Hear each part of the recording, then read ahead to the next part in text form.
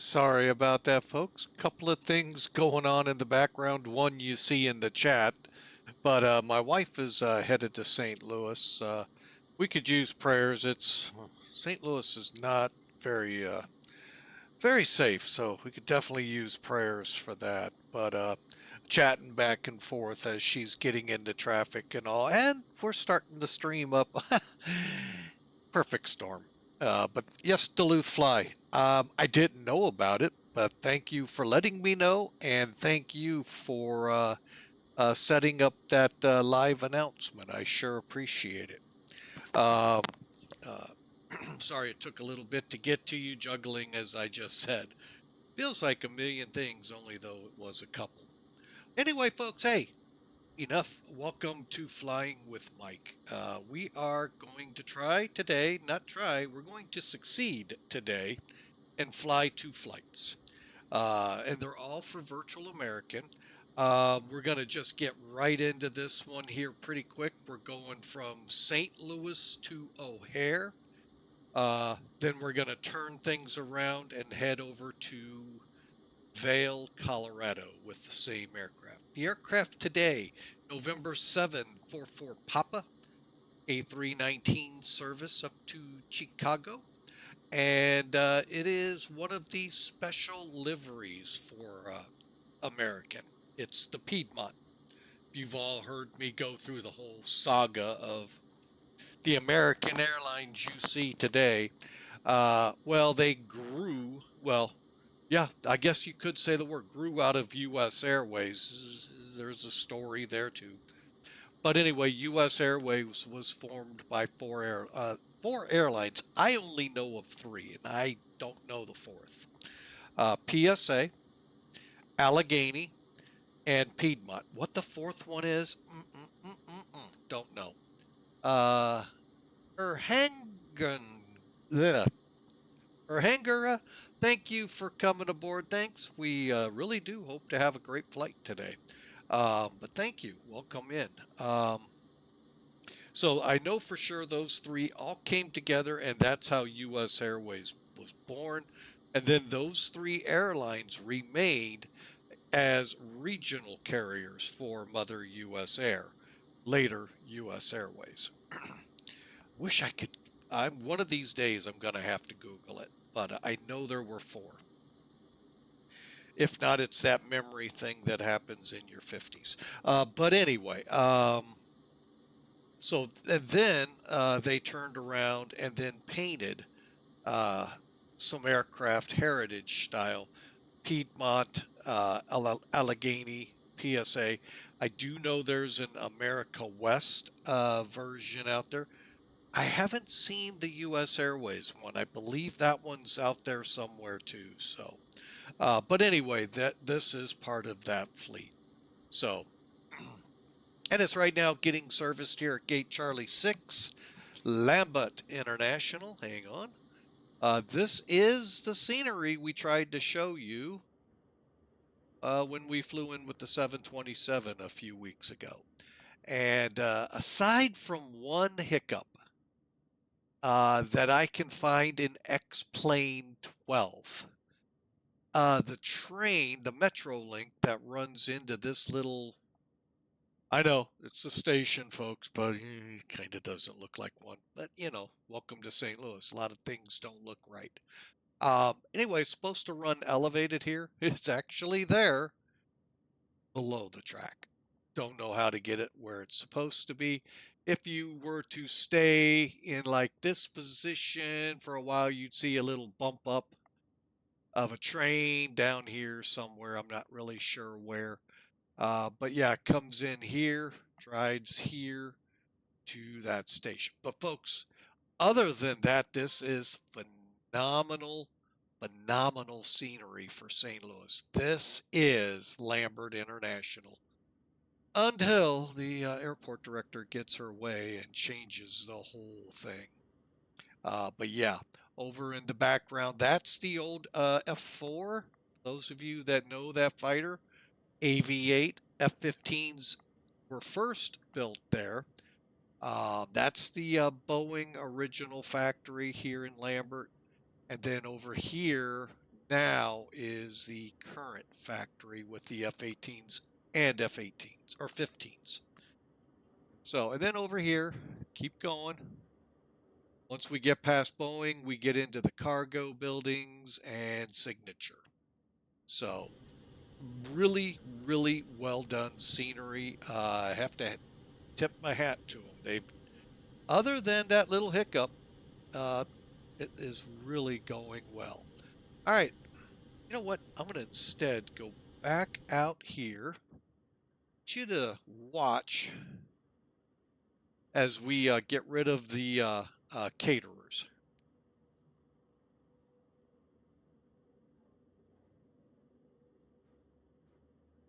I think all I got to do is put them in auto and they will start doing their thing. Yep, they are. Okay. So kind of pay attention. ToLiss has really got the animation down pretty good. Minus the fact there's no drivers, so that explains why they drive through baggage loaders, fuel trucks, and what have you. Buildings, the whole works. If you don't have a driver, how the heck's he supposed to know? I mean, let's get real. So, but we'll leave everything else in play while they get ready for the flight to Chicago, as we are. So let's get Sim Toolkit in here, shall we? Rebrief this leg real quick. We'll actually plan the second leg because I just can't do it ahead of time. So it kind of makes it nice so you all can see, you know, sim brief and all in action.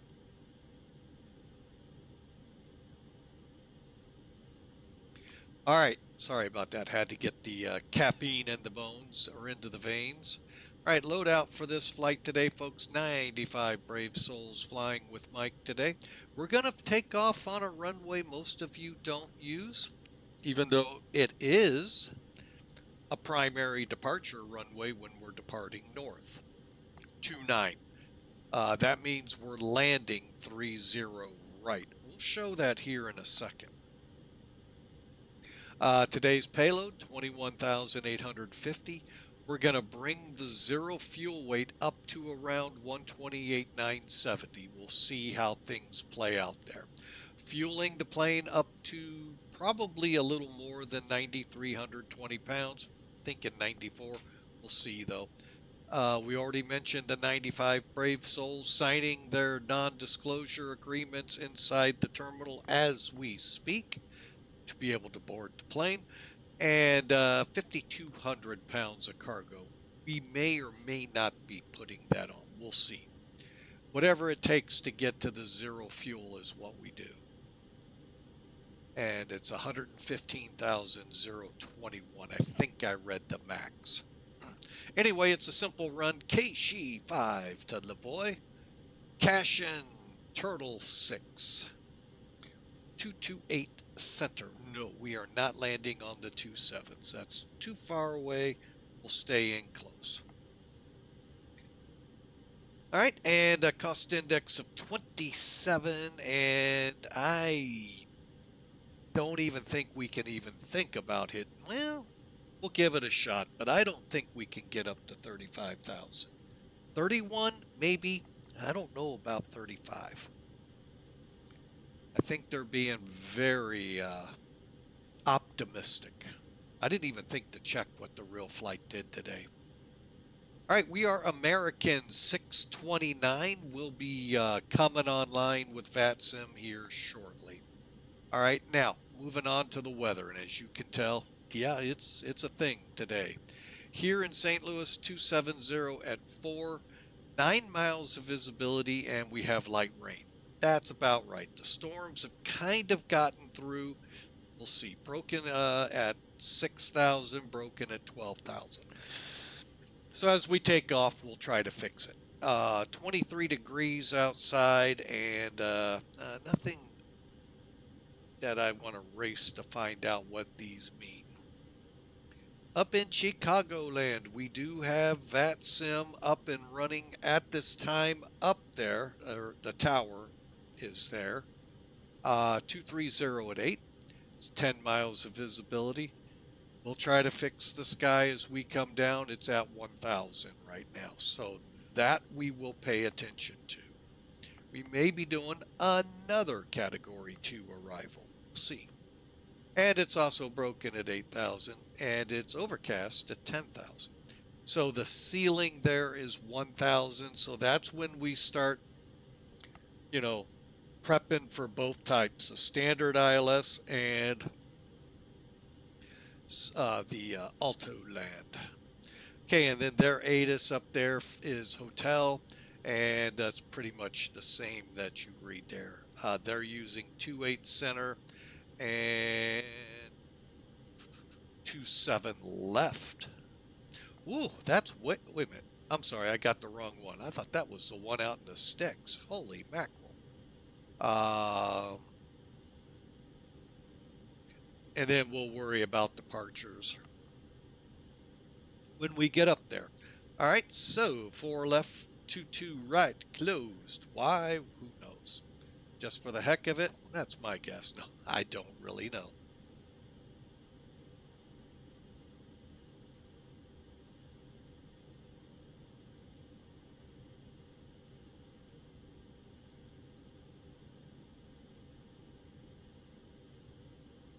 All right, Duluth. Yeah, we'll get in there when we get up to Chicago, check in with Delta Who. And cool, streamer role and promo privileges. Cool. I don't do many promos, but hey, we'll take the streamer stuff. Appreciate you there, sir. All right, that's the weather. Whether you like it or not, that's how it's going to be. I'm going to pre-file real quick with VATSIM, and then we're going to just get this plane ready to go. We'll take more time up in Chicago.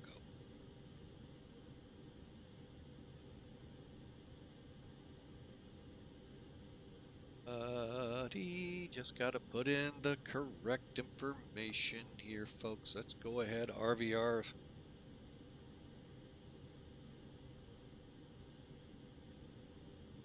And I think we're good to go. Make sure my times are right. Yep. Actually, I'm going to bump us up about 10 minutes. Oh, how did I do that?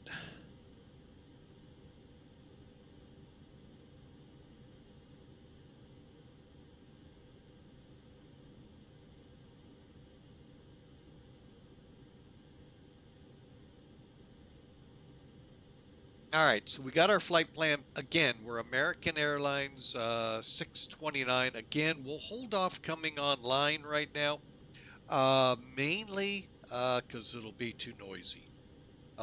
So we'll just keep it at a minimum and get this plane going. With that, let me pull down Sim Toolkit.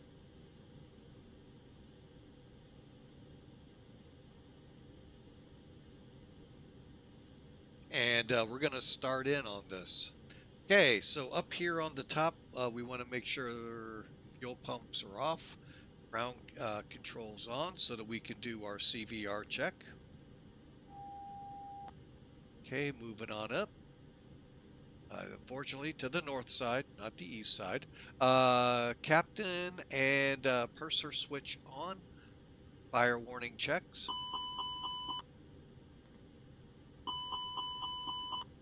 I would do the rest of the panel. Whoops. But for some reason we can't. Let me see if I can't get this one to test again.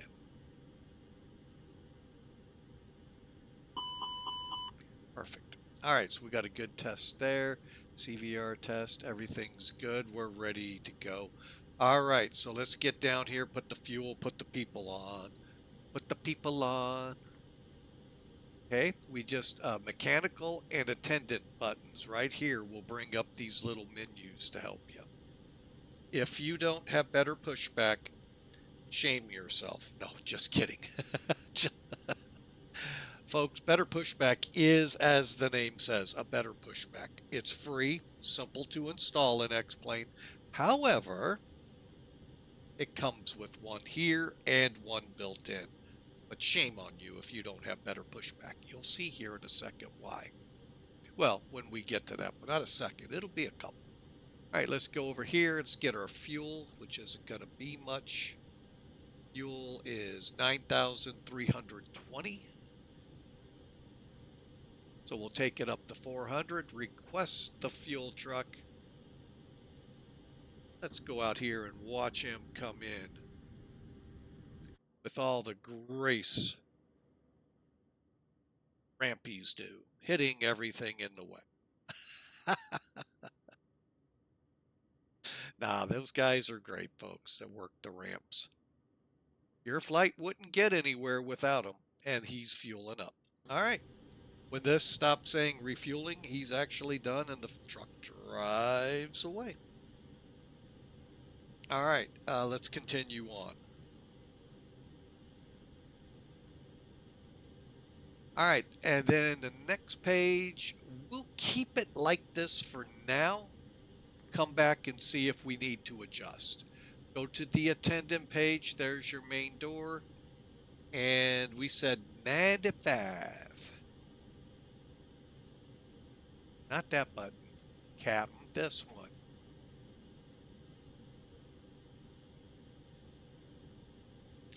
All right, and then what you do is come over to the EFB. You'll make sure you've clicked weight plus balance. That's this page. Click reset to current. And again, you know where our focus is right here on the zero fuel weight. And we can only move cargo in 200-pound increments. So 114,887, and we could easily put on 200 pounds. I know, in the world of dieting, that's never a good thing to say. Put on 200 pounds. Why don't you?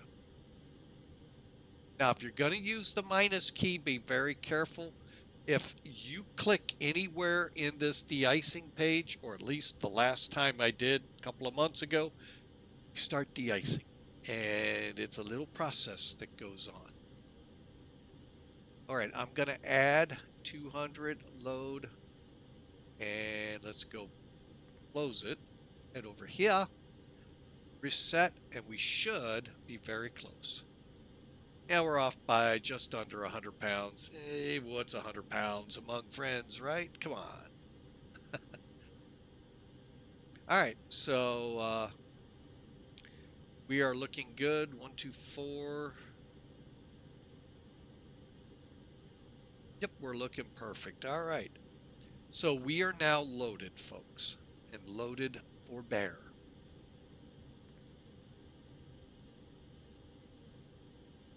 So I'm going to move these into auto so they'll drive off. We can watch them real quick. See, they're starting to lower their, and then when they drive off, the clams will close on the baggage area. Matter of fact, you can see the rear one right there. By the way, it's operated by a panel right in here.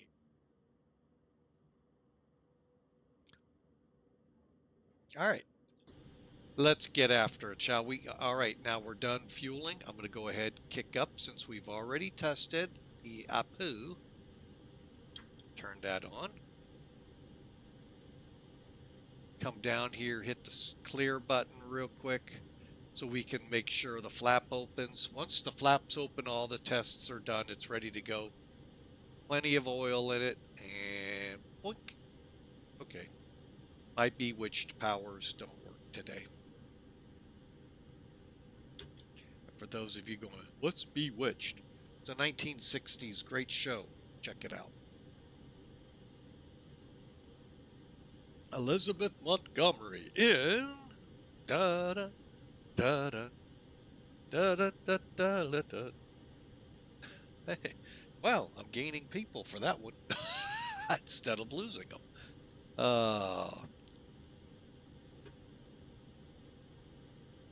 All right, we're just waiting for the APU to spool up here. And in my opinion, I think it's at the proper amount of time. Some of them out there, I think, are a little too fast. None of them are a little too slow. Mostly they're very fast or dead on. So, All right, so we're up here now. All right, let's just go through it. As we come down, I'm going to go ahead, set this to status for now. We'll come back in a second. We've already done the cockpit check. Make the calls, make sure those work for the mechanic and the attendants. Wipers are off. Lights. APU is on. And we have the emergency lights armed. Let's do a quick light check. Just making sure we don't have to spend any money with GE, Sylvania, or any of the other light bulb companies out there. You can see they spend a fortune just in light bulbs.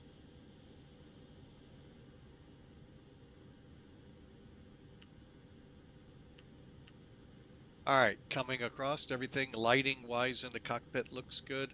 The landing elevation the auto position is at 12 o'clock. Otherwise, you manually set it. I never touch it, folks. Moving across. Cross feeds auto. Pack flow will be normal. We're on external power. Faults are on. Okay. So, folks, we are set to fire up the IRUs. And like Boeing, like McDonnell Douglas, they don't know how to count, nor do they know their ABCs. If you look, and I love having fun with this, by the way, folks.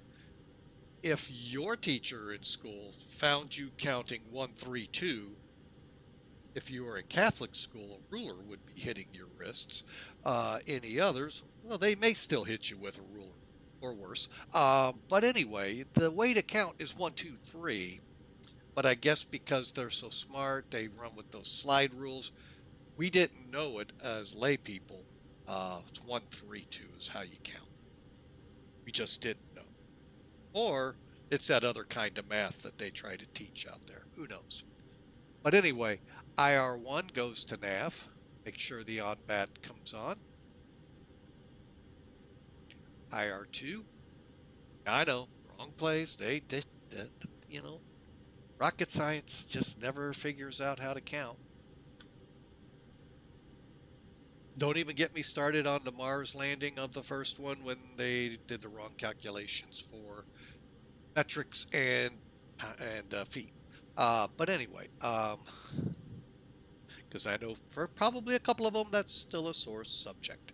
But anyway, so everything looks good here. We're spooling up. All right, so the strobe lights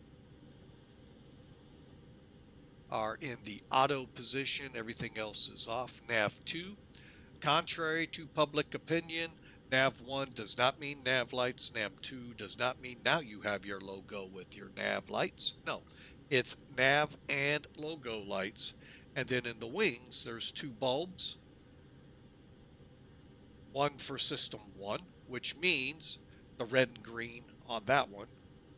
And then there's system 2, red and green. So when you're doing your little walk around, required, by the way, folks, you look at your wingtip lights. They're burning the proper way. Great. If one bulb is out, have the guy up in the cockpit who's still supposed to be there, hey, turn on the other one. Flips the switch, boom, the light comes on, away you guys can continue. If the light still doesn't come on, that's a required item, folks. Mechanic has to be called. You're on a delay for a light bulb. Or worse, I mean, there could be a short or something. Who knows? But it's always fun to say, for a light bulb. Go to the hardware store, get a light bulb, screw it in, we're ready to go. It could be that simple, folks. I don't know. Although, they don't know how to count up here, so it may not be as simple. Anyway,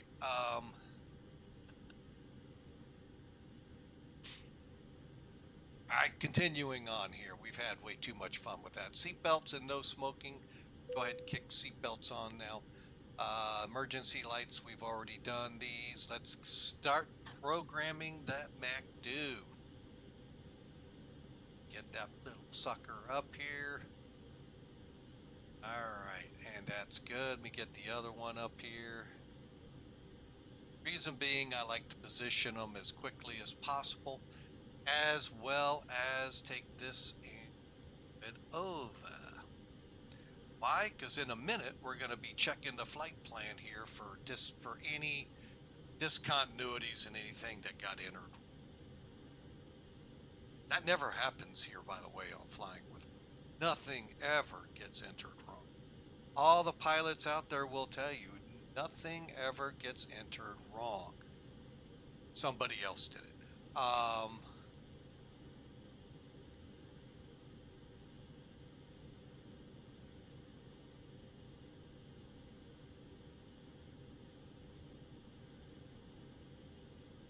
All right, so I'm just trying to work my way back to my OBS screen. There we are. Let me bring charts in here.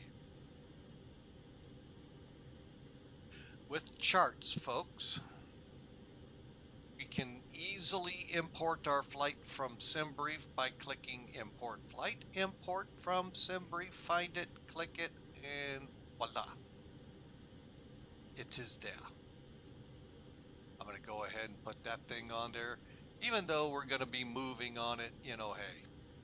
Okay, so today we're taking off runway 29. For those not 100% familiar with Lambert, as I am, okay, you got your normal runways, your 30 left, 30 right, 30 left being the longest runway there. Although they really don't fly flights anymore, I'm kind of waiting to see how this comes out of construction. It's an 11,000 foot runway. I don't know if it's going to stay that. We'll see what happens when it comes out of construction. They're rebuilding the whole runway. That's why I say that. So currently, 30 right, way over here, it's 9,000 feet long. That's what you're landing on right now. Takeoffs is this little feature right here called 1129. It's part of a project called W1W. And I say that because they've not followed any bit of it except for this runway. There was actually supposed to be a terminal up here. I say that because they displaced a lot of people to put this runway in. And they really haven't lived up to the whole W1W. And now they're doing something totally different. Welcome to St. Louis. And I'm sure you could say, well, welcome to my city too. It's no different here. They never live up to their. And there it is on display. All right.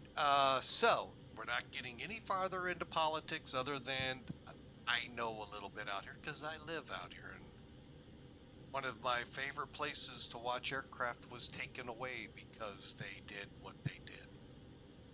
Now there's nowhere to watch aircraft without getting shooed away by a properly. Don't get me wrong, airport security out there, but you can't park anywhere to watch aircraft.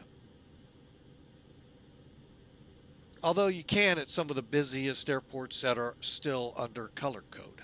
But that's another argument for another day. We're parked right here.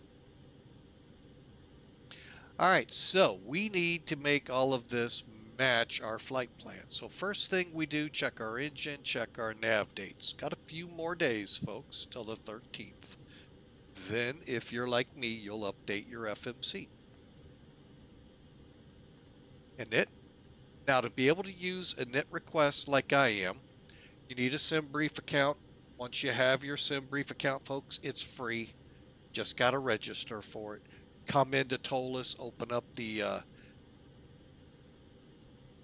ISCS screen, scroll over this. Oh, I'll just show you. It doesn't take long. Sound and accounts. Right here's your SimBrief account ID. Not what you log in with. Your account ID. You have to go into your account, find it. It's real easy. Follow documentation. It'll put you right on.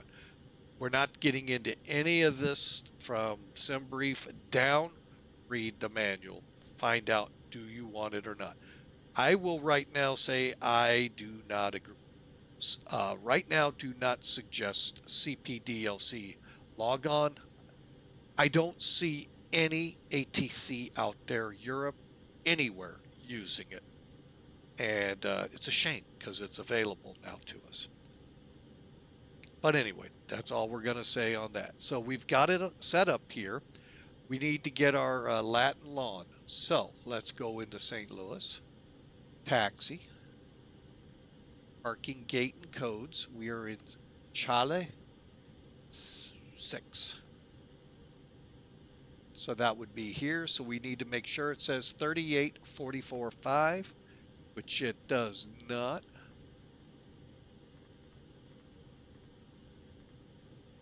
Over here on longitude, 90-21-8.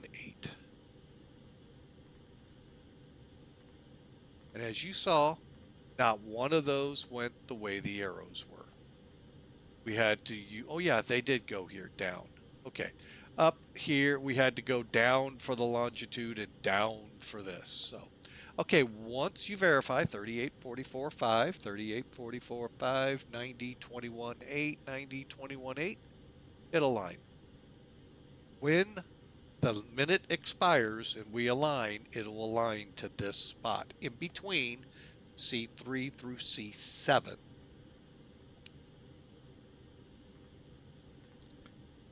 Okay, now let's get our wins real quick. Request. Again, this is all from SimBrief. Now, if you don't like 35 and you want it back to 27, type it in, click it in, you're good to go. All right, now we're going to get into here. Bear with me.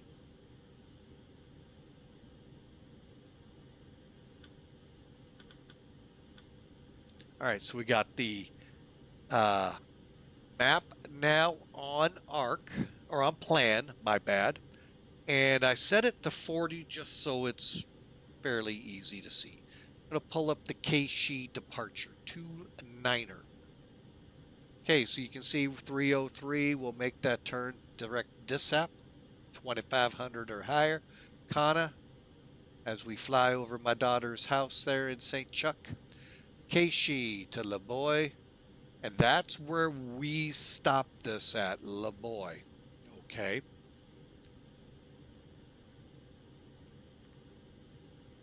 So, but first, let's go to page 2 here, confirm a couple things. I'm going to get rid of charts just for a moment. Why? Because we got to check with the EFB here. 115.0, that is wrong. So 115.1. 28.5, that too is wrong.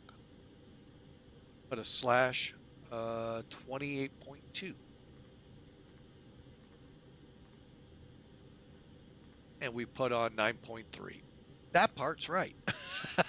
All right, and then make sure your times look good. Then go to F plan. All right, continuing here, and folks, if you miss anything, and I'm going to take a quick second here. If you miss anything, this YouTube link I'm sending to the chat room will get you to where you can see what you missed. We're going to do this up in Chicago. So if you miss it here, catch it in Chicago in about an hour. All right, so continuing on. Go to the F plan page. Once you're there, it's very simple. I know it looks like a lot, but it really isn't. All you do is click your, on the left side, St. Louis departure. We're taking off, we said 29. Find it in the list. Find KEGE. Any like the radio station here. And we're taking it to LEBOY. If you're not certain, check your flight plan. And since you all don't have it handy, there it is. So we're going to LEBOY, then CASHN, then on to the Int'l 6 arrival. All right, so reading across the top, we'll take off on runway 29, KEGE 5 departure, LEBOY. Insert.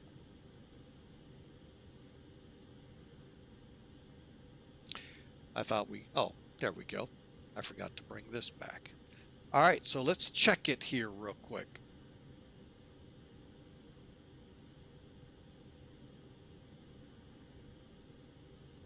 Okay, I see DeSap and Connor. Out to KEGE, LEBOY. Okay, so there's DeSap, Connor. Making sure I didn't miss anything to LEBOY. Cool. All right, let's switch over now to CASHN, and then we're going to fly straight. And our goal is to come in on, well, hang on a second. Let's get this set up right. 28 center. That one. Reason being, I want to make sure we set up on the correct approach when we're ready. Okay, so again, CASHN, the approach stayed the same. So it's to CASHN, that's where we are right, well, not yet, hang on, click. All right, now we'll click ORD. Same thing you would have done for St. Louis, except now we're working the arrival. Okay, now this is where things can get fun. We already know we're aiming for the 2.8, so there's 2.8. But we're going to do what charts is well known for. I can choose my approach right here, and I can look at them. We haven't, well, first off, before I go much further, sometimes it tells us. All right, St. Louis transition. I didn't know there was such a thing. Huh. I've always done CASHN. That's why I didn't know.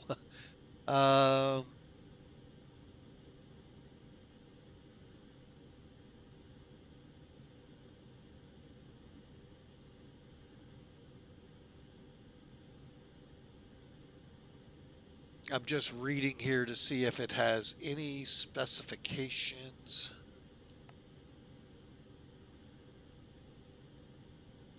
All right, so Tawny is for landing runways 28 center and right. Okay, so we'll choose Tawny. Okay, so now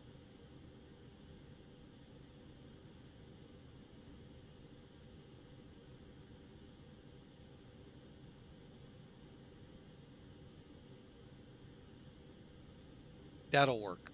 All right, so from Tawny, if we go that far, we'll make our turn and intercept.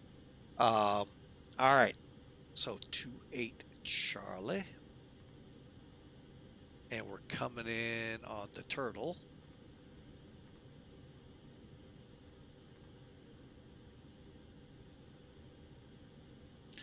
No Volker.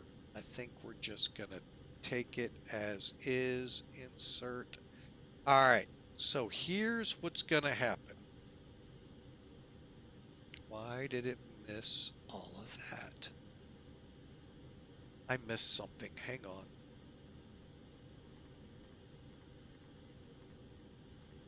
I know exactly what I missed.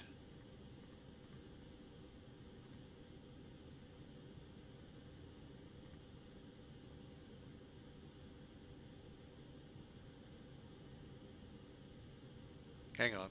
I'm working this out here, folks. Bear with me. All right. 28 center.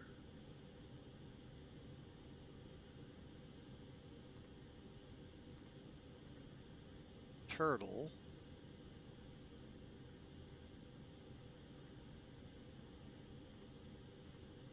There it is. I didn't have the transition. That's why it was missing. And that's why you want to do this, folks, because, okay, now granted, we'd have been fine going direct. This is a straight line. Some of these you would have made a couple turns. So that's why you wanted to make sure. So I'm glad that happened here. All right. So where are we? Back it up. Looking much better. Look at all of those in there. All right. So saying we can make 35 and then come right down 15 minutes later. All right. Well, you know, we'll do what they did for us. All right, so we made it. Oops, wrong way. There we go. So we're at CASHN. VINSA is next. All right, and then Marok,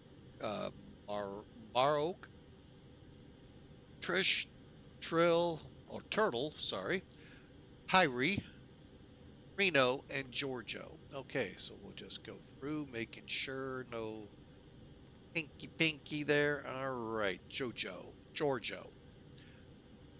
Monks, and then Tony. Tony is where we'll be looking for vectors if they don't turn us prior, if they're even up when we get up there. Okay, so we're looking good here. Let's just do a quick check CASHN. Make sure nothing was missed. It doesn't appear so. So let's go to the ILS. And they're going to turn us in by Hazel. So Arzuko or Ema is where we'll aim for coming in off of Tawny.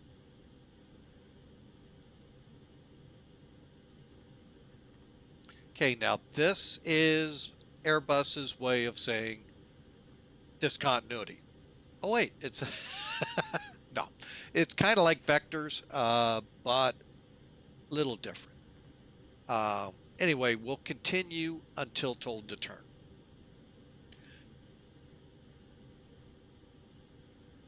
All right, and then there's Hazel coming up. All right, and then Sika, and then the runway. So Hazel's at 4,000-ish, we'll see, and 2,300, we'll see, and then the runway. Even though there is Zupita. Anyway, 2 miles or 3 miles out, we're not worried about it. Once we hit Zika, that's our initial fix or final fix. We're coming in. Finally, what's on here is the missed approach out to DePage to hold. If we have to divert, folks, Rayner, Bertman, Taze, a lot of fixes to get up to Milwaukee. Wow. Milwaukee is our diversion if we need it. And we can fill in the blanks if we were so inclined. Okay. All right, so let's get this little show on the road, shall we? Next up is RadNav. Everything looks good here. And Perf. Perf's my favorite point. This is where we get to do a little playing with stuff here. First, I got to make sure what our destination weather we're using. 290. Okay, we're going to change things. All right, hey, hang on. Now, I promised you to explain the way the landing and takeoffs are. I will here in a second, once we're ready to go. 290 at 5. You all are saying, well, that ain't too bad off. No, it's not, but it's just me trying to be as real as I can be. We all have our levels of realism we like to put in here. All right, here's one of them.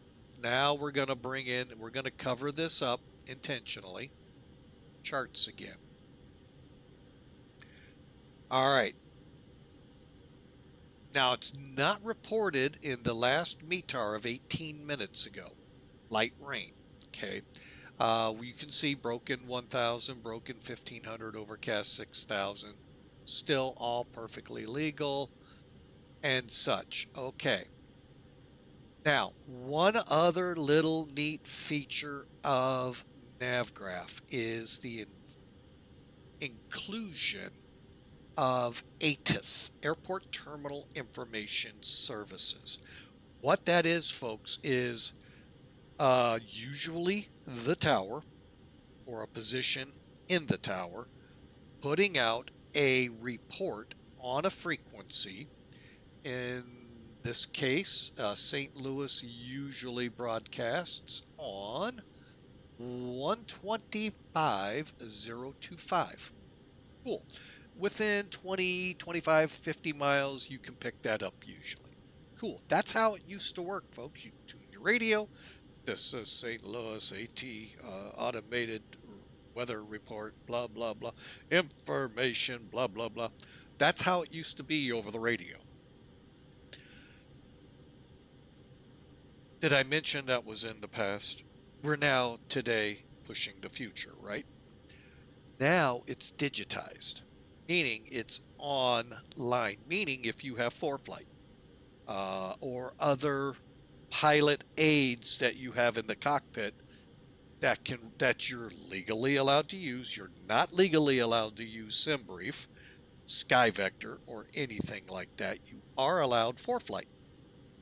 Well, anyway, there's this little thing called D ATIS. See how it has the D in front of it? Digital ATIS. You can actually go to a site here, folks, in the US only, and pull up any of the sites that actually do D ATIS and check them in your flight wherever you want. That includes you, little passengers, can do that too. They don't like you doing that, but you can. You know, nothing's stopping you. All right, so here it is, 20 minutes old. Same weather broadcast, sometimes slightly different because they could be 5-10 minutes between them. But anyway, it's going to also give you any pertinent information you need to know. Like I told you, 30 left is closed. Right there, first note them. These taxiways closed between where they say here.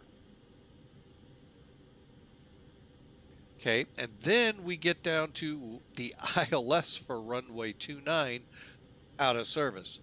Well, the other part to landing on this runway at about right in here is I-70, Interstate 70. It's a good reason why it could. All right, now, most important things that I'm wondering. Okay, so right now, 555 tells me runway 30 right is wet. Runway 29, condition codes 555. Good chance it's wet. Runway condition, wet. Up here it will tell you ILS approach 3 right in use, departing 29. So it doesn't care if you're Southwest Airlines down here at Terminal 2, although you're going to stomp your feet and throw your tantrums, Southwest. You're going to taxi all the way, just like American. The guys out here, United and, Air Canada, yeah, they get the short taxis all the time. But, yeah, Southwest, yeah, you're being punished. No, just kidding. So, yeah, you got that long taxi. And no, they're not going to let you go scooting up here to scoot out. The cargo guys and Signature, yeah, I do see them getting a scoot from time to time out there, but they would really have the longest tack because they can't use a lot of these intermediate crossovers. They got to get in here and then over. So, you know, but anyway, so 29's our departure, 30 right's our arrival. All right, and we know they're wet now.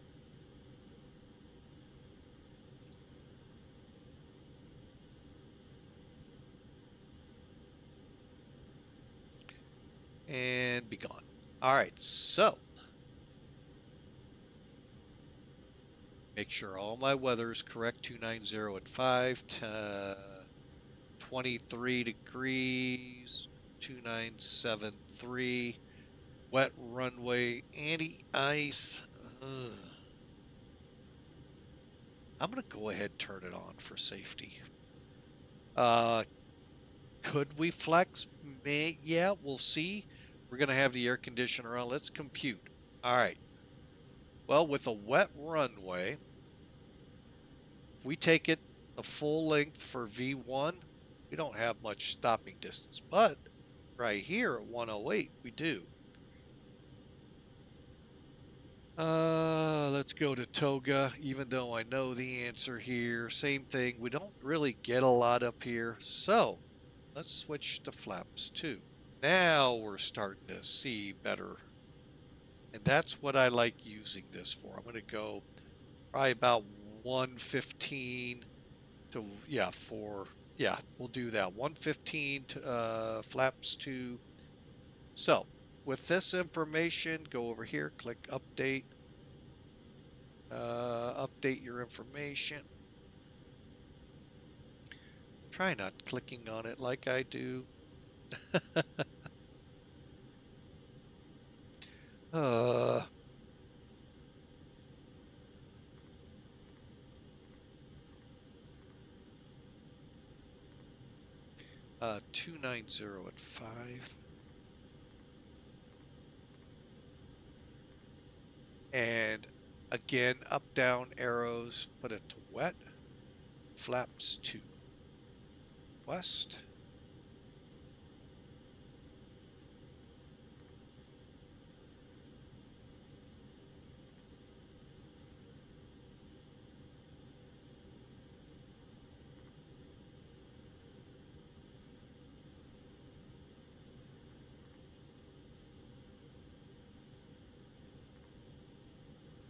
All right, let me see if I can't get it to take properly.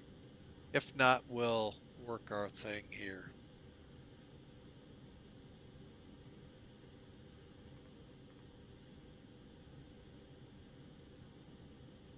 All right, hang on. I'm just going to do it this way.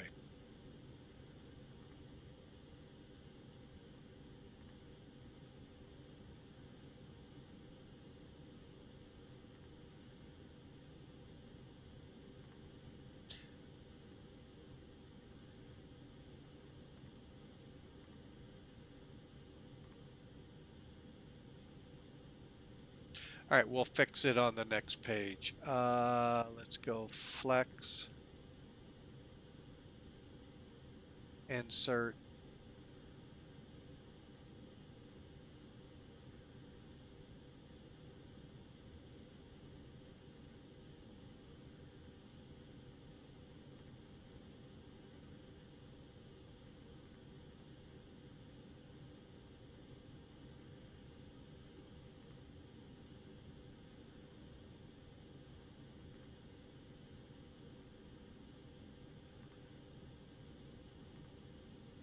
All right, numbers aren't jiving because I didn't do things right. All right, so we are going to go with a 110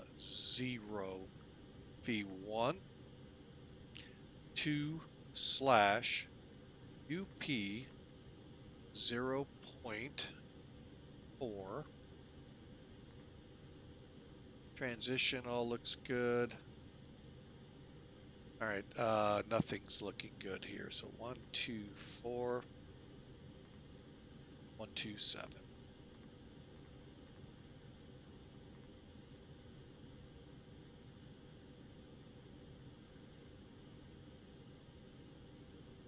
All right, that was fun, folks. And we're ready for pushback. Everything was going so well until then.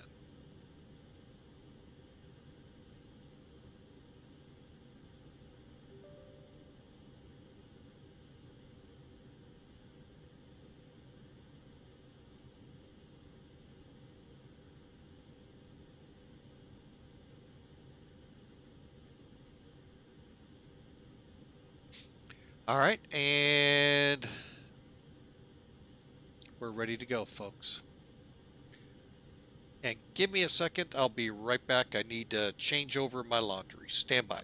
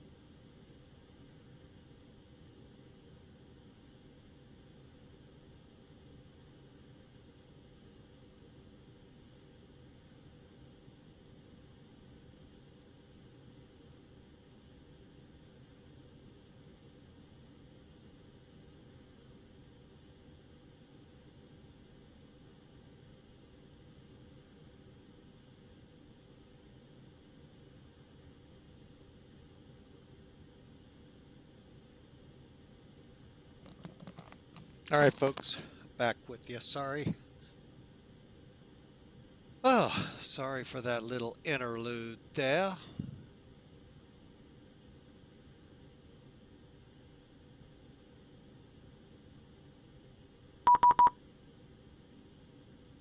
All right, so hang on a second with that reminder. Get this up here.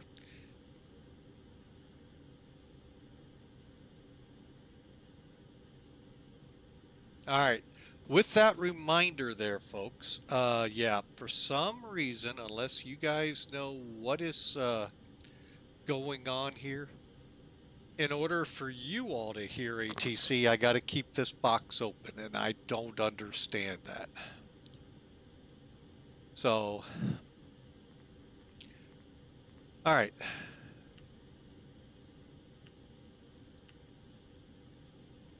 All right, we're ready to go. All right, final checks here, folks.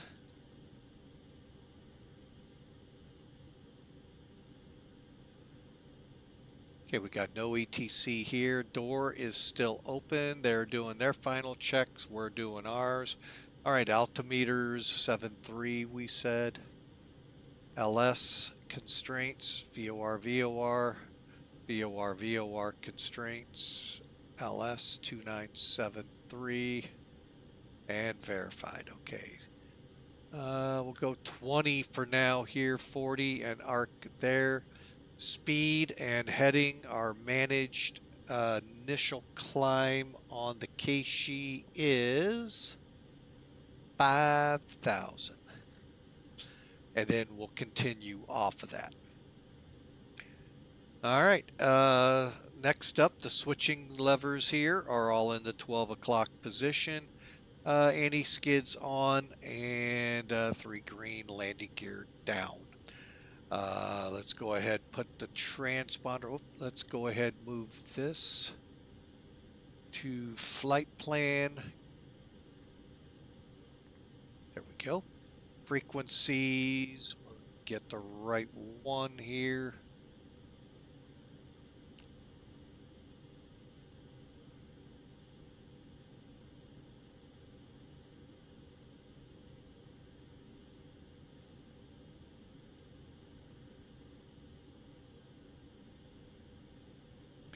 All right, get on the right one here, 118.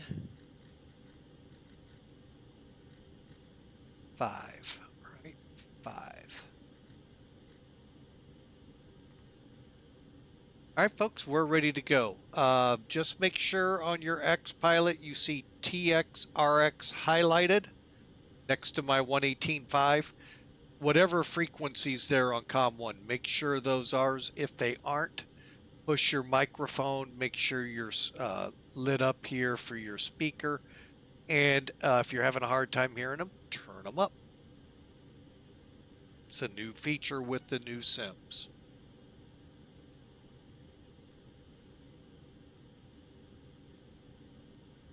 All right, and with all of this, let me get up top here. We're on the EPU and it's available, so there we go. Fuel pumps coming on.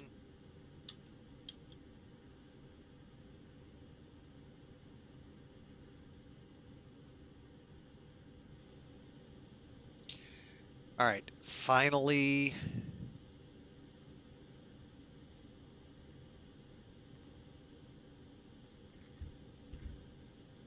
Okay, and then I'm gonna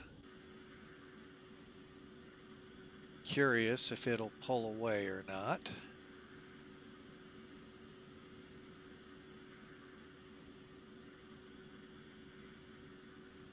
And it looks like it's not going to. I didn't think so. I had to move the plane to make it work. And I think that kind of hosed it. All right. Let's get better pushback on its way.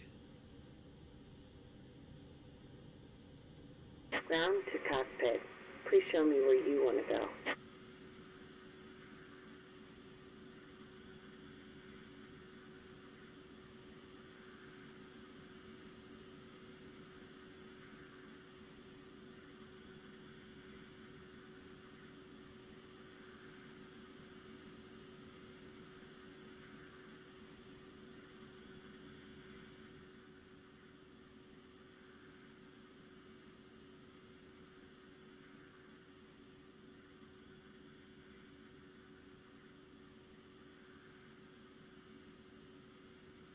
Ground to cockpit. Tow is driving up.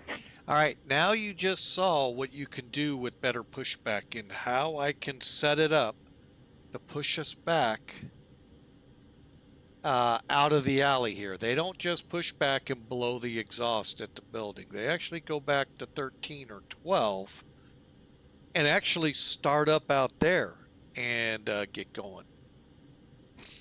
So, or at least they did a few years ago when we flew up to Chicago. All right, and seeing them coming at the plane. Parking brake set.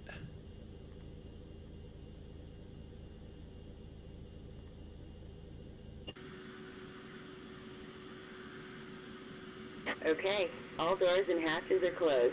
Ready to connect. Cleared to connect. Take us out to spot 13, please.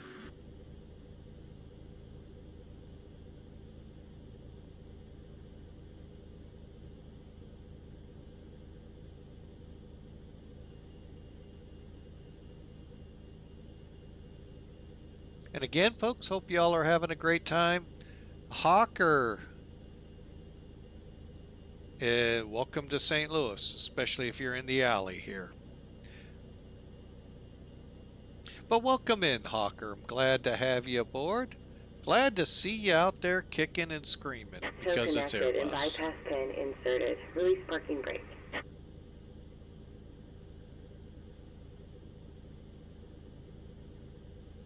And check him out, folks. Hawker is one of those streamers that you just really sometimes don't know what he's going to be streaming. He might actually stream Flight Sim. And you may start he may be playing the drums.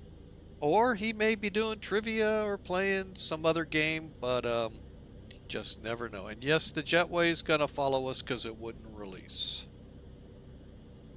It'll eventually go back.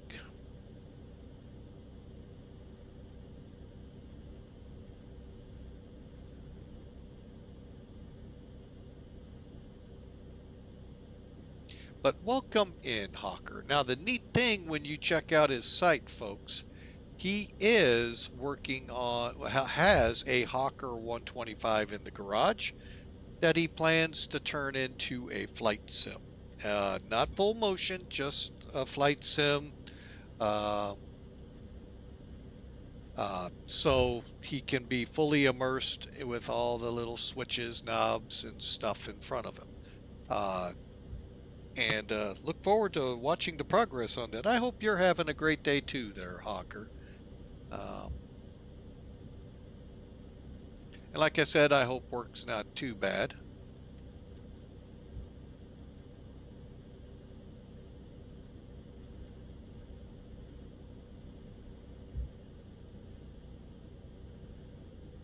All right, and again, a well done Lambert here.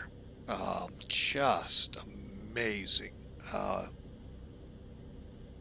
scenery here. I don't know if I have a, let me try something.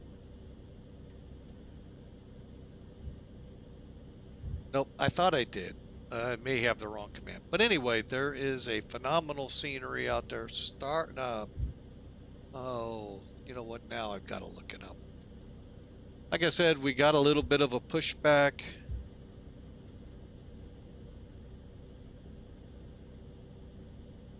It's by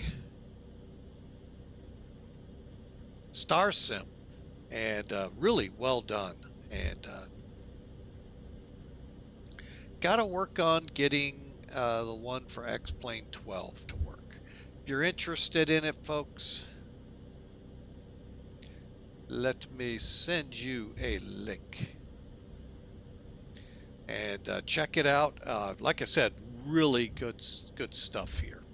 All right, let's get this thing firing up, shall we?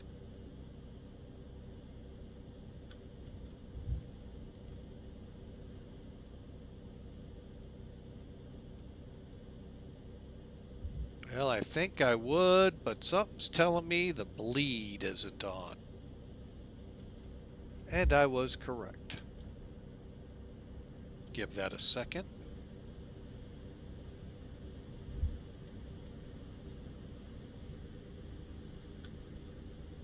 Numbers look a lot better. 8 just isn't enough to start the plane, folks. All right, so we'll go forward there. And we'll start cranking them up.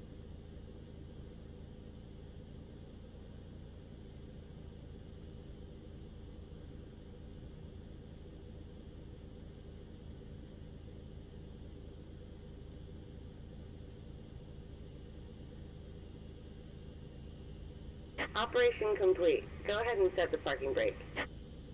Brake set. Disconnecting tow. Stand by.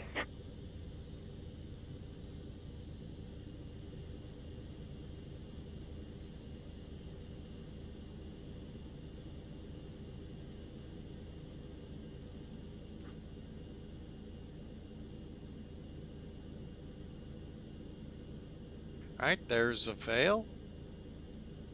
Cranking up number 1.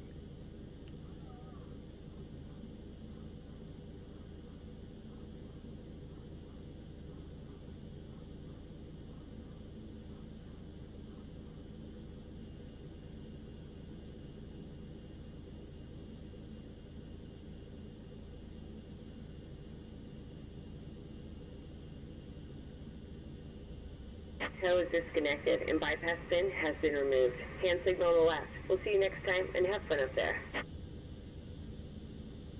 Thanks for flying with Mike there. Better pushback.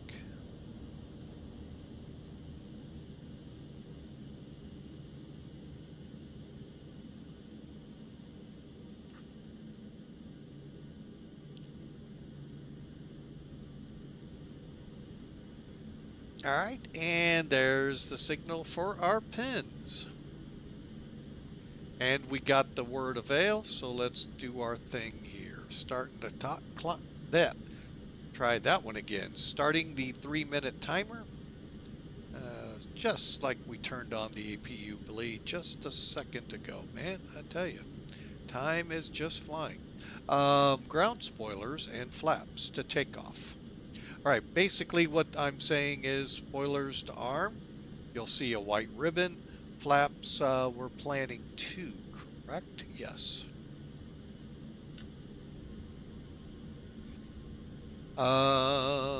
Pitch trim.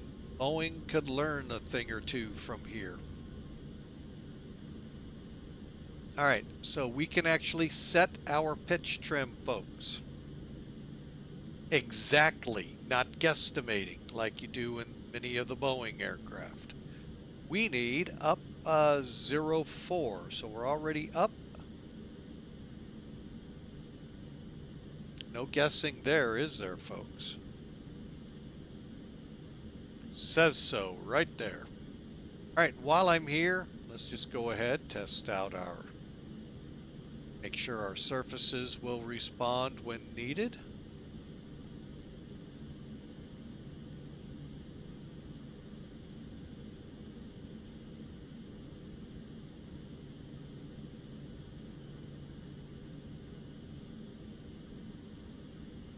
Okay, let's get up here and shut down that APU. And let's just get a freedom of movement check here. Okay, everything's looking good.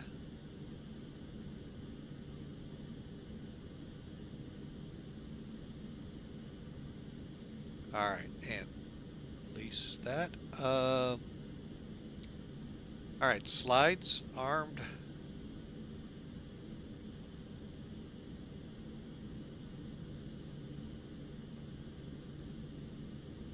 Flaps time start.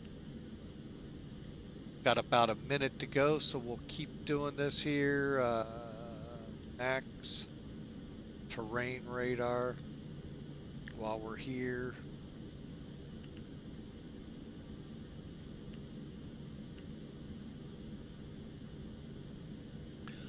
All right, and alert the cabin, we're about to move.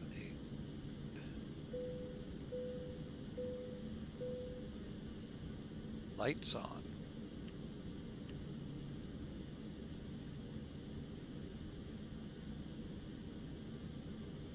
St. Louis common traffic, American 629, taxi to runway 29.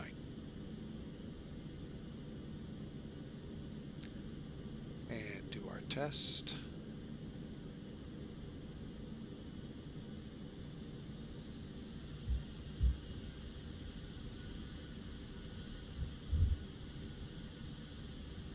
And again, folks, welcome aboard. Flight 629 service from St. Louis to O'Hare.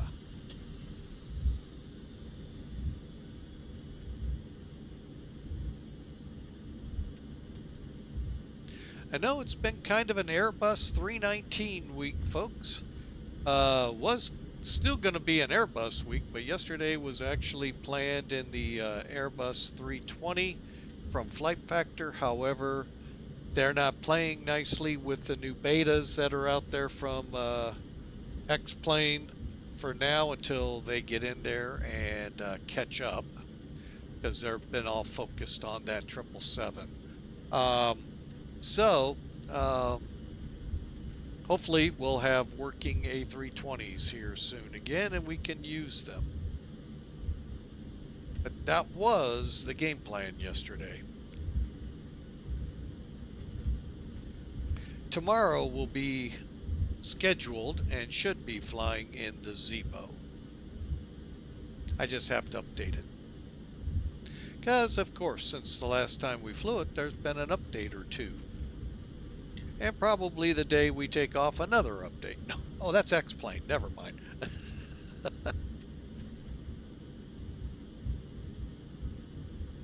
But, I can honestly say if Austin's tuned in, the switchover in your servers has seen amazing results. I'm no longer seeing rain and clear visibility, okay, or actually clear skies. I'm only seeing rain when it either says rain or it's in the general vicinity in the TAFs. Let alone we haven't had days where there's no weather. So great job there over there at X-Plane. And of course, you know, just my gosh, X-Plane is just phenomenal, phenomenal, phenomenal. So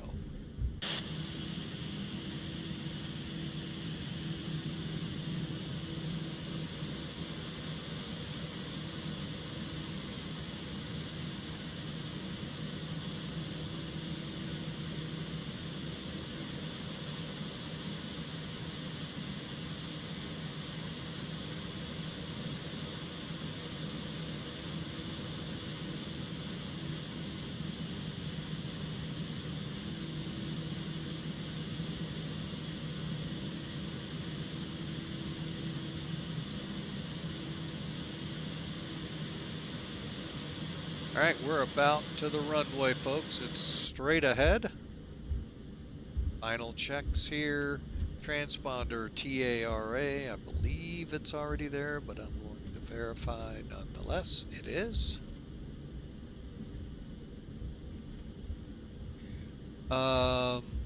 Brake temperature is good. Engine mode, we'll keep it in ignition.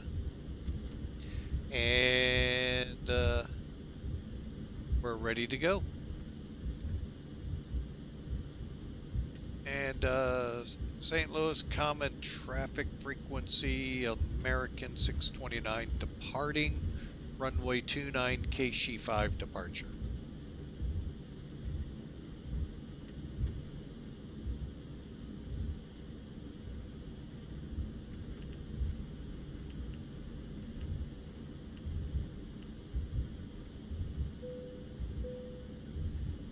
All right, we're lights on. Brake is set. Cabin's ready.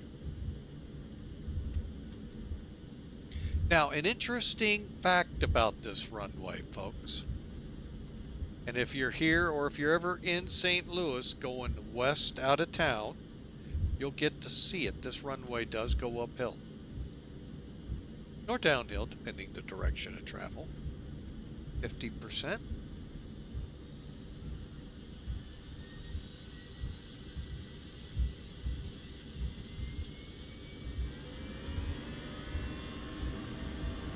flex a little forward on the stick.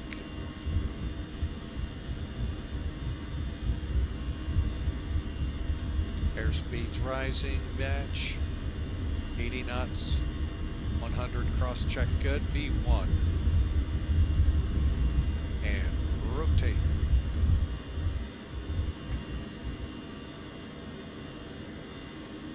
Aussie rate, gear up.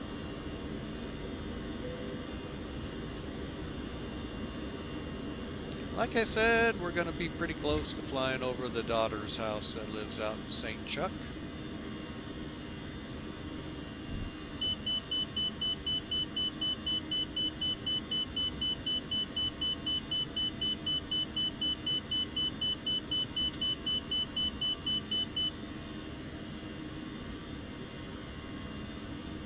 And Roger, St. Louis up to flight level 350.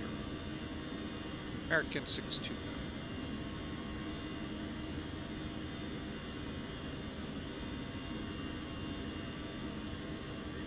Okay, climb power set, flaps up.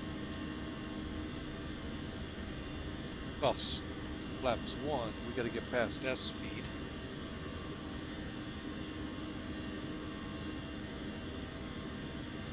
Okay, brakes are good, off, S speed, flaps up.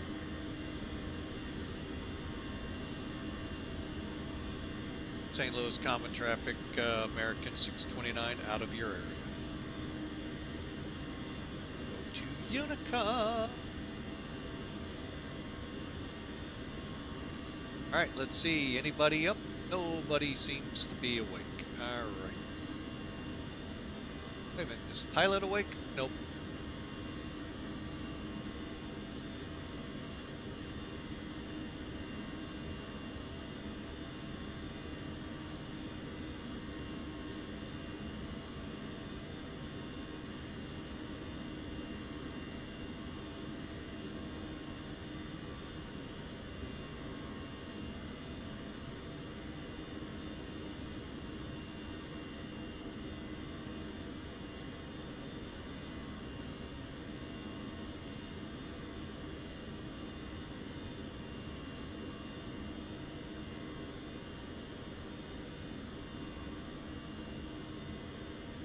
And we've come out, flaps are up. We're climbing away. Now, what I was setting in, folks, was Chicago approach. They do appear to be up and doing their thing. See if they remain up. I'm sure they will. Looks like Chicago is, as always, pretty busy.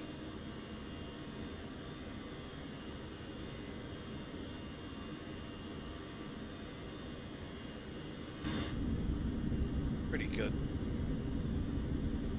line of weather over here.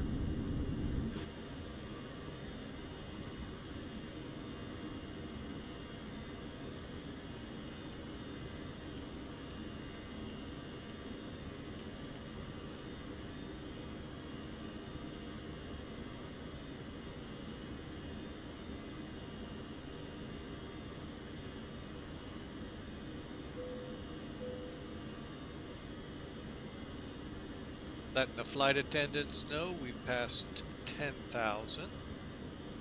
Now, I don't know if many of you paid attention yesterday. We were cost index 5, I think actually 6, when we did our flight planning, and our climb was like 250, 260. Cruise right around 280.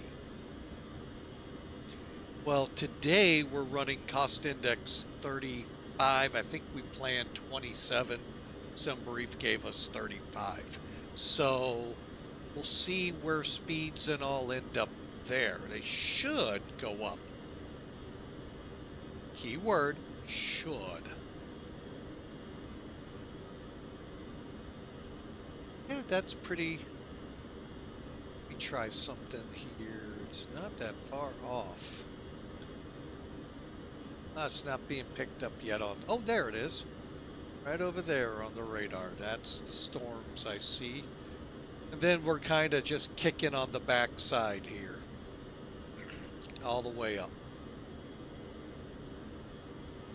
About 25,000 feet like they did on our flight, folks, to Chicago a few years ago. We'll kick the seatbelt sign off. Of course, they'll tell you so you can get up, stretch your legs. Of course, it's so they can sell.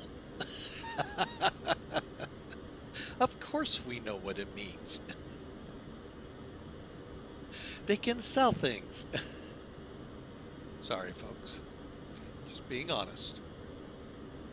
Yes, it do this.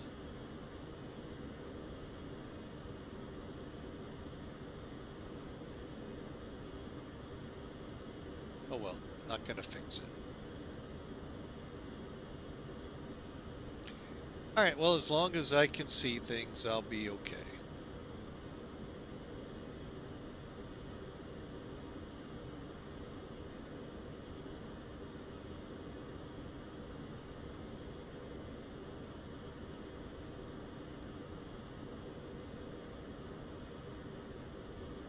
Alright, yeah, just SimAware, just being SimAware. There's 18,000. Let's go standard. Go standard. Go. Oh, wrong. Oh, Speed Racer.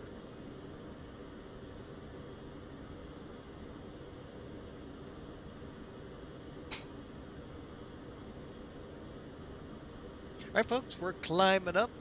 Like I said, here in about 5,000 or so feet, we'll kick the seatbelt sign off and try to make it as comfortable for our passengers as possible. And now, as you can see in X-Pilot, we have Chicago Z approach, O'Hare S tower.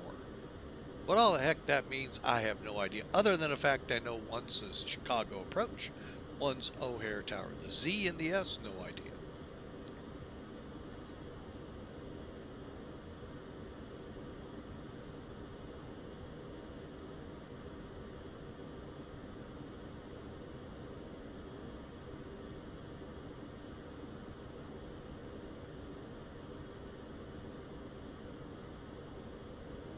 Yeah, it's a pretty yucky day here in the St. Louis area. Pretty cloudy, rainy.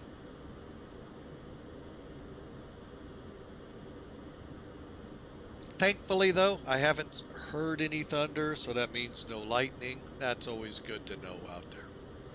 All right, folks, so let's just continue our climb up. And hope you enjoy the short haul to Chicago.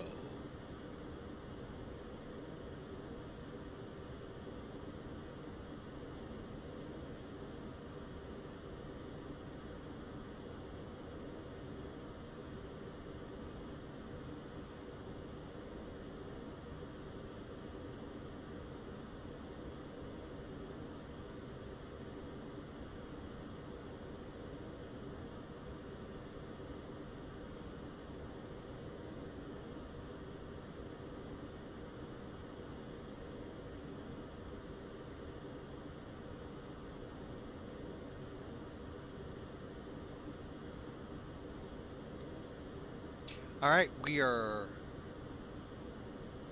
off LEBOY, headed to CASHN. Now, CASHN is technically in the vicinity of where we'll hit 35,000. For now, I'm going to go ahead and turn the wing lights off and the seatbelt lights, even though we're climbing, letting our folks get up, stretch their legs, use the restrooms before we have to come right back down. Which looks like VATSIM, but I'm going to check the approach and all. That is not our approach.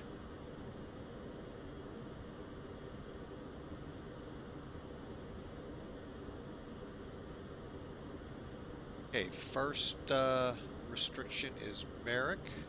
Marok.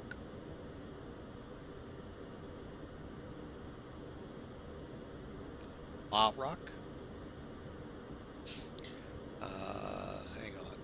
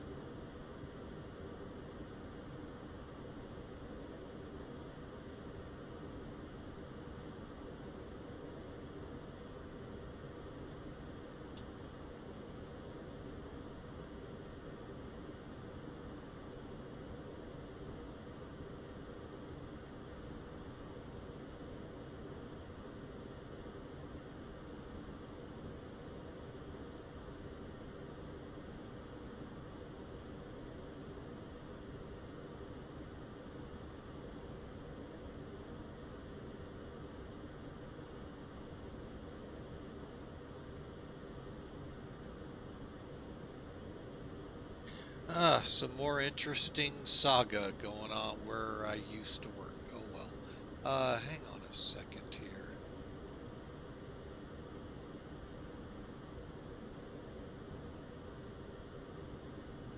So I'm just looking through something I got sent to me, and I'm just looking through stream elements.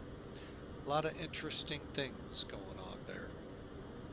All right, we're reaching top of climb, and I do apologize for that quietness. Now I'm kind of really curious what's going on out there.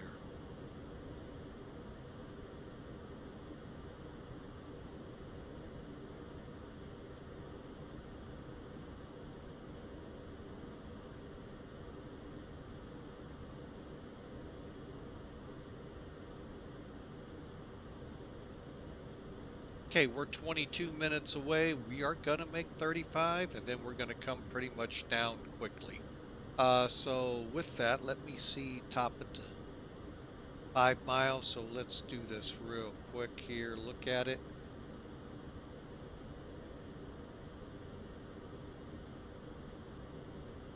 Okay, here's charts. All right, so here's our arrival, folks. It is the Turtle 6, give you the whole scoop. Nothing but the scoop. CASHN to Vinsa. We're coming in at CASHN, by the way.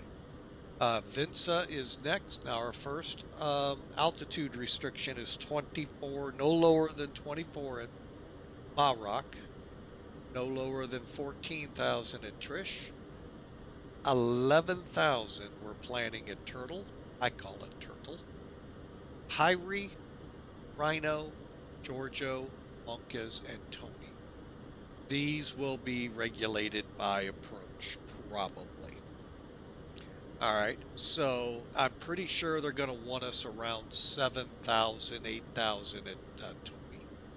And that's where we start our vector run, but I think they'll turn us in early. Approach real quick information across the top are frequencies, first two lines, next one. 108.95 for 28 center, 273 is the final approach course. Sika. We need to be at 2300 MSL, which is 1600, call it 50 feet above sea level, or above ground level, my bad. Our decision altitude today, we'll put in 851, but that's actually 200 feet above the ground. This is a Category 1 approach. Missed approach out to DuPage. Here's our routing. I'm thinking Mimal is where they're going to turn us in at, but they may turn us in earlier. So if we do turn at Mimal, 6,000, Hazel, 4,000. From Sika to the missed approach point, we're going to plan about 2 minutes and let's call it 16 seconds. And then the Alsif 2 approach lighting, Pappy's on the left. Finally, minimums for this approach. The METARs have to be above 200 feet, broken or overcast sky conditions. I don't care what it says, scattered, we can get away with that. All right, we're coming down. Take it to 11.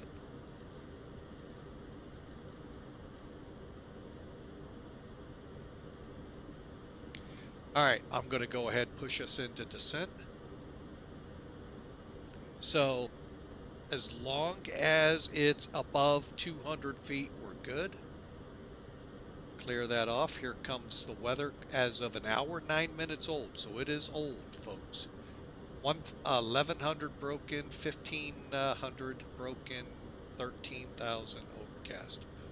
We're fine, as long as that doesn't say 002. Oh, 10 minutes ago, just updated. Broken 1,500, as long as it's not 002 or 001, good. And we need at least a half-mile visibility. I think 10 miles beats that.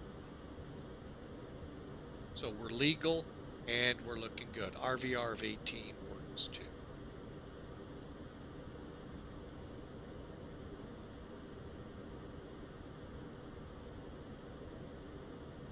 Okay, there you have it, folks. I know, pretty hurried. Sorry about that, but unfortunately, when you're on a short flight, things are kind of hurried. All right, real quick catch up here. Let's get descent information in here.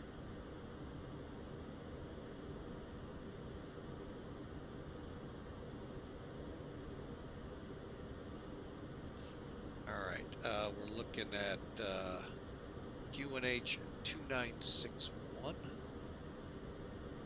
That has to have the decimal in it, folks. Temperature 23. Winds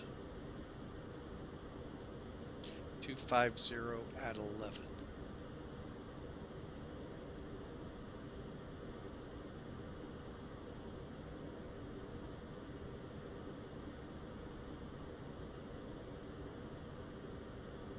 And we said 850. Okay, now I use the MDA because I take it as the M for MSL. DH is, I take that as distance above the ground, and in the brackets on my charts. Both are at the same height, folks. Keep that in mind. Same point in the sky, it's just the bold is being measured from sea level, the bracketed from the ground level.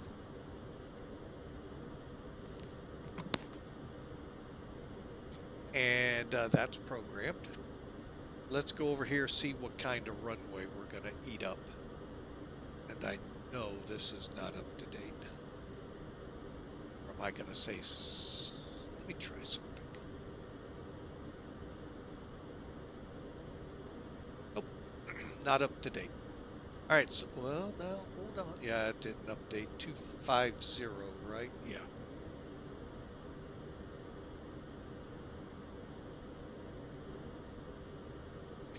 Two, 3 for the temperature. I'm going to go wet.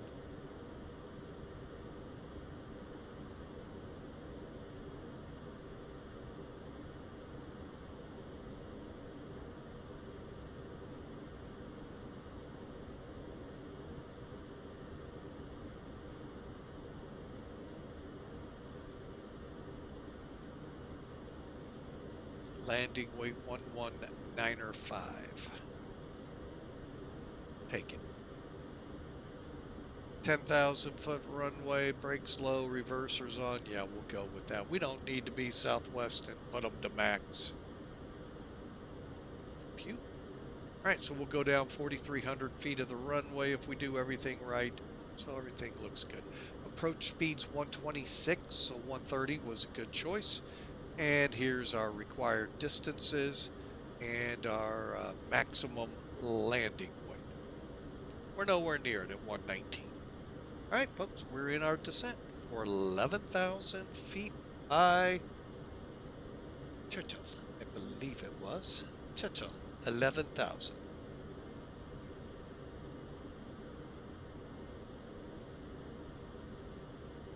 While I have the break, I'll be right back. I need some coffee.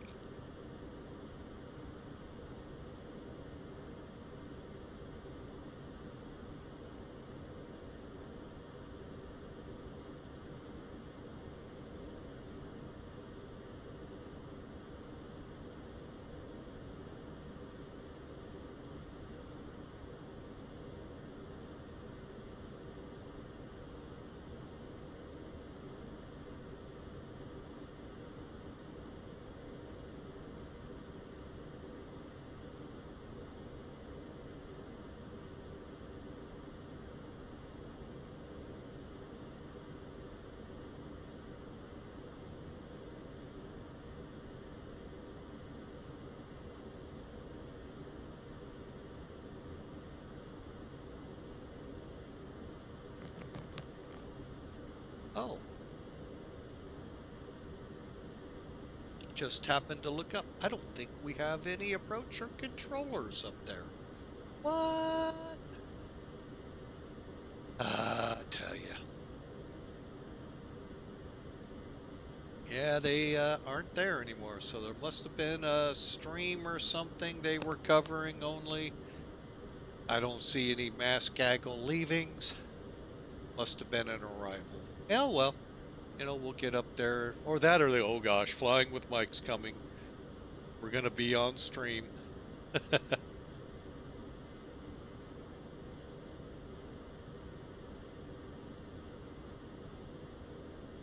All right, well, while we've got the moment here, I'm going to catch up on this.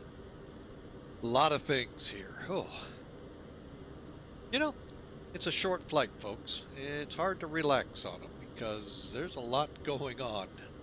The next one we'll be able to kick our feet up and enjoy. But I want to say thank you to everyone out there. Thank you so much for being a part of Flying with Mike. Our moderator in there doing a fabulous job, Hawker125. Like I said, folks, check his stream out. That man got his hands into lots of things, lots of things. From drumming to gaming, to even occasionally he might even take up a flight. You never know. So when you see him come live, or head over there, check him out, hit a follow button on him so you can know when he goes live. He'd sure appreciate that.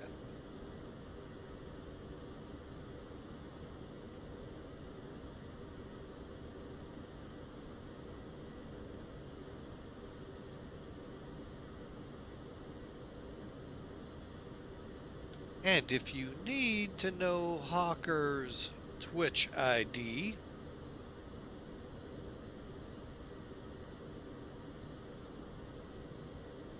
there you go. Head over there, give him a follow, folks, and that way you'll know when he goes live. He's good, straight up good streams.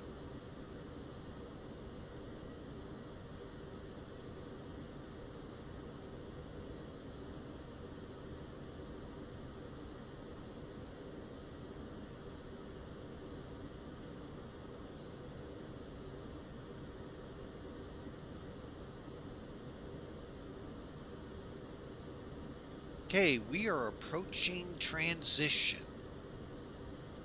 So let me check. We've got arrivals approaching. We're in descent. Let's get our winds updated just to be safe. F plan. Click here. Update winds. See how they updated? And back. We don't do that normally in the descent, folks. We normally do those prior to. We got caught quick. Well, and now we need to get the seatbelt signs on. Lights on. Okay, folks, I've had the seatbelt sign off for you a little long there. Hope you're able to stretch your legs. We are getting in close to O'Hare. Flight attendants, prepare for arrival.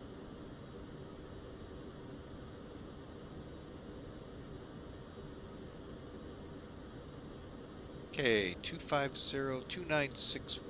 Okay, 2961.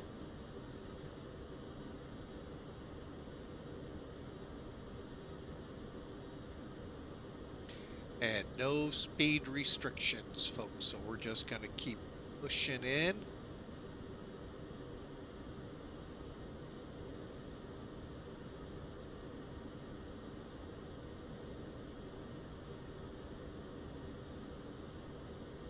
And since I don't see anyone with O'Hare, let's just do this. Dot CTAF in your pilot client. I don't care which sim you're in, folks.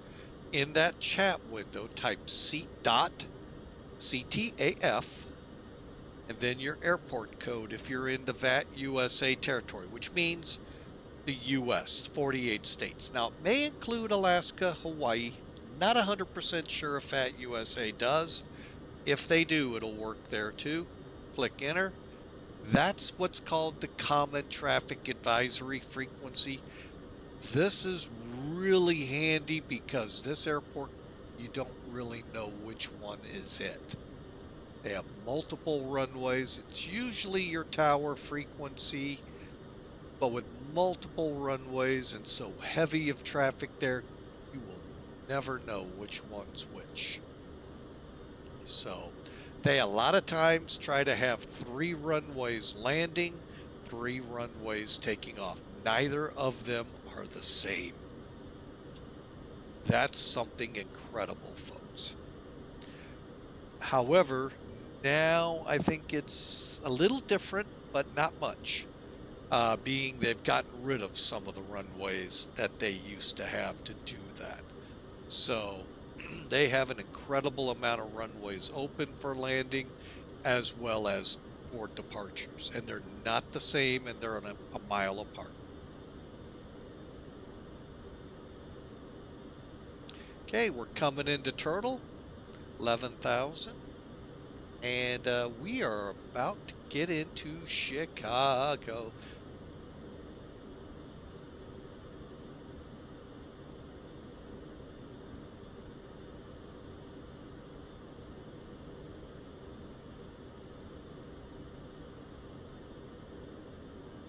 Okay, and you can see some rain off to the east here on the radar.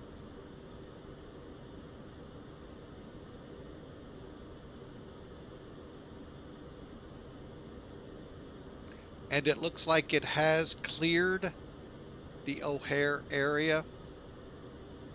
I'm just kind of zooming in here.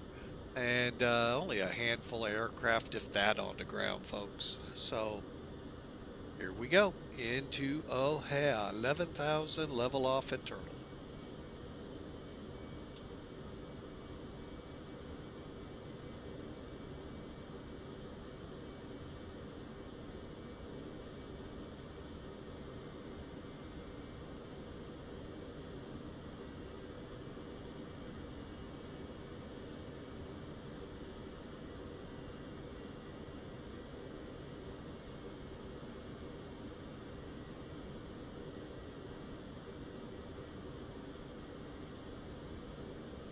All right, so we'll go all the way up to Rhino, and then we'll start down for 8,000. Yeah, I think that'll work. Again, the weather is a little frightful in O'Hare.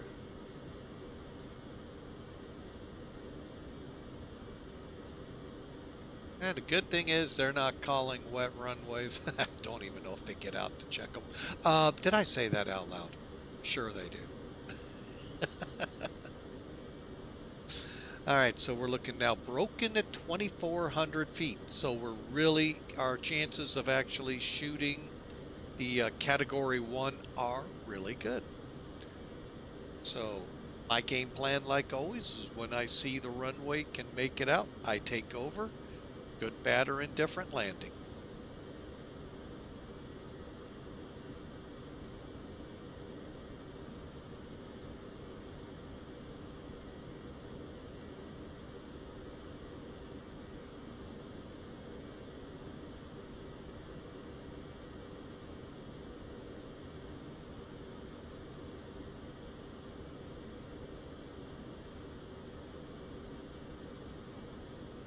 Still got a plan for it to be wet. Always better to be safe than sorry.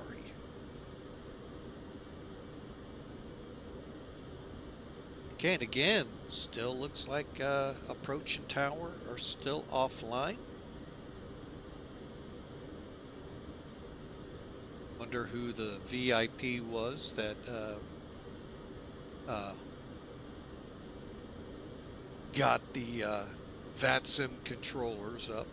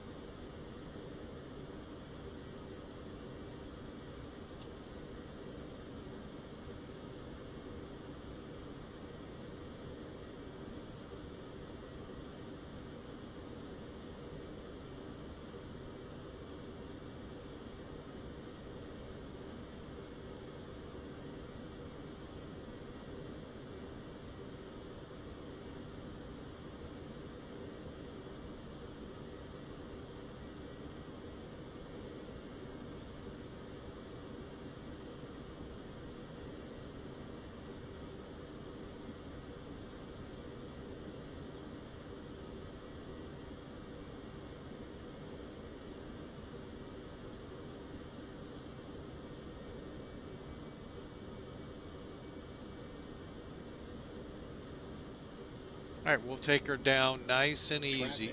Traffic. Hey, we got traffic ahead of us.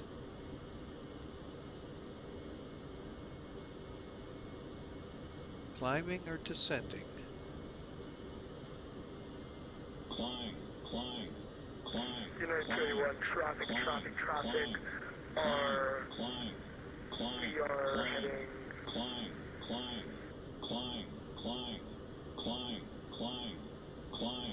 And United, we have you in sight, American 629. Firm. Do you want me to turn or you want to turn? We are passing each other. We were fine. Okay, perfect. Clear of conflict.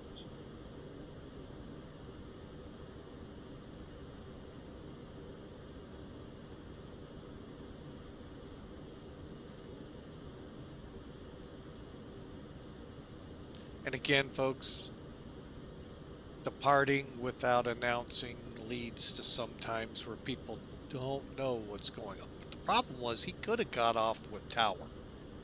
That's where we get into that gray area. It's where it gets kind of fun on VATSIM. Just pay attention to your TCAS. Now, technically, should I have climbed? Yeah. But I'm going ahead and continuing. I just leveled off. And everything worked out.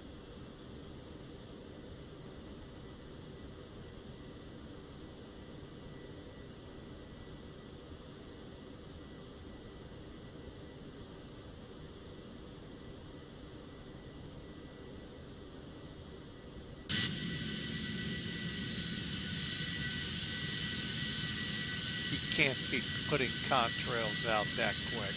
Wow. Wonder what they got contrails set at here. Well, maybe they are. Who knows? Unless there's another person in the area. Ah, there's... Yeah, there are two. Okay. United is headed for Jacksonville this way? Why didn't he head down Storm of it?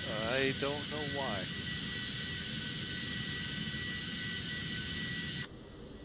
Don't know why.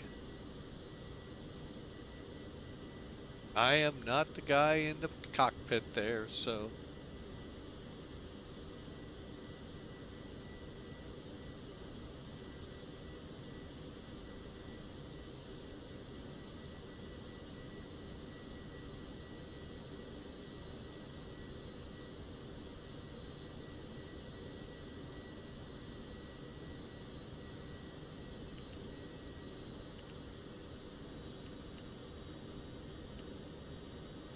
Okay, let's actually begin setting the cockpit up low. Radar looks good. Oh, you know what? Let's dial down. Okay. Swore I put it in tilt 2. I did. There we go. All right, we'll see what kind of weather lies ahead of us. I'm going to dial us down to 20. And again, by the time we get to Hazel, I hope to be ready to turn inbound, folks. But welcome into Flying with Mike. Hope y'all enjoy. Been at flight simming for about 24 years, we'll call it. And started in about 99, 2000, 98 to 2000, somewhere in there with either Flight Sim 98 or 2000. Been simming since, have 2002 Century of Flight and FSX, all of which I thought were pretty decent. FSX, but once I got a computer capable to handle it, beautiful program. However, my computer went south on me with memory, not because of FSX, as many of you have relayed to me. No, it just flat out ran out of memory. My fault, my problem. Wouldn't even start, so we got a new computer. Our moderator Hawker kept hawking and harping at me to try explain. So I did. I am not going back to Microsoft. Sorry, folks. Will not. Well, if I do, it'll be kicking and screaming, and I won't like it. So, I also have a private pilot's license from the 80s. I haven't flown since the 80s, mainly because can't afford it, folks. So, I think you all understand that out there, just the enormous cost flying is out there. So, we are in the pattern, folks. I am going to dial in our common... Oh, I think I already did. I did. So, let's flip over. And that's a little who I am, folks, and I'm glad to have you all aboard. So, here we go. We're starting our descent. As soon as we intercept the localizer, we do a quick check. What is that saying? IVZE. That's our localizer. All right.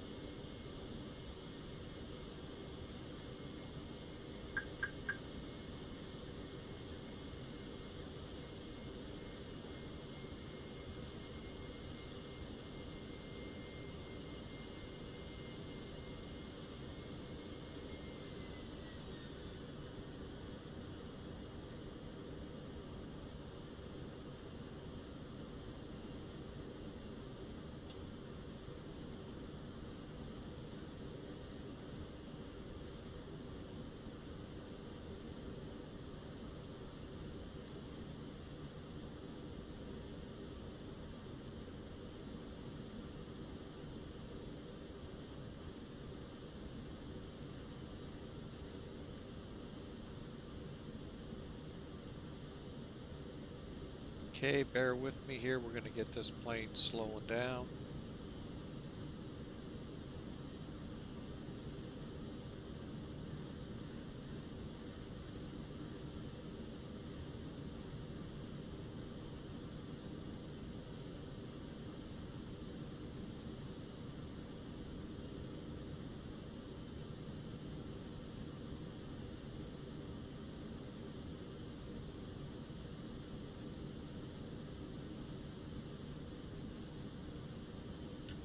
Flaps 1.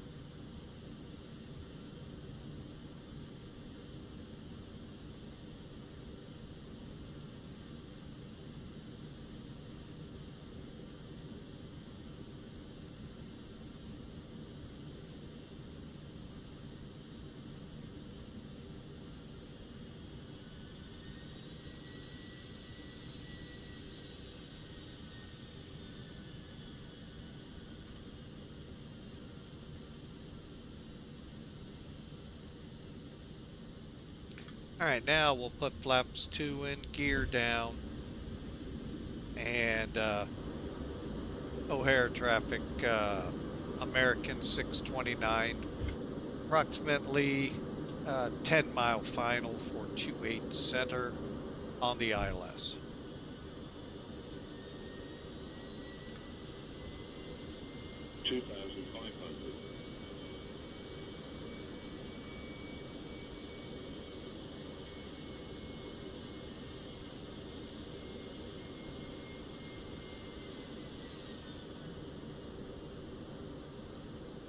Flaps 3.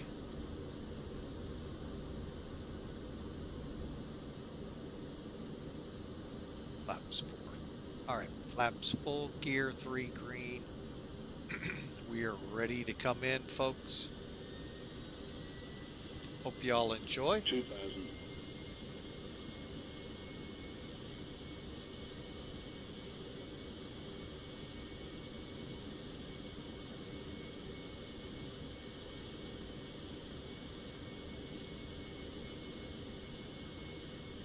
Okay, we're starting to see the ground, just not the runway.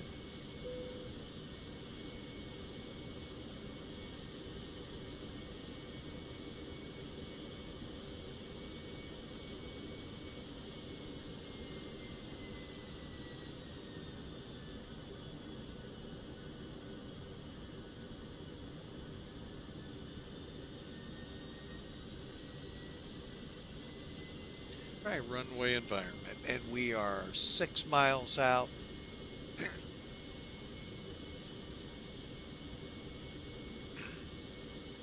O'Hare traffic, American 629, 5-mile final, 28 center, runway in sight.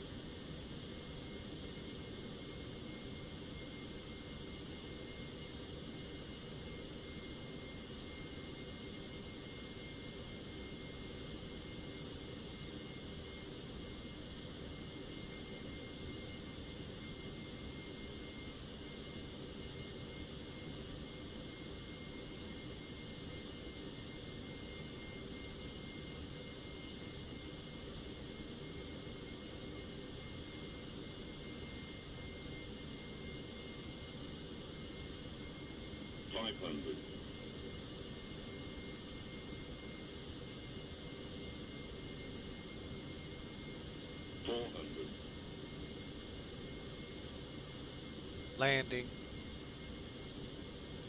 100 above. 300.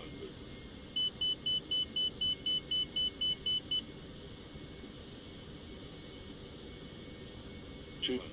Minimum.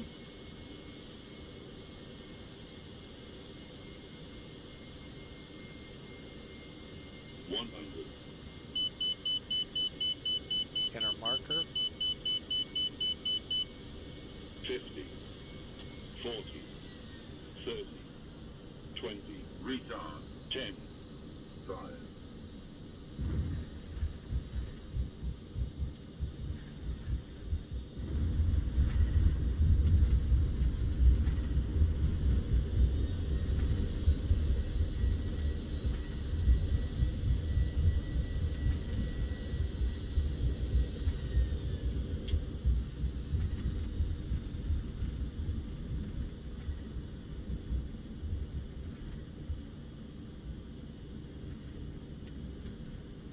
Welcome to O'Hare.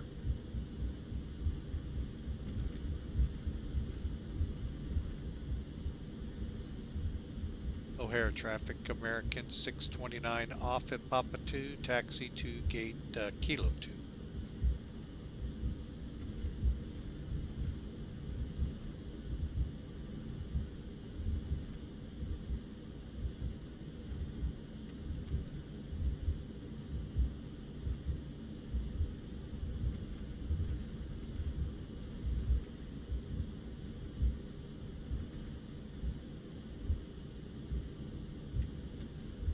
So we'll go to Echo Echo crossover and follow it down to, well, we'll figure that out here in a second. Where are we? Still a ways to go. All right. Get my chart here.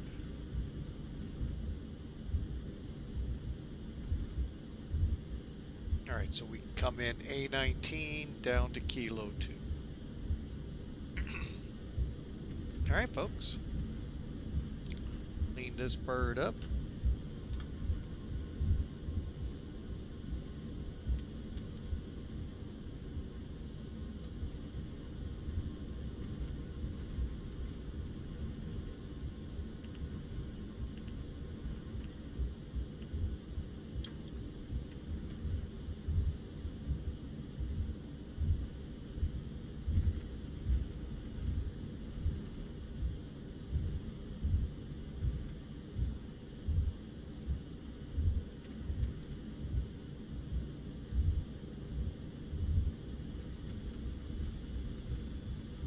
Hope you all enjoyed. I haven't even looked to see what we did landing wise. I always wait till we get to the gate.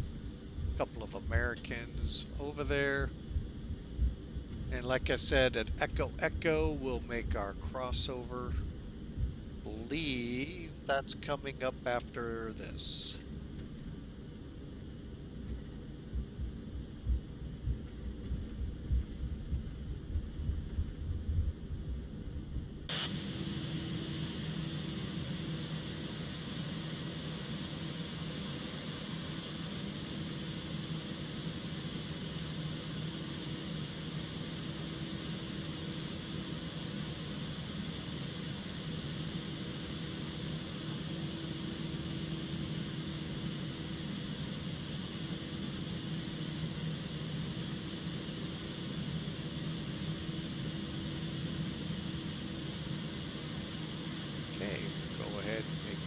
Here.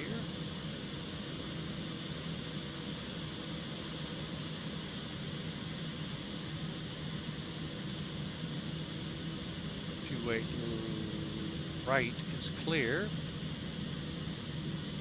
And nobody taxiing in front of us.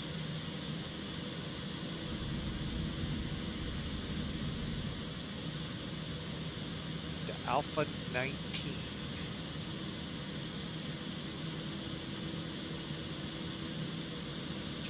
Sure I got the right gate information. Kilo 12. My bad.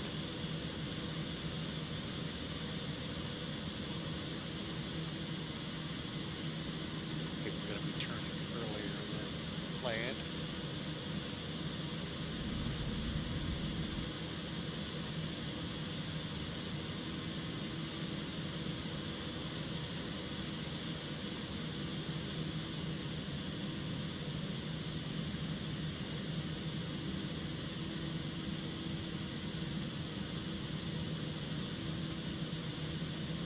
Well, we called Kilo 2, so we're going to go ahead and go into it.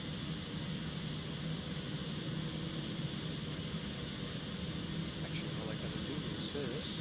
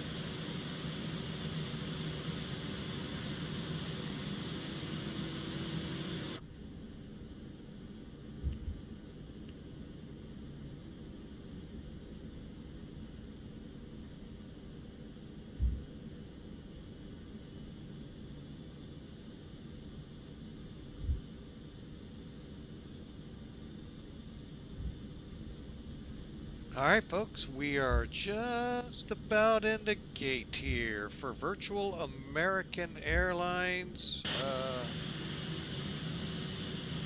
Folks, I'll get you the link here to them momentarily.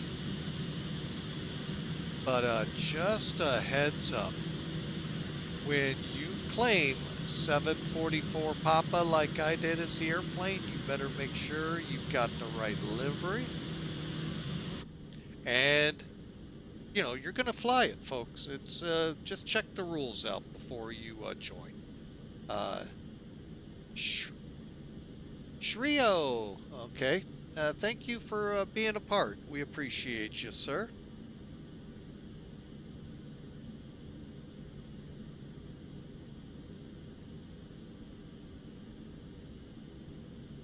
All right, there's a link, folks, to Virtual American. All right, we're in the blocks. Let's run the shutdown checks.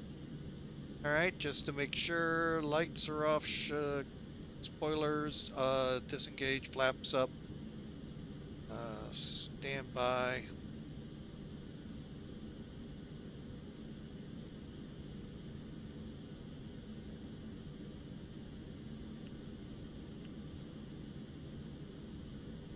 All the radars are off now. Brake temperatures look good. And we're good to check how was the APU. Good. Available, plead. Off.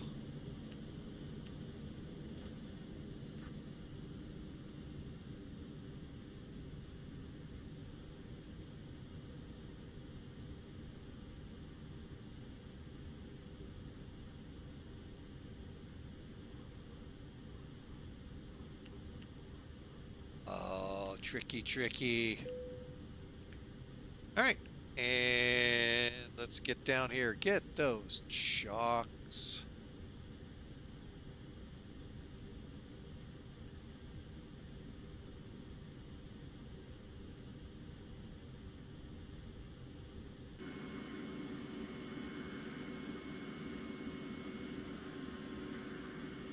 All right, folks, we're in. Let's let the we're already getting to the plane. They are. Wow, that was quick. All right, that or I'm slow, one of the two. I'll go for the latter. All right, let's get some toolkit in here.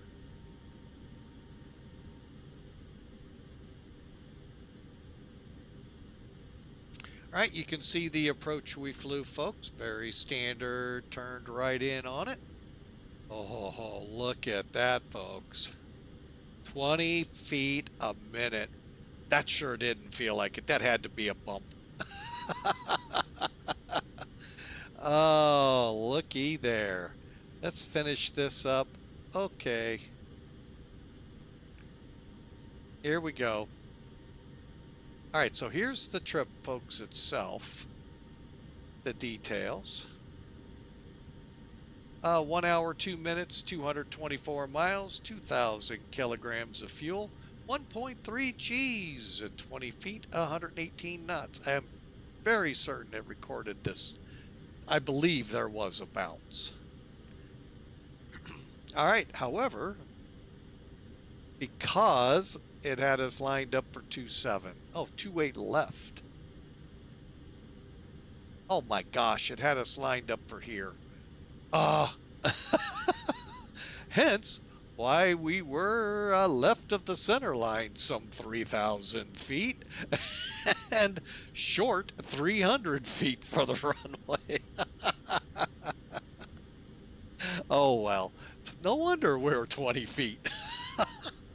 Oh well, that happens, folks, from time to time. Let's see, I'm going to go over here to American and see what their pirate ACARS system put us in at 102 feet a minute. I'm good with that. Oh, technology, you gotta love to hate it. Just gonna go check the PIREP here real quick, make sure nothing's on it that can't let me fly the next leg. I do not believe there is.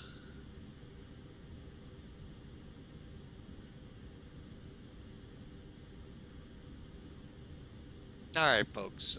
Yeah. Oh, even the airplane was accepted. Cool. All right, because sometimes the livery they haven't seen yet, but they know it's good. They hold it, but it doesn't reject your flight plan. They can reject, folks, and I've had one or two rejected by them. So be familiar before you sign on the dotted line saying, yes, I'll be a pilot for you, because you're going to actually be a real pilot in the sense of the way you fly a plane, not in the sense they expect you to fly every day, 3 legs of, no, 2 legs or 3 legs. No, they're just wanting to make sure you don't tear up the equipment. All right, and with that, folks, let's take a short break here. I'm going to come off VATSIM. It's not fair if I'm here and not in the cockpit. I am going to take a quick bathroom break, and we'll be back to get leg number 2 up and going. And what? Did I forget to hang? I'll go in and make sure that gets changed. We're not flying to Myrtle Beach again, folks. We're going to the mountains on the next flight. So we'll be right back up here in a moment.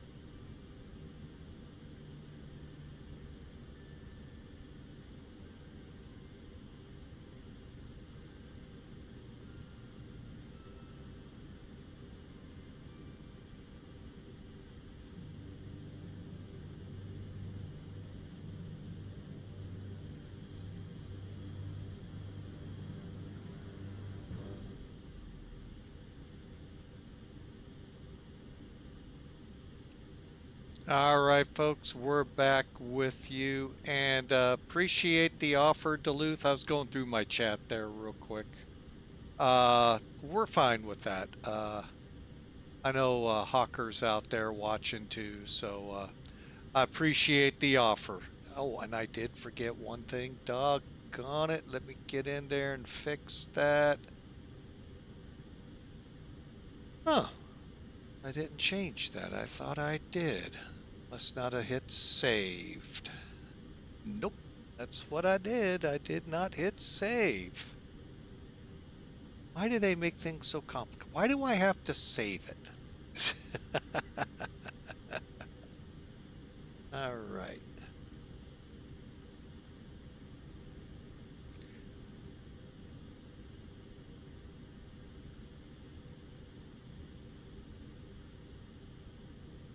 All right, now it'll come up correctly. All right, folks, we are set up for flight number 2. I hope you're ready. Hope you took the few minutes there, about, well, what is that, about a 5-minute song, to get some coffee, hit the... Yep, I saw that too. That's why I was watching. So, but again, Duluth, appreciate the offer there. I sure do appreciate.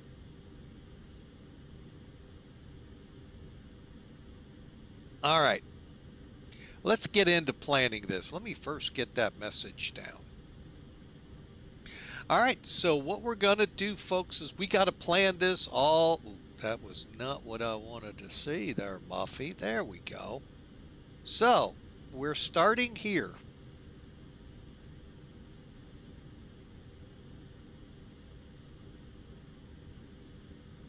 Make this a little easier for myself. There we go. So basically, when you join Virtual American Airlines, this is what you come into. Again, please, please, please understand what you're getting into. Some pilots aren't ready for the realism they're going to throw at you. So don't join. Don't let them get you upset because, oh my gosh, my landings can't get in. Or why are you hitting me because I'm flying this type of aircraft for the same airplane you're in? There's a whole litany of arguments you can say, folks, but that's the way they set it up. It's the rules we got to play by, okay? Don't think you're going to go in and change them. Because they'll change you into the way they want you. So, all right, so here's what we're going to do. We're going to actually plan out our flight to Eagle all the way. All right. So what we do from the dashboard, make sure it'll tell you, it won't let you go forward unless you've got all the notices read. Consider them like a notice to airmen or some safety briefs or stuff like that. Click book flight. It's going to pull up every flight out of Chicago. Now, there is a way to narrow it down. Now, real quick, the red highlighted places, they're their focus spots, meaning extra points. Promotion here is a lot of times on the number of points you acquire, and each landing acquires, so many points for you did the proper startup procedure or whatever. I mean, I'm not going to go back and show that to you. But anyway, you acquire points. When you get enough points, you get promoted. So the blue dot is where you are. So Milwaukee and Portland are their focus points for the month. We're headed out here to, I got to remember which one's which. Eagle Valley, Vail Valley, Vail, Colorado. Sure it is in a valley, at least I hope. And it tells you the aircraft you're allowed to fly. This is one of those sticking points I kind of got at. Okay, you can fly the A321neo. You can fly the A319. You can fly the A321. All of those are with ToLiss. So if you're an X-plane, thumbs up right now until the fix comes in, whenever that'll be. I'm sure the word soon will be used over at Flight Factor because they're very good at the word soon on the 777. Anyway, when they get it fixed, you can fly the A320 for Flight Factor. The A321neo, they will tell you, is not in the American flight. And I believe that, or fleet, I believe that to be true. Same with United. They're, by the way, sister airlines. You could actually join. If I went up here, I could click and go and show you all the airlines that are part of them. So I can fly an A321neo, A319, or an A321. Cool. To a point. Click book. Okay, here's our flight. Let's select. Oh wait, did we select? Yeah, wait a minute. Oh, because it's the only one. That's why. Okay. Like, well, wait a minute. I didn't select the flight. Here's another stumbling point. Okay, if you pick these, great. Just make sure not to pick that and fly the A320neo.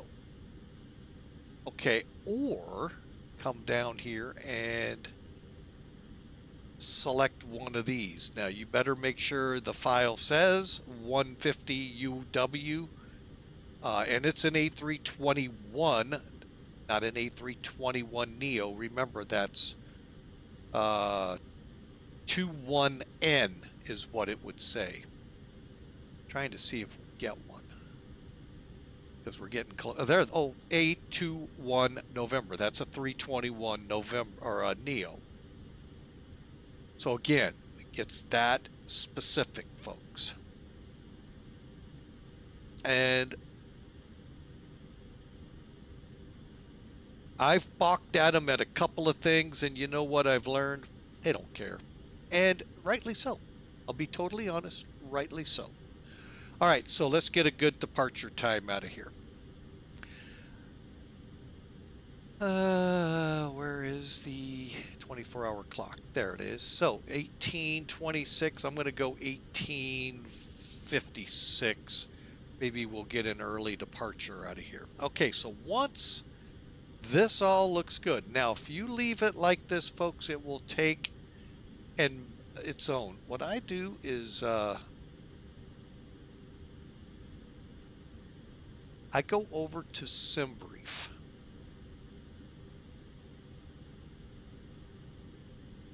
Right now, my SimBrief, well, maybe it might have changed. We'll find out. O'Hare, here we go.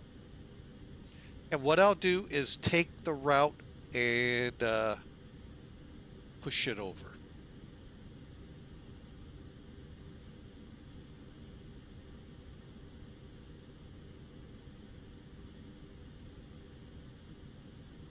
So that way I know for sure what I'm going to be doing. So we're going to do the OLINN departure out of here. O'Hare 9, I think it is, departure.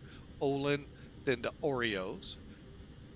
Okay, folks, we have to continue after OREOS. Can't stop, can't stay. It's not like we can pull the airplane over into a rest area and have all the OREOS we want. Sorry, got to keep going. OBENE, OGALE, Link, which is Lincoln, Nebraska, onto the J60 to, I don't know HCT off the top of my head. I should, but I don't. AVVVS, HUGS, RLG. I've flown many of these because of going to Denver quite a bit with my flight simming. So I know some of these. Hector is what comes in, but I don't think that's right. I think it, or Hayes. We'll find out. We said 1856. I'm good with that. And let's dispatch. Confirm. Dispatch. And what it's doing is it's tied to your SimBrief accounts. Well, you hear this word a lot, SimBrief. Folks, get an account. It's free. All you got to do is register. And poof, here's our flight. Just that simple, folks. All right, and then guess what we're ready to do? Go to work.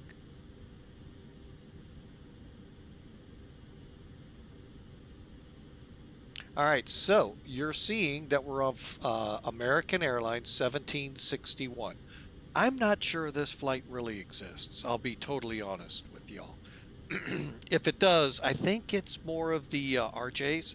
I think we have to go to Denver, then over, but not sure. But you can see our alternate is Denver. Okay, so it's 873 miles. We're looking at about 2 hours, 43 minutes for the block time. Air time, we're looking at about 2 hours, 15 minutes.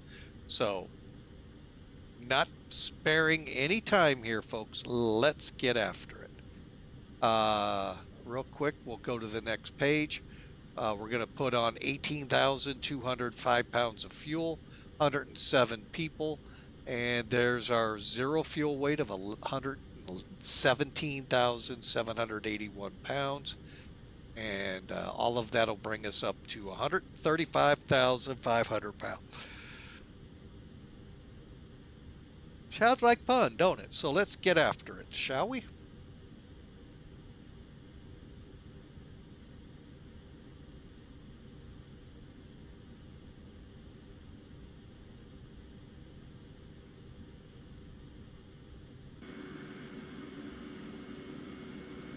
Real quick outside the plane. And what I'm going to do is come down here now.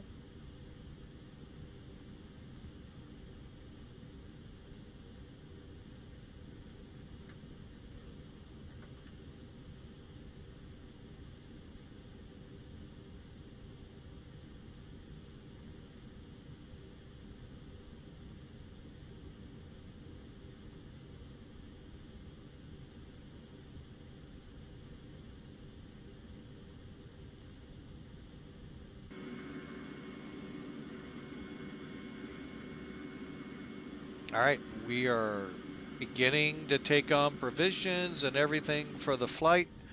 Doors open, and there you go. You can see everything open, getting ready to get things going again. All right, let's head down to...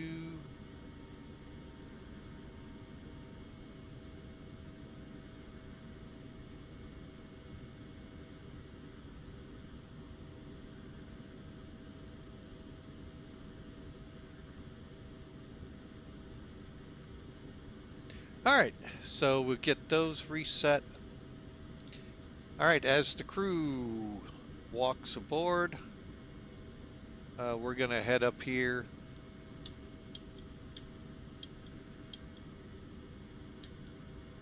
Let's do a quick battery check.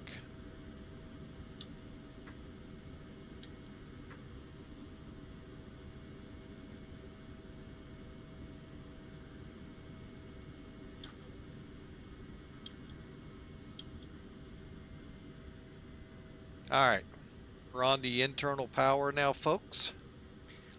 And let's start doing this. Okay. Control on. We're going to go ahead and turn these off.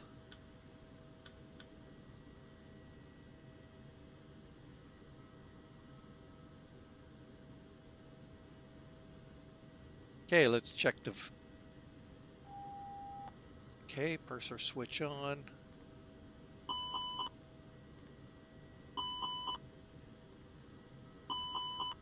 All right, working our way down this lovely checklist. Fuel pumps are off, and we'll turn the fuel load before we refire the EPU up. So we'll hold there, cockpit lights. Still do that check, folks. It's embarrassing to say you had a gear up when it was actually down and the bulb burned out. Oh yeah, we ran on a lot of those in the Air Force. Not that they actually landed with a gear up, no. They the light bulb burned out. But they knew, but we still had to stand by. Kind of sucked, but it is what it is. Where are we at here? Flap levers are down and flaps are up and showing up.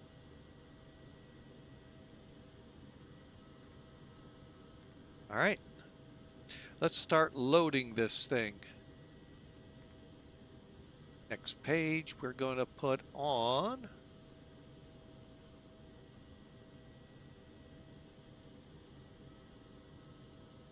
107 peeps.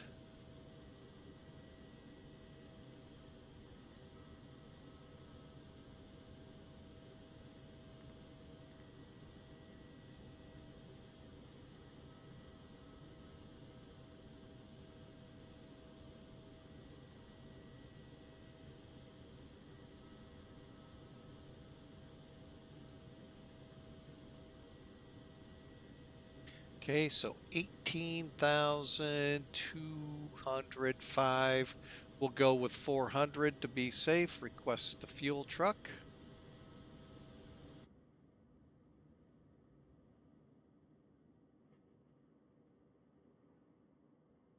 Oh, yeah.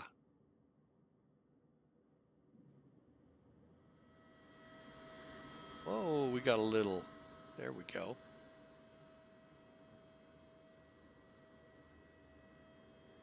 And he'll be there a little bit, folks. He's got to put in 14,000 pounds of fuel. We'll be here a while waiting on that. All right, but we'll continue on as far as we can. How about that? Okay, I'm not going to start the EPU until we're done fueling.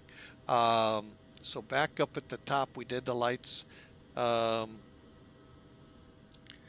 heat is off. Frost bleed, auto, pack valve. We'll leave it normal. We'll probably bump it up to high because of where we're going and to the number of people. Not a lot we can do. Generators are still showing faults because they're not running, and we're on external power. All right, that's about as far as we can take this right now, folks. So, hoping you all enjoy. See where we are on the fuel. It's going to take a little bit. We're only up to 6,400 pounds, so getting it in there as quickly as we can.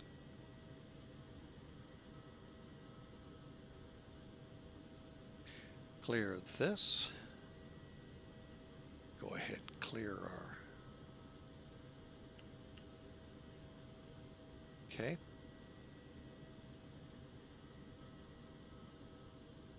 Now, you know what we can do while we're waiting?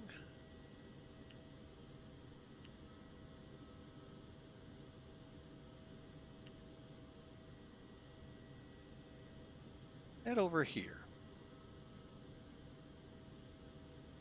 Let's go to weight and balance. And we'll reset to current. All right, let's see where that puts us. 11, let's see, we need 117,780 pounds. Another 200 pounds will be good.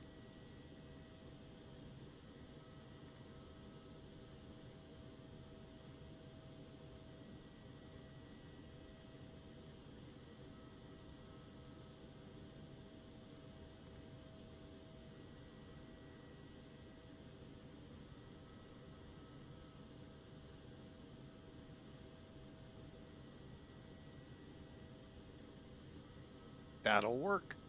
All right, 117,833 pounds. About 50 pounds over where we're shooting. We're good. All right, and we're about 8,000 pounds to go still, folks. You can see it takes a little bit, and they do it in real time. I like that. That gives you plenty of time on your end to get things lined up. However, there's not a lot we can really do while we're waiting. I mean, we can start the IRUs into alignment.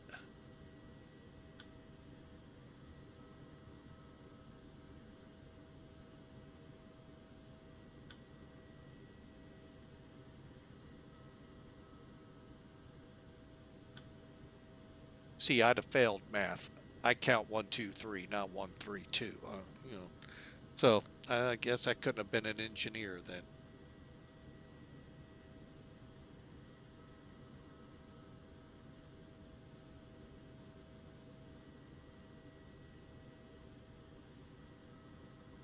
All right. Sorry, that just always gives me a good laugh between both Airbus and Boeing. They just anyway. We'll continue on. I don't want to beat the dead horse even further into the ground that it already is. All right, so let's get this up.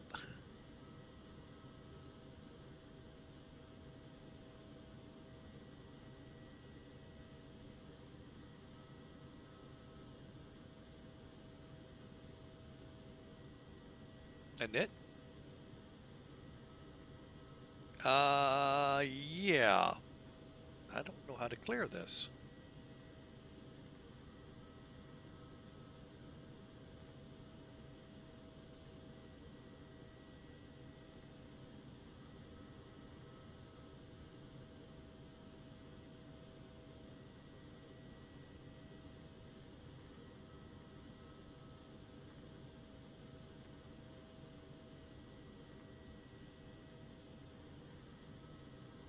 Hoping for the best here, folks.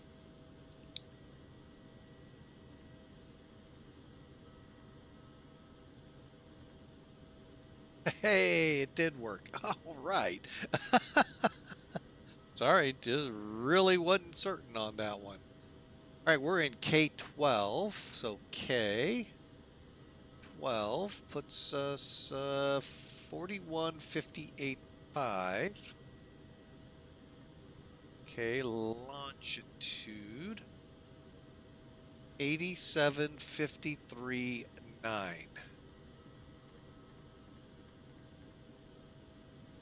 Align it there in 7 minutes, he says.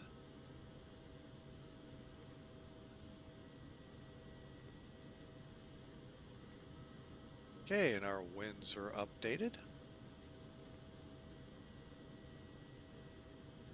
And we have our fuel, folks.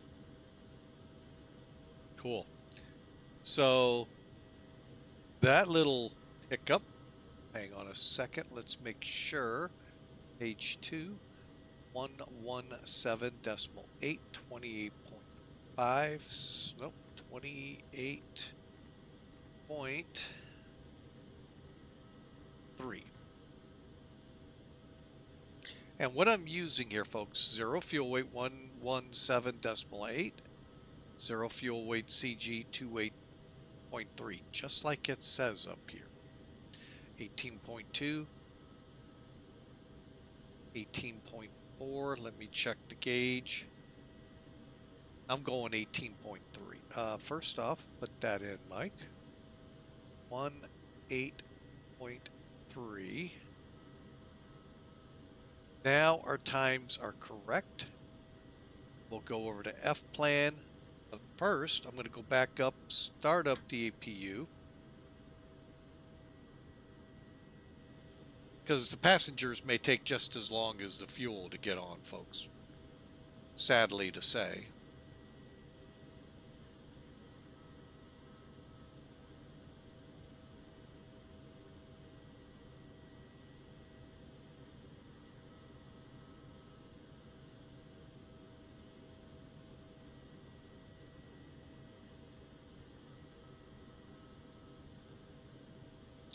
All right, now I'm just getting... No, we're not taking off on 2. Are we?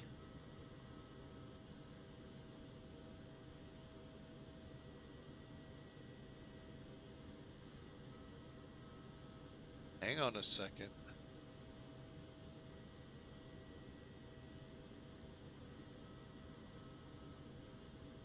The heck are departure runs?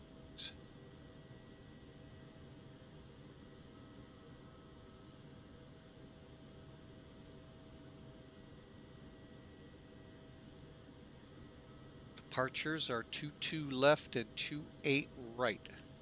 28 right is from November 5. I'll show you this here because you know what?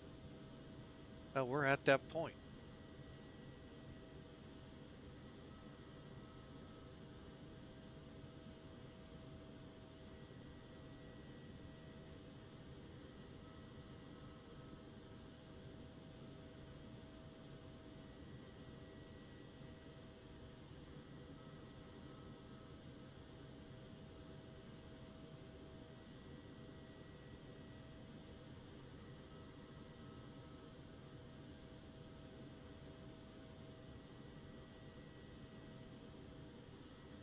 Okay, so you see charts. Sorry, folks, I was getting Sim Toolkit updated.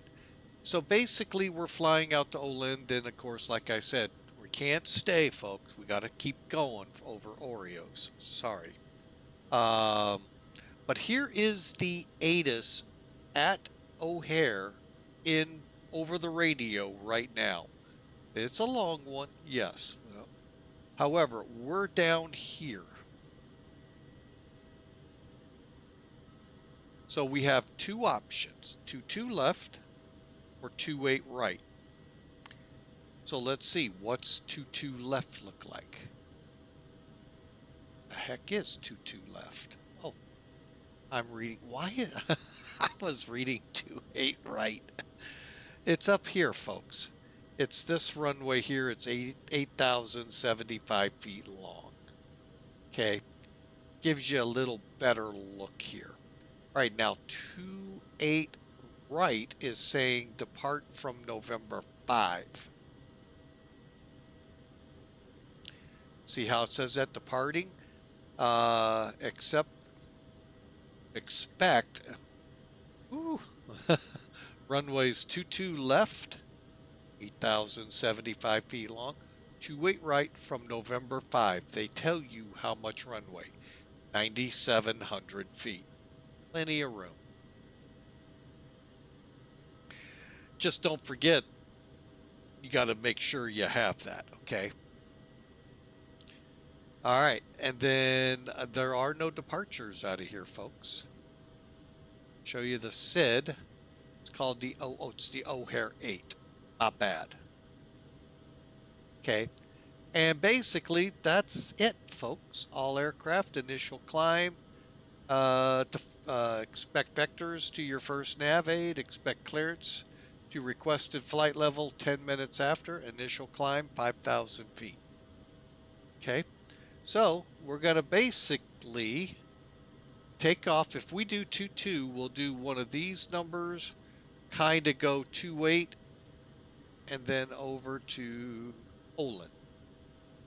Okay, if we do 28, kind of the same thing and over. We're basically going to get airborne and then work our way to turning west so we stay away from Midway over here and their approaches, and work our way towards DuPage and then on to OLINN.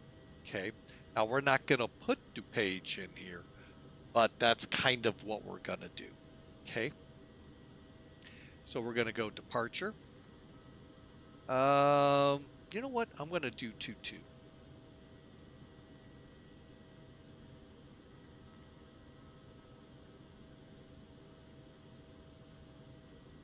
Mainly because I don't want to play with, fiddling around with how much runway is available. So 22 left.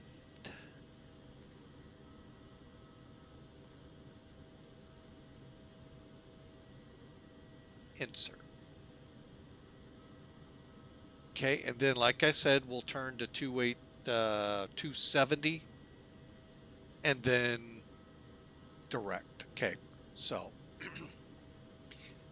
oh, it looks like our APU is up and running. If I don't have the bleed on.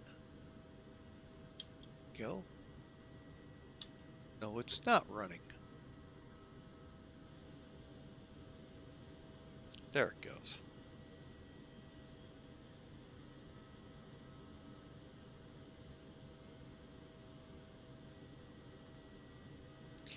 All right, so that's our game plan, folks. I'm going to put the O'Hare 9 down there, even though we're not flying it. Okay, our alignment has occurred. All right, so now we're going to walk the flight plan. Okay, just like you would in Boeing, we're just going to walk it out. Once we get up here and it says available, that way we can get the cabin readied and prepare for passengers. Okay, here we go, folks. Put it in.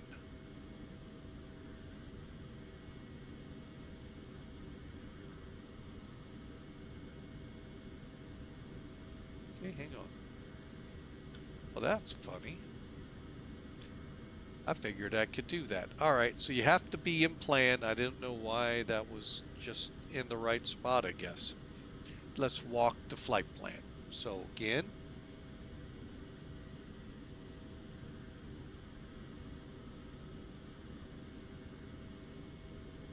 there's the route for today. So we're going to up OLINN, OREOS, flyover country, OBENE, then we'll be at top of climb, OGALE, Lincoln, Drabs, HCT, AVVVS, Hugs, and Rifle. And then we fly into our destination.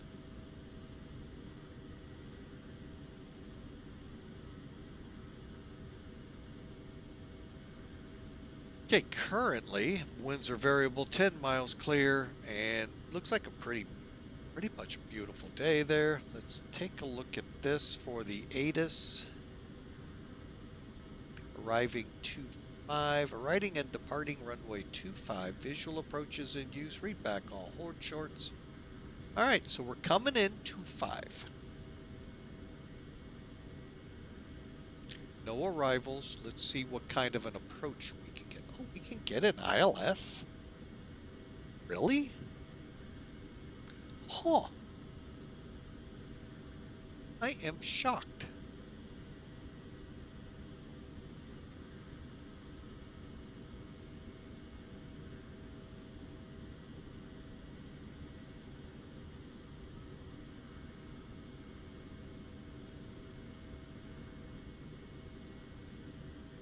Well, I'm going to do the ILS off of rifle. Or curling. Oh, I thought that was rifle. My bad. Curling. Look at that. Okay, I must have a different airport or different runway. Maybe that's what it was. Different way in. Okay, well that makes this pretty easy then. KEGE, arrival, ILS 25, no star, correct. RLG, correct.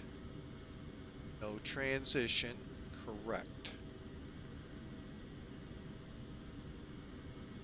Quandary, XO, AXA, Aquila.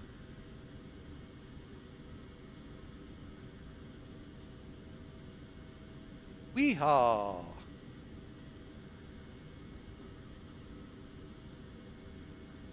Agile, Washi, and the runway. All right. We'll take it. Now, why didn't it push that out?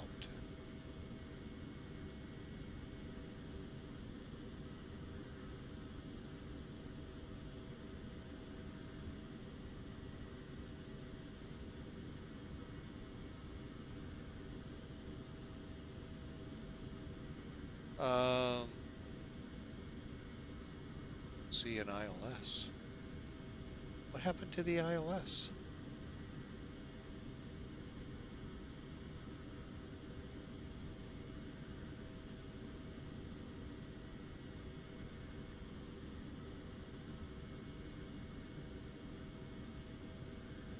Oh, okay. That's one way to do it. All right, it's actually not an ILS, folks. This is okay. Well, they got me. It looks like it, but we're going to end up flying what looks like an LDA unless you see the words ILS, and I'm scrolling up and down, nothing's moving. All right, yeah, I don't see how they're getting displaced localizer on this one, but okay. So here we go down to Aquila and then in. All right. Yeah, that was good, guys. Okay, we're ready to go almost. Here's our missed approach. Then our off to Denver in case we have to divert. Rad nav.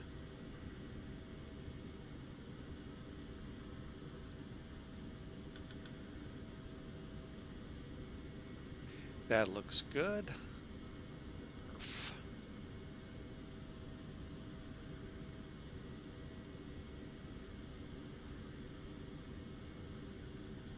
All right, we're going to reset the data.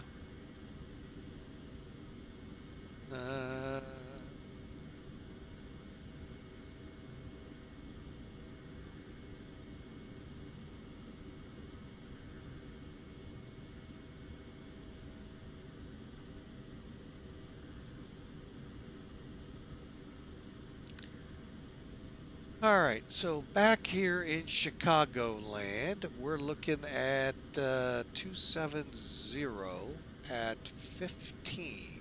Okay, that is definitely not there.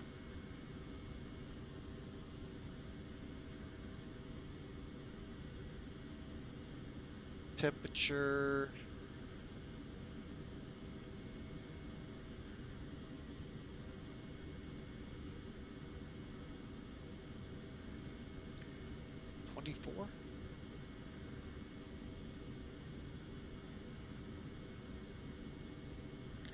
$24. Altimeter 2962. Okay. And conditions.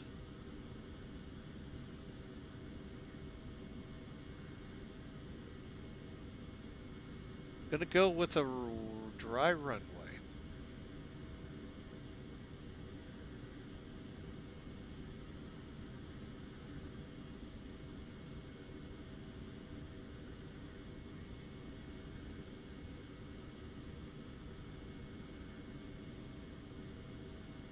And we'll go with Flex 166. See if we can do this right this time, folks. 2962.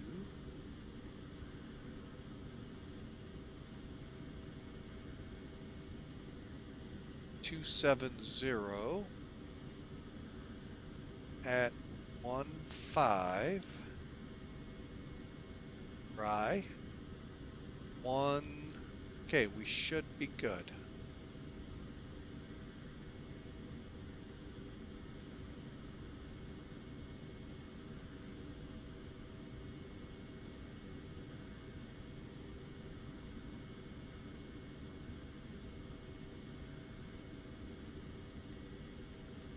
And again, I'm going to go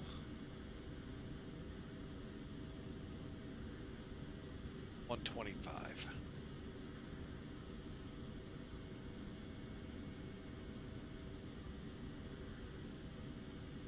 And that, folks, gets us ready.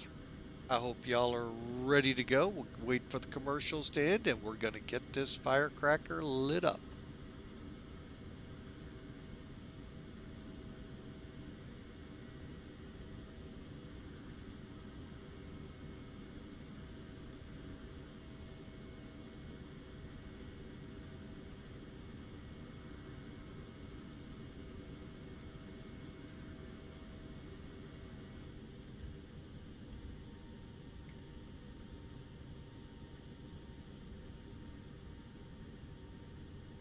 Okay, just to make sure I got everything, cross bleed, go high.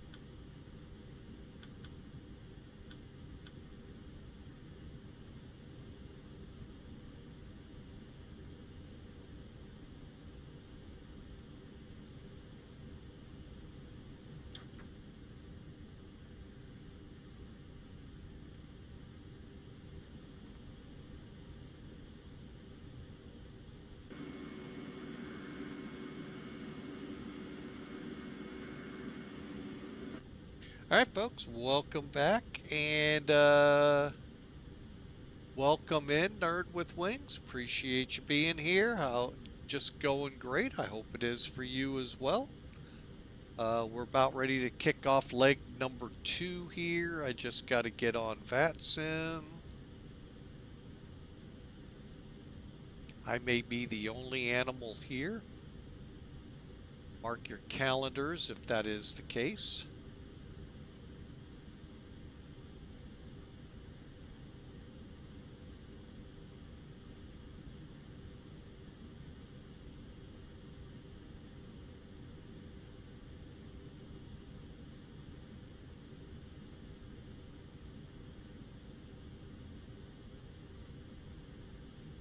Hang on, I'm just filling in information required by VATSIM.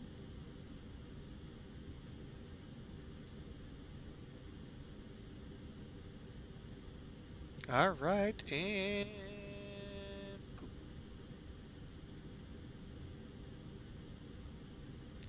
1761.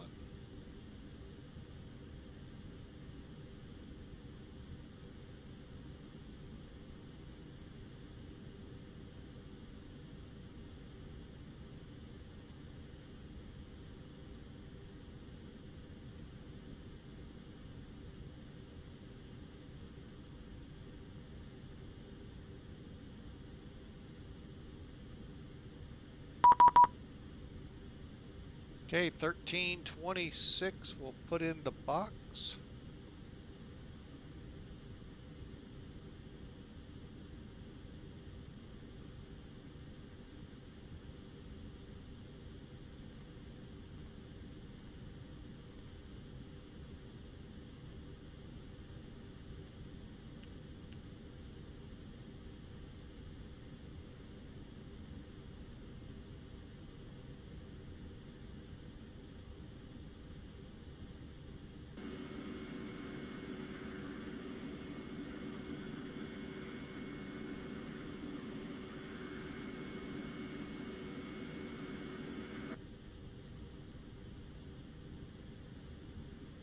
Okay, basically what that was, folks, is um, it it's something VATSIM's gone to put a code in you so when you go up you're not rushed.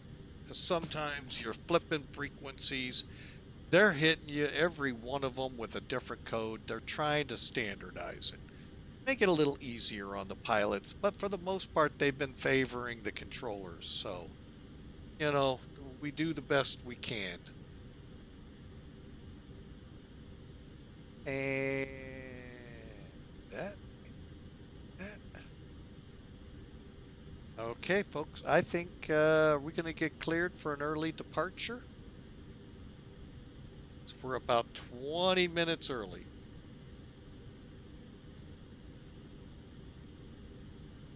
Check in with the airline right now.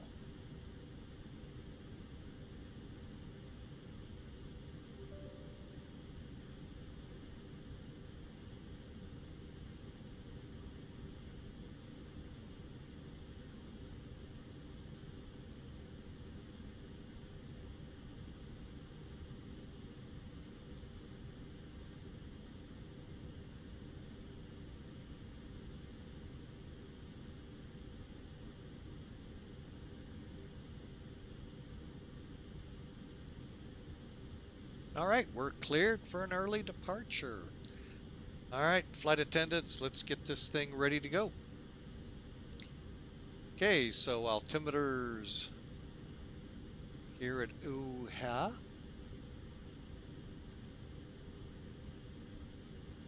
Hang on a second, folks. I do need to write one thing down.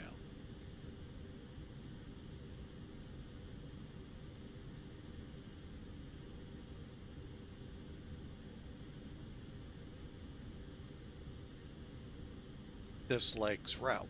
I always forget. All right, and file save. Okay, we're ready to go.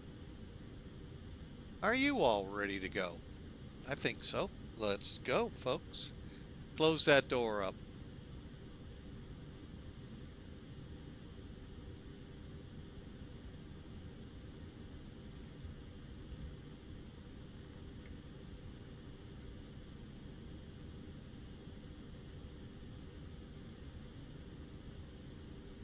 Ground to cockpit. Please show me where you want to go.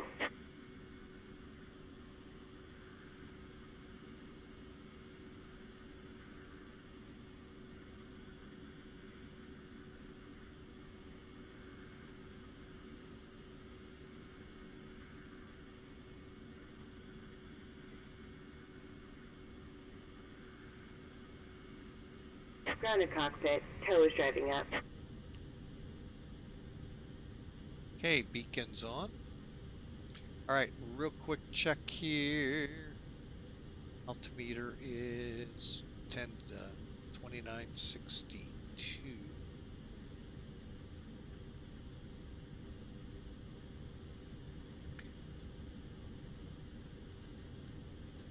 Okay, so we're set, and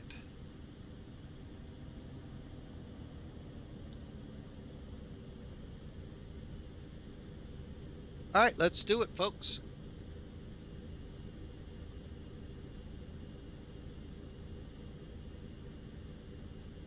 And I am going to get those chocks off, and the brakes are set. Okay, all doors and hatches are closed. Ready to connect. Cleared to connect.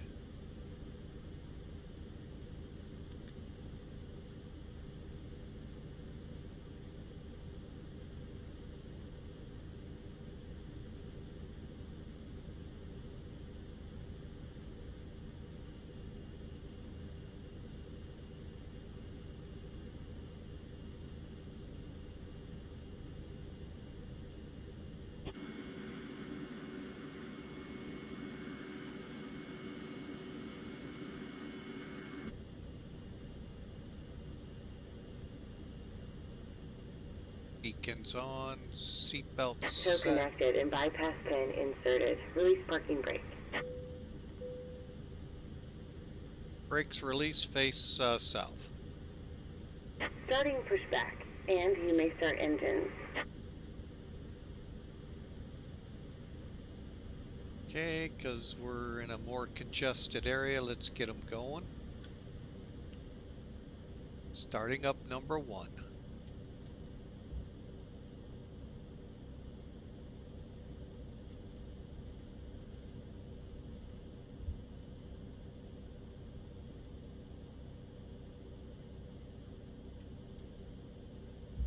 Again, folks, thanks for being a part of Flying with Mike today. Sure, appreciate y'all being here.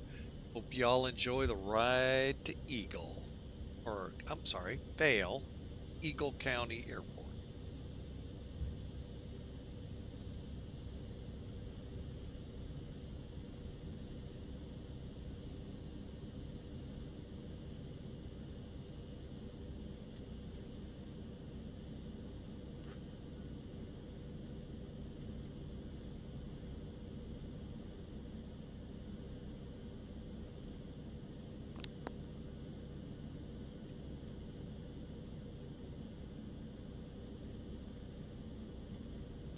Starting number 2.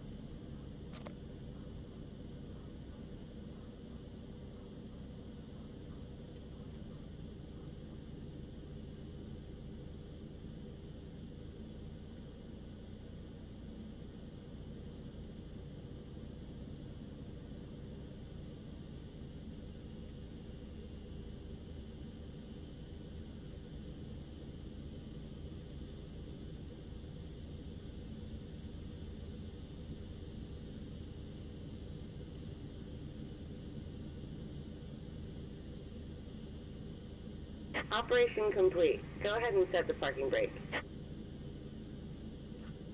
Brakes are set, cleared to disconnect. Disconnecting tow. Stand by. Okay, there's a Vail. Hit the chrono button, and here we go. Okay, go to normal for now. Alright, moving on up. Bleed valve off. Down to the bottom. Spoilers arm. Flaps 1. Okay.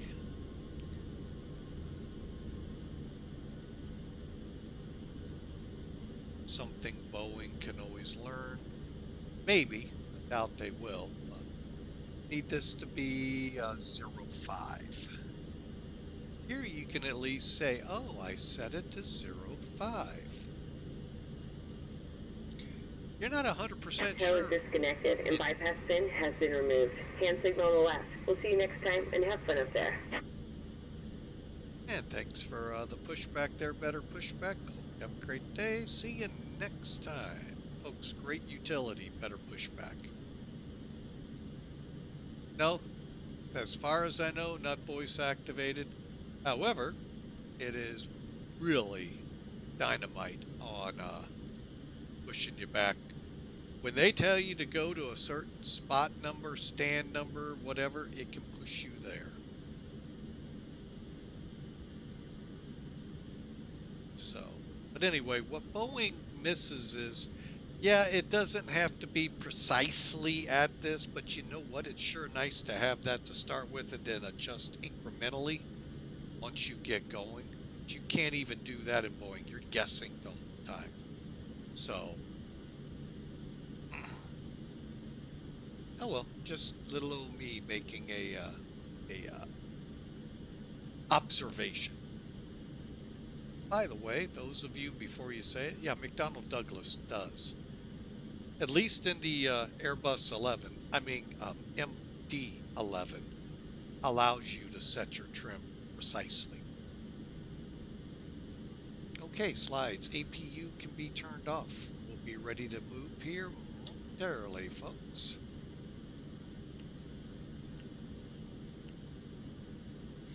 Okay, nose wheels on, elapsed time running. Auto brakes max. Let them start doing their thing back there. And see if the aircraft passes.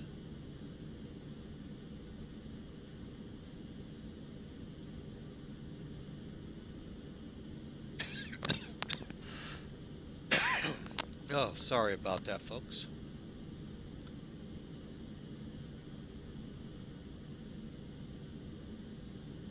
Chicago Common, or O'Hare Common Traffic, American 1761's taxiing to 22 left for takeoff.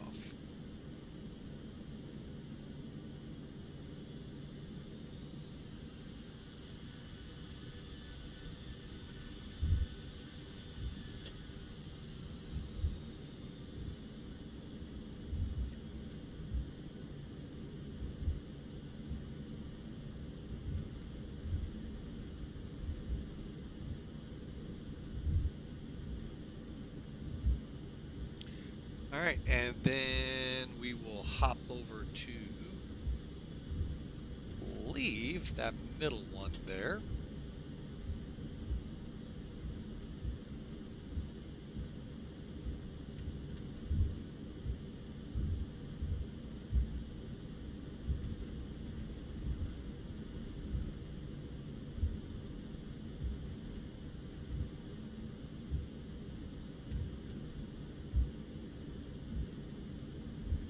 Then on to Victor.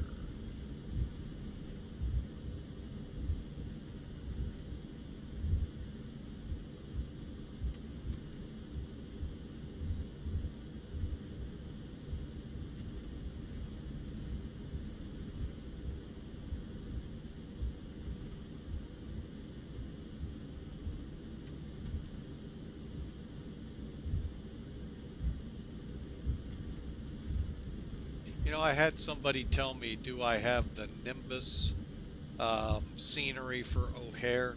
Answer, no. And I'll kind of explain why, and I don't know. Hang on a second, I'm just checking to get y'all a nice shot of the taxiing. The reason being, let's just head here. Most of the time I don't get good frame rates. Now, right now we are. Mainly because with the weather, there's hardly any traffic here. So that's why my frame rates are doing pretty good. When we start getting the normal O'Hare traffic, and I'm just saying normal, it bonks down. Now, I know what these two betas have been working part of it on performance. And there is one out there if we do see frame rate hits, but it's not meant for add-on scenery. Nimbus looks phenomenal. Atlanta is phenomenal. That's Nimbus. That's why I don't have JFK.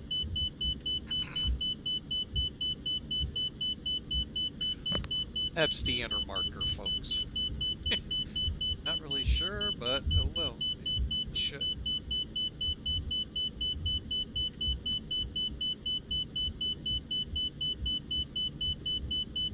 But anyway, that's the reason why I don't have JFK nor O'Hare.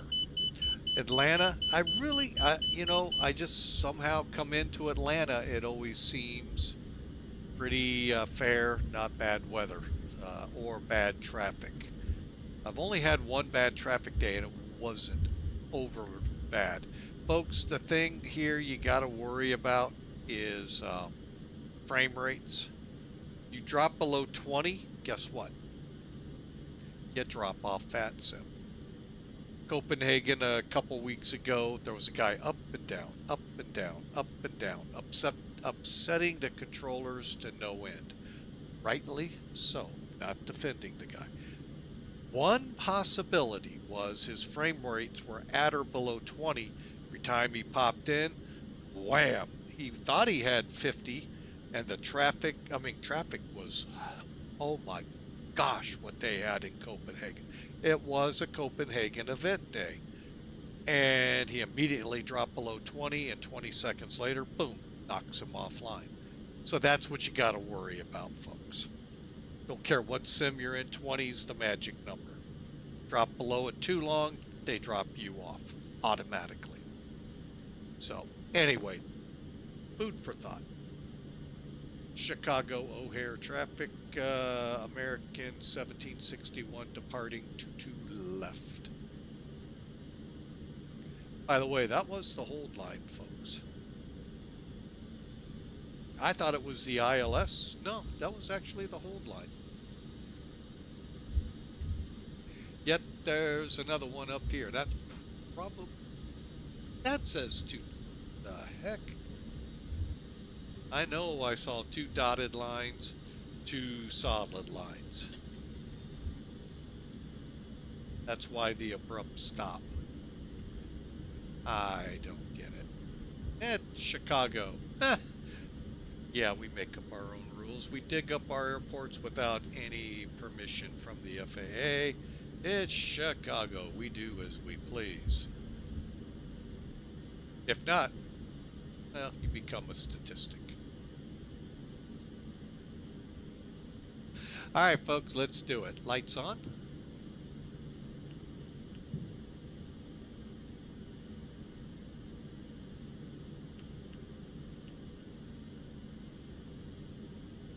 We're going to leave the strobes in auto. We're ready for takeoff, and let's hit the brakes. Bergen kind of made me a little nervous. Okay, I don't see anyone. Nor on there. Okay, so here we go. If you're not familiar with what happened in Bergen this past weekend, ground handed me off to take off, so I handed myself off to take off, and it was someone short final who didn't say a word. And he handed me off probably as I entered the main taxiway, had a good 5-minute taxi, not a word more. Oh well. It's flight sim, not the real world.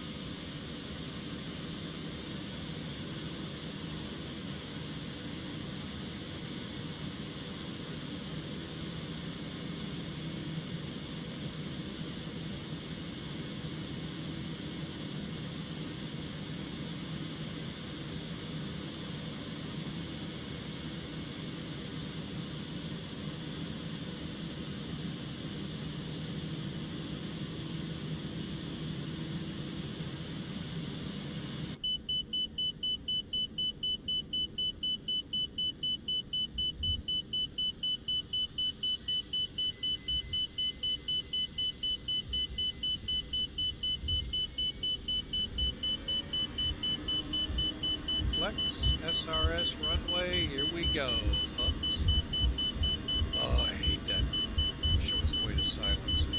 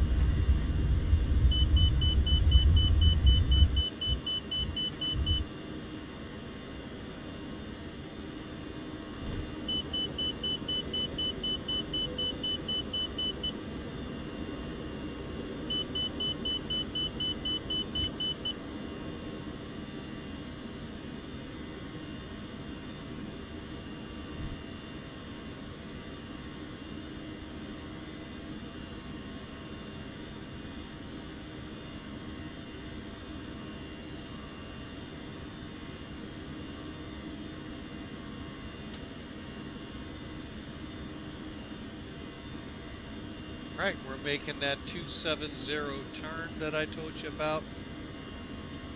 Interesting story about O'Hare that I've done. In my days that I drove a truck, we used to deliver to a steel place, Arlington Heights. Literally, you have runway, make sure, 22, yeah, it would have been 22 left, 4 right, right over this facility. Great for me, loved it.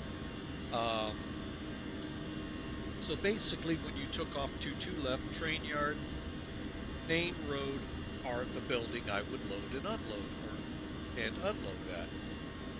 And oh, you can just see the sprawl of the airport there and watch them come in for the landing when they're landing north, taking off to the south. It was just such a cool place.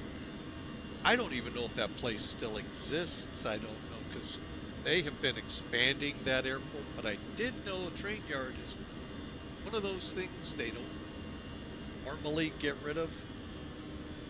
So I'm thinking that's all still there. But anyway, pretty cool to be able to sit there, watch the traffic go in and out of the 22s and 4s.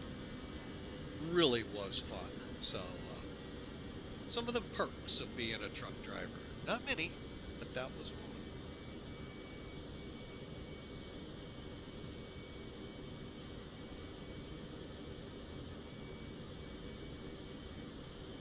All right, we're going direct OLINN now.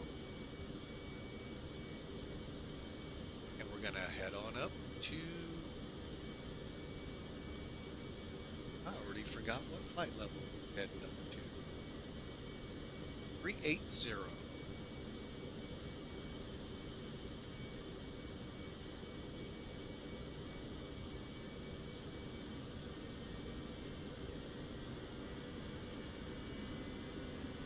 Flaps are up,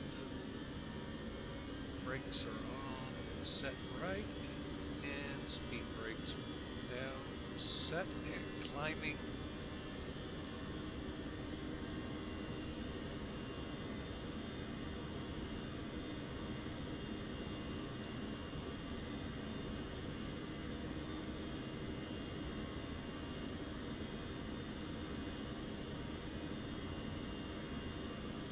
All right, folks, we're on our way. Now, the reason the X-Pilot client, for those just tuning in, is on the screen all the time. Yes, ACARS is on. Thank you there, Mr. Hawker. I know I'm 10 minutes late seeing that. I already had gotten it.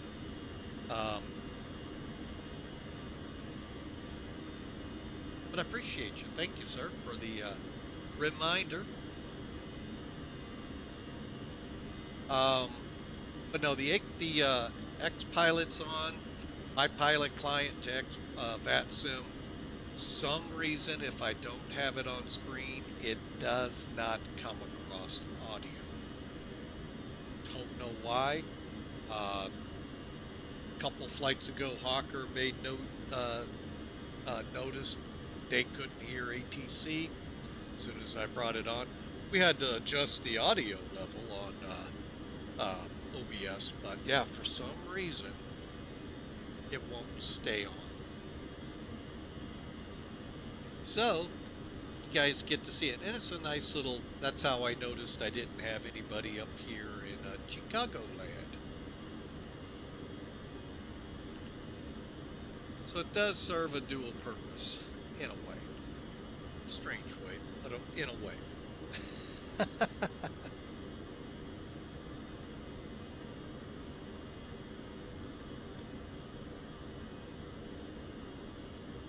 radar.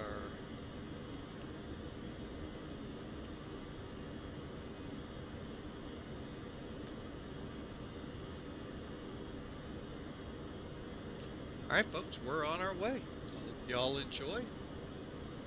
One last thing to get up. I always forget this. Go. Well, that was not the message I was looking. Hang on. I got something turned on down here.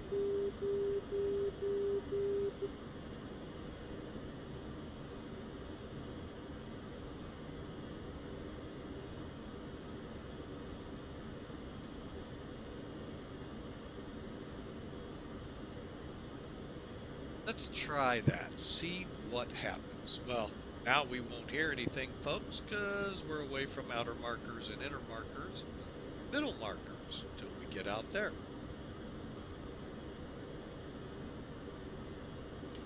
Alright, so we're on our way, folks. Yeah, I hit the wrong button. Sim Toolkit overlay. Now up, we're 2.5 hours out. Watch the time, it'll drop drastically as we get into the 30s.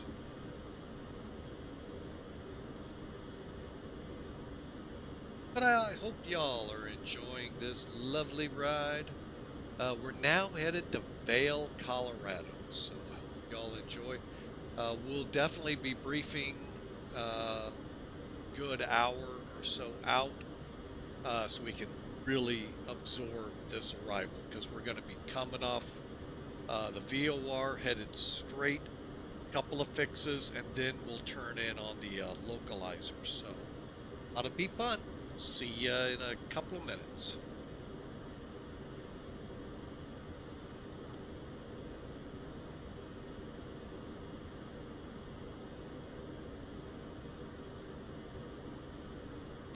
Oh man, what a flight.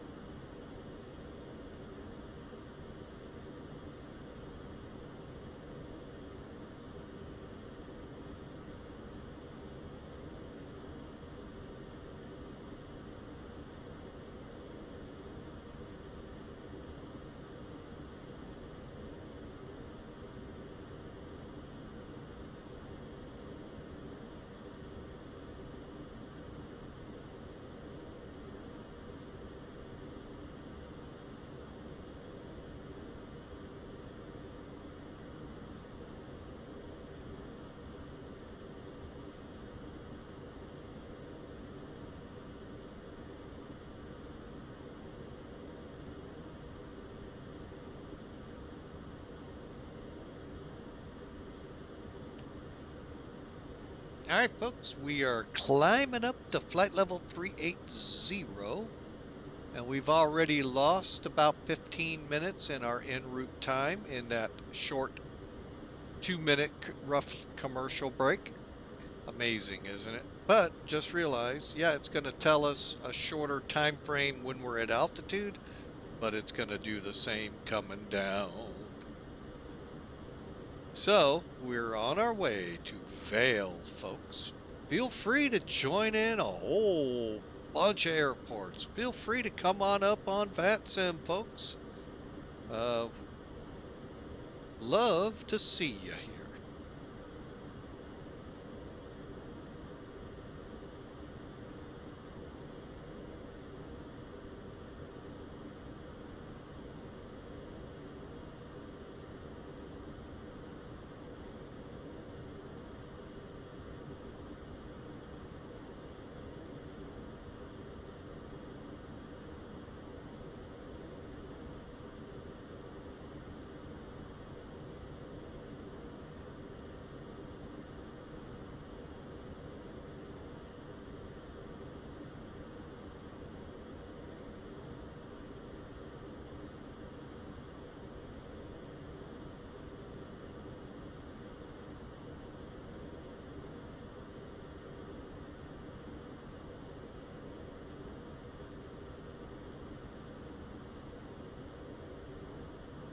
All right, at 1756, we were still variable winds.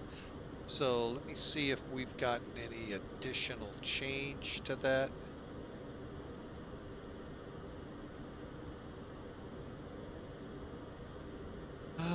Let's see. We'll go here.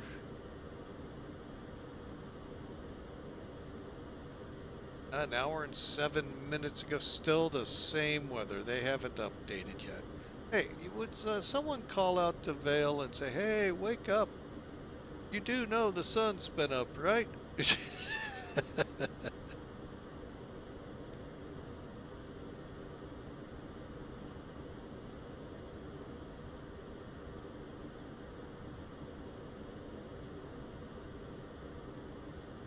Why are we TA only? I know.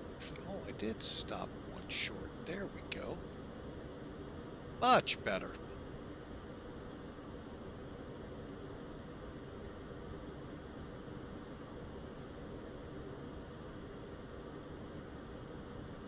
And we're out over flat flyover country, folks. And, call it flyover country because most of the things fly over where you are. They don't land where you're at. Even at the closest cities to you. The closest city they might land at is 200 miles away. So, yeah, it's pretty much flyover country out here, folks.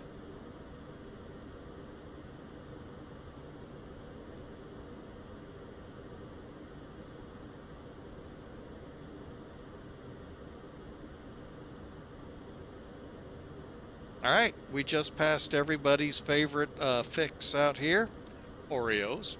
Fix in more than one way, by the way. Yep, we just passed OREOS. Sorry, folks, didn't see a rest area or a place to pull off so you guys could get a bag or sleeve of OREOS, but we're going to just continue on if you're okay with that. I am.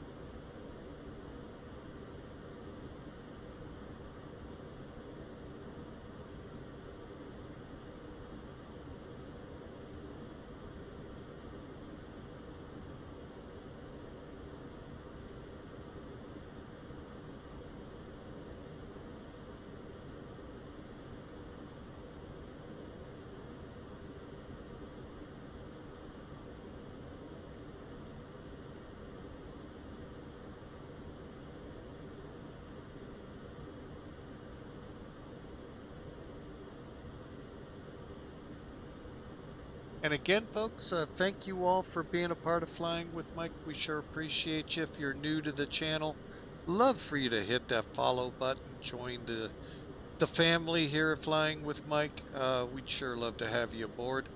And if you're not if you're inclined to commercials, enjoy them. If you'd rather not see them, one of the perks of subscribing to a channel on Twitch, ad-free viewing.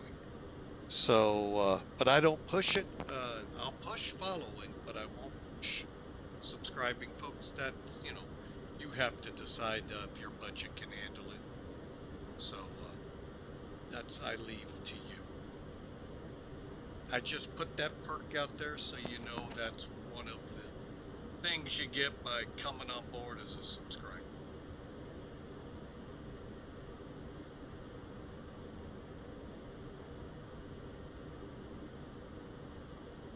All right, folks, we got a long way to go and a short time these people want to get there, and that is to Vail, Colorado.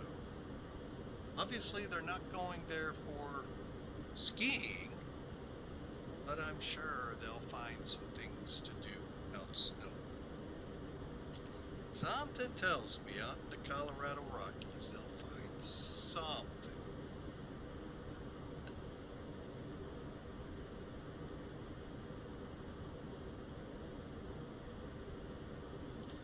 So, Hawker, I hope you're having a great day. Work isn't working you too hard.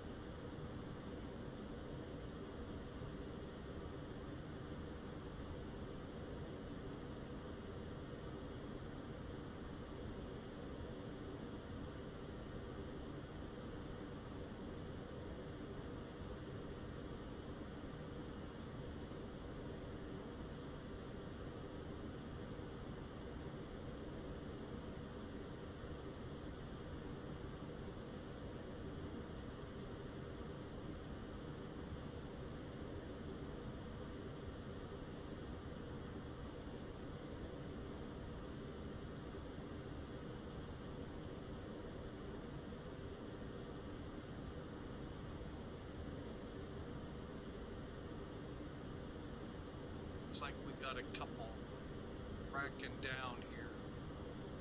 Maybe they'll be within range for us to see them. They're at about the same level we are at climbing.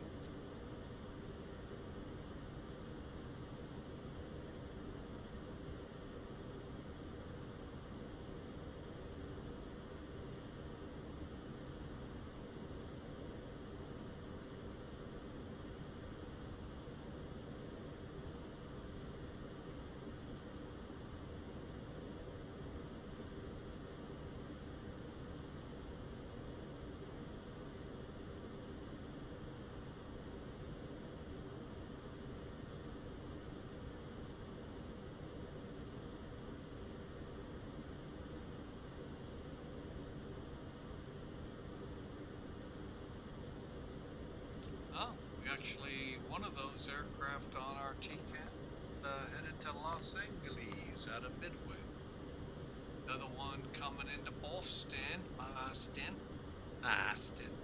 Denver. Sorry, folks, don't do Boston. Sorry, failed that in high school.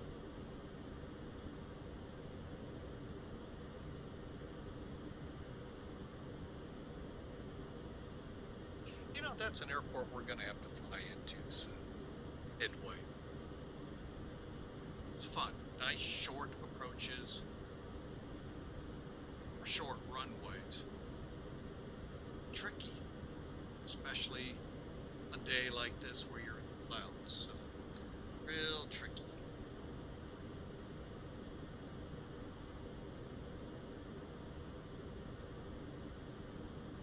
Kind of reminds me of Santo Tomato. It's the one in Sapon. Not as short of roads, but still tricky getting in with the building. San Diego's another good one. Coming down the 27. Or was it? Because it's not an ILS. I know that. The ILS is actually coming in from the ocean.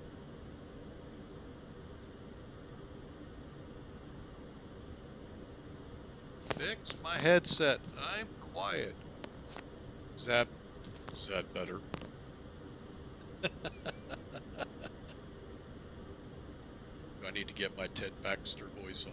This is Ted Baxter reporting.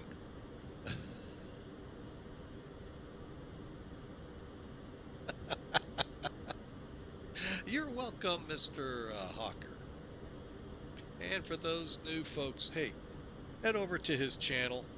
Like him so you know when he comes live. You can join in the fun, because sometimes he'll fly a sim, sometimes he'll just play drums. You never know. So check him out, folks. And sometimes he just plays trivia and other kinds of games. So check him out over there at the Hawker 125 channel. Oh, and you just might find out where he is on the flight sim build of his Hawker 125 he has in his garage. Real, honest to God fuselage, folks, of a Hawker 125.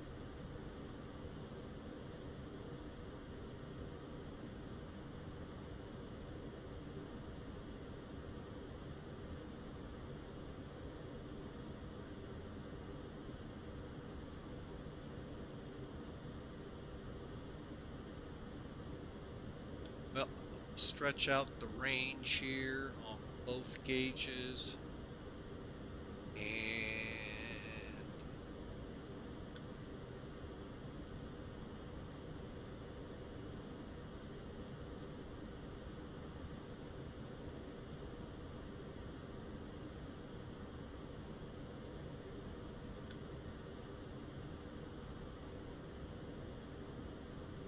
maybe I lost my oh, I know why. You just went out of range. That's why. All right, so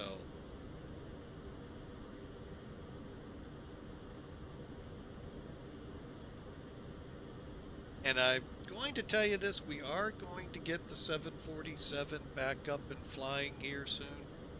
Do some short routes out west where we've got one of them at, and prepare for maybe another transcontinental with it, or maybe take it up to Alaska. Who knows?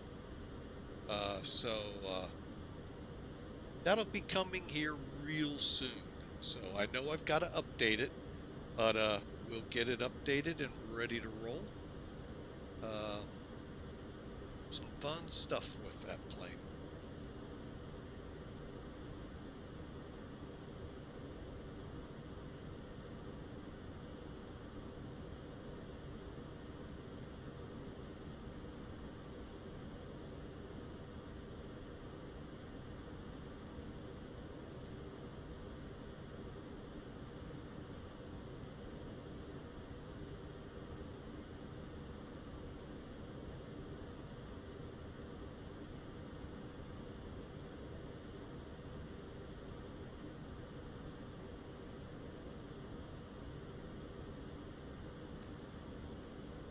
Folks, you don't know how tempted I was. My wife's phone was ringing. Go over there and answer. Go. Hello, welcome to Flying with Mike. Oh, it looks like Sim Toolkit needs to be restarted.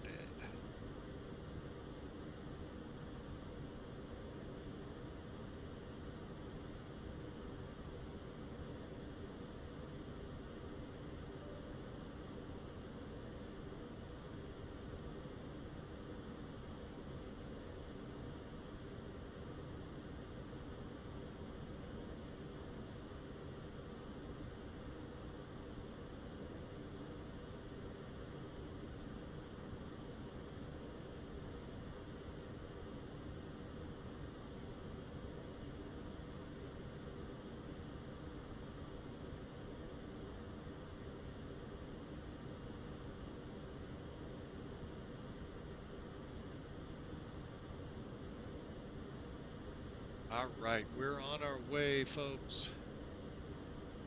Let's see if Symptom Kit's playing a little looser now. There we go.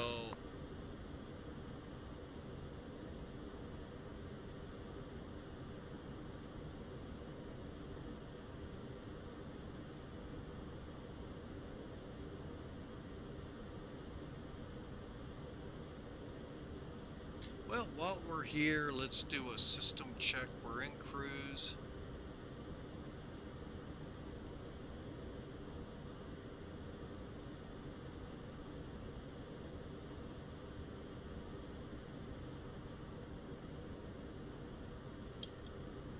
Get these fuel tanks balanced at the same time.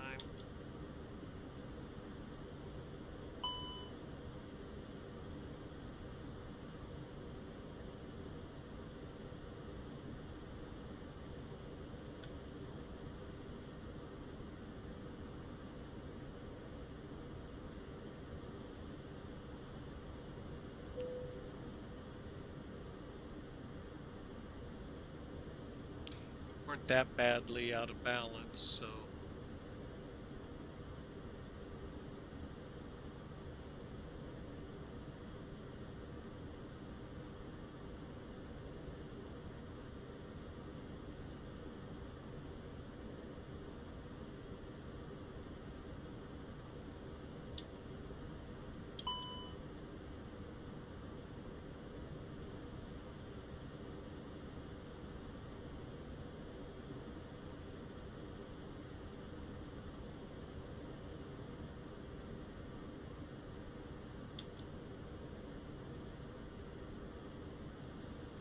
Alright, let me just continue on with the bottom row.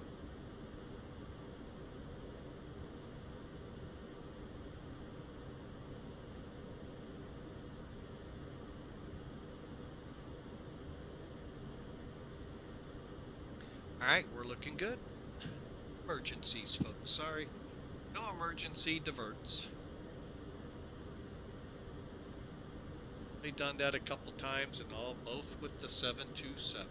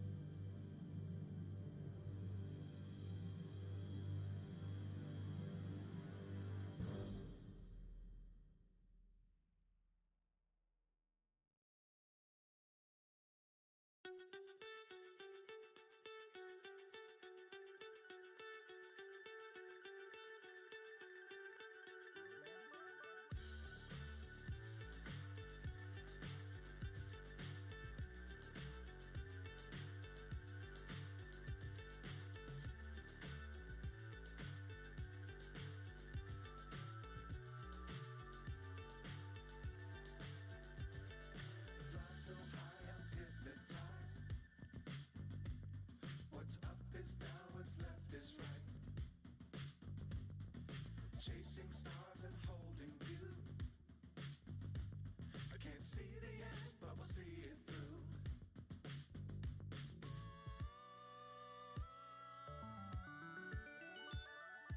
Flying, get on board. We're smiling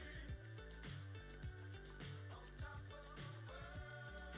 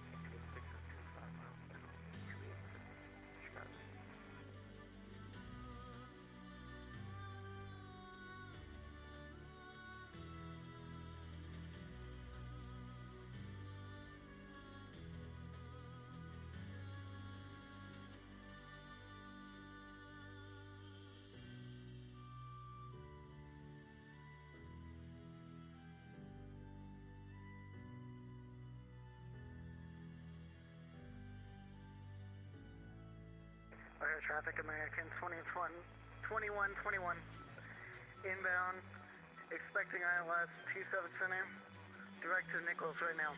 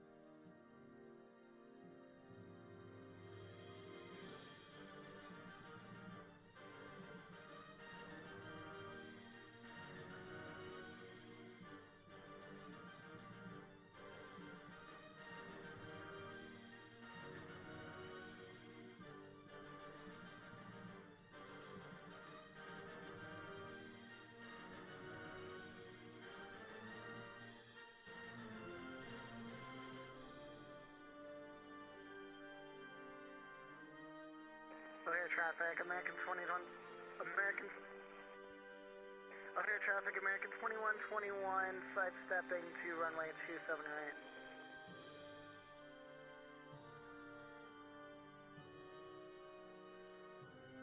Air traffic United 827, we're 7.5 miles final, runway 277.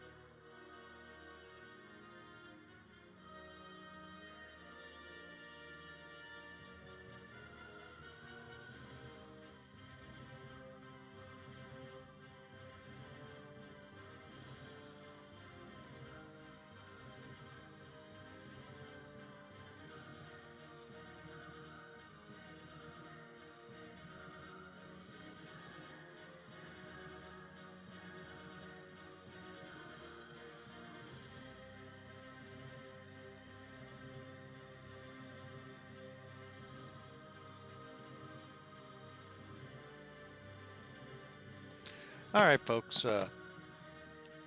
Just wanted to let you know I didn't abandon you. I'm still here for this 1 hour, 13 minutes to go. We're reaching the halfway point. How do you know you're at the halfway point? Aside from the nice little overlay up top, you look down here, the equal time point. That tells you it's equal time back. So up to that point, if I had a problem, serious problem, I could begin to turn back. If I get past it, then we start looking to continue. Now, granted, anything serious, I'd probably head to Denver. But more than likely, I'd start working my way back. So that just lets you know it's equal time to Vail as it would be to go back to O'Hare. So we're reaching the halfway point. But a lot of things have been going on, folks, related to my job search. I wish it was related directly to searching for a job, but we've been getting we've been in the process of working through some issues related to why I'm in this job search. So, and I don't want to get into anything too far because everything is moving, and I don't want to tip any hands or anything like that.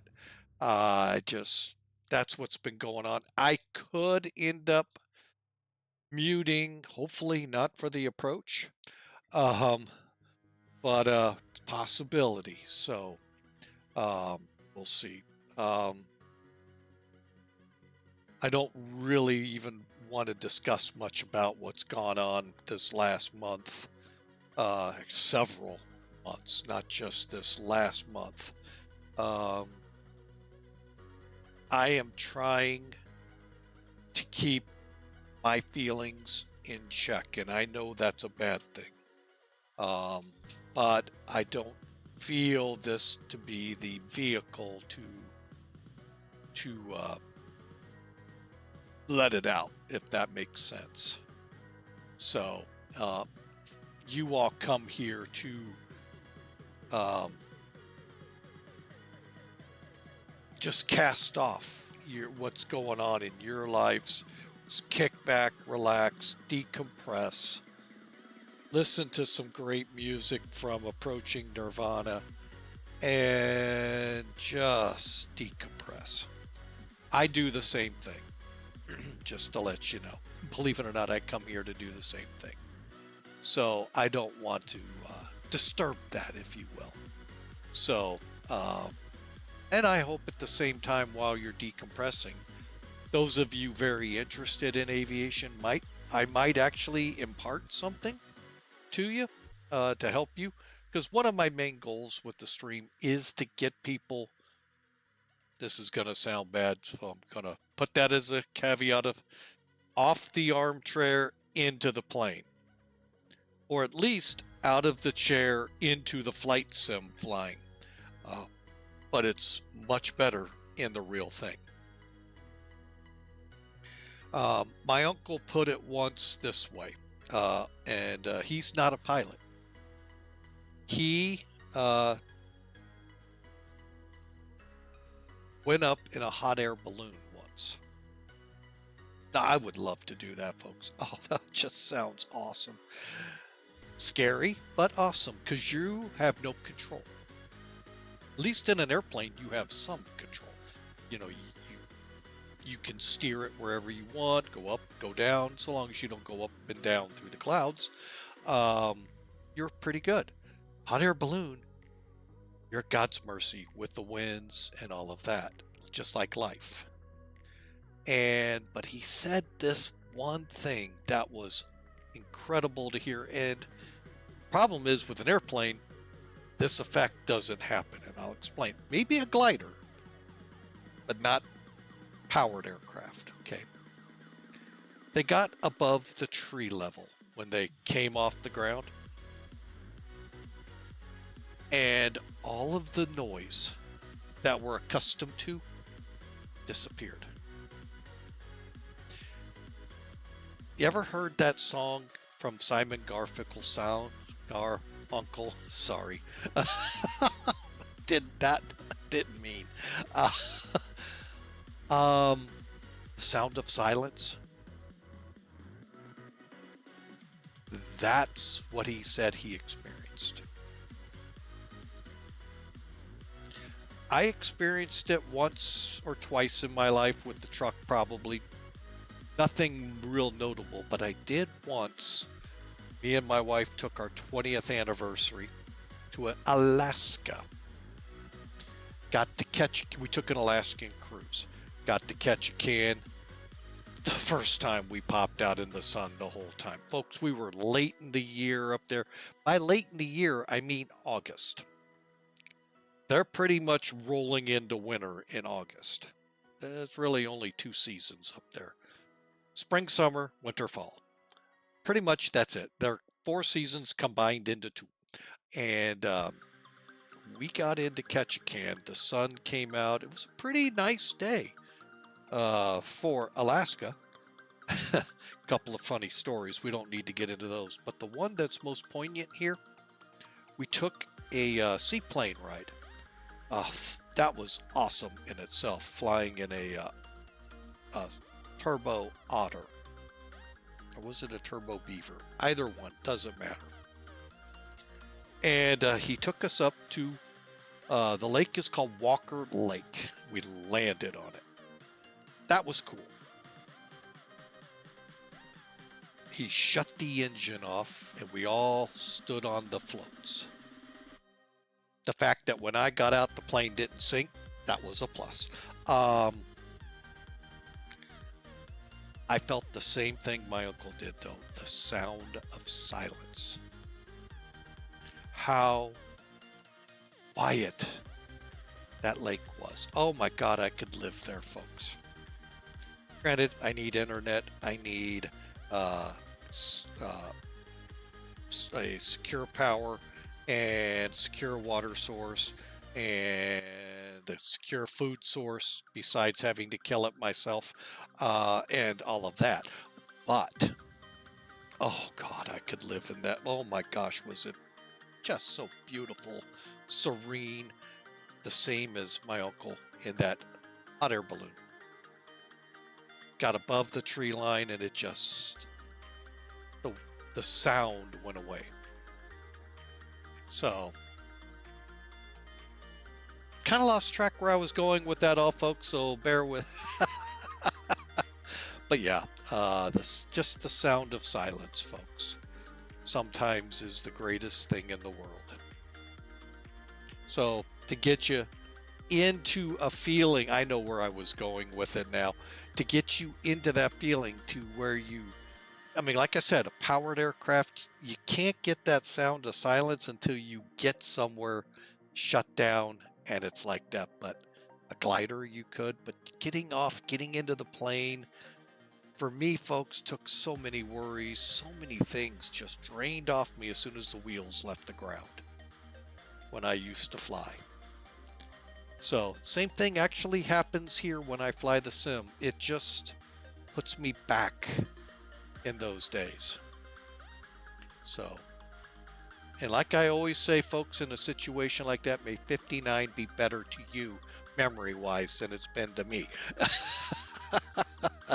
So, but again, keeping it lighthearted and all, I hope you all have a great, or have had a great Wednesday, folks. It's hump day. We're over the hump. We're heading into the weekend is now the lights at the end of the tunnel. And we're heading there, folks.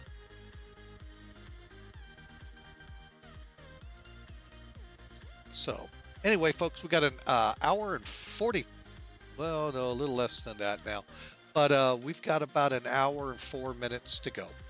So, hope you enjoy the ride, and thank you for coming along this ride. Love to hear from you in the chat. Love to talk with you.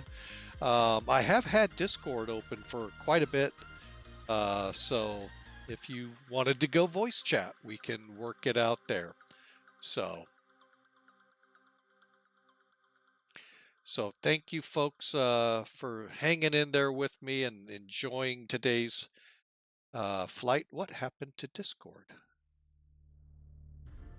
Why did it do that? That was weird. It's like it restarted when I brought it up.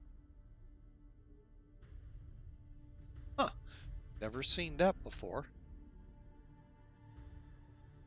And we just crossed that equal time point mark. So it's now better to just press on to the west than to turn around and head back for O'Hare. So again, thank you for flying with Mike, and hopefully we'll have a great landing into Vail, and we'll go from there, folks.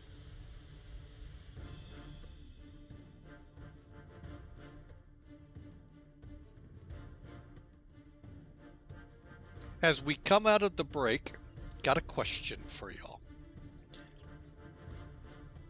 This song playing, for me, it makes me think, and I don't know if y'all can hear it well or not. I'm going to boot it up a little bit. I get that sense. I don't know how many of you may have seen the movie The Dark Knight. If you need me to restart it, I will. But that's what I hear in this song. Let me restart it.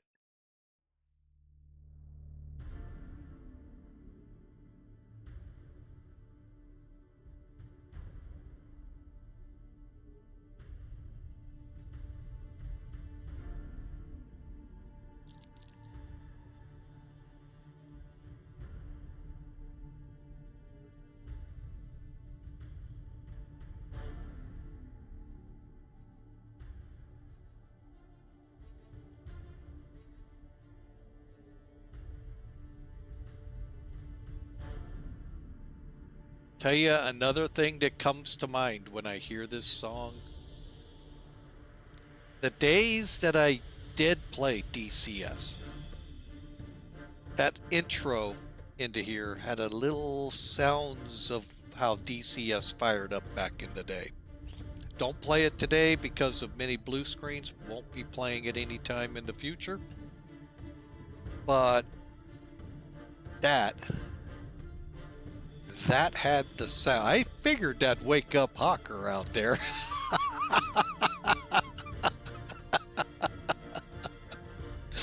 No, but seriously, rain on my parade. Oh, Hawker. I hope you've got it fired up and flying there. But anyway, that had whatever I had mine set to, folks. Either the Dark Knight, movie, Batman from the Marvels, that. Thank God there's none of those this year here in the States. I didn't know that.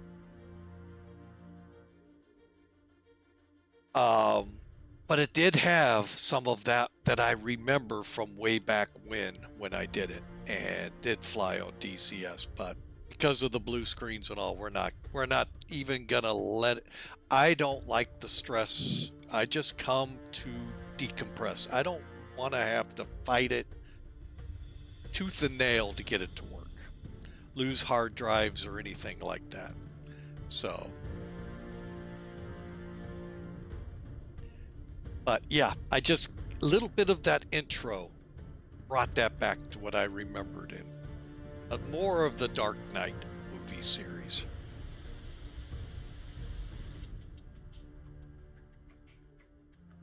Believe me, if I could do everything I do on this computer on a Mac, Hawker, I would be gone.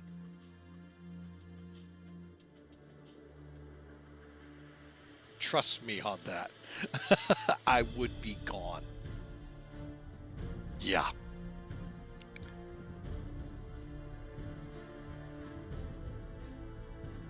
It's some of the executables will not work on a Mac, and I'm not going in to make this little piece work for what a PC does. So that is the only reason I am still on this big PC.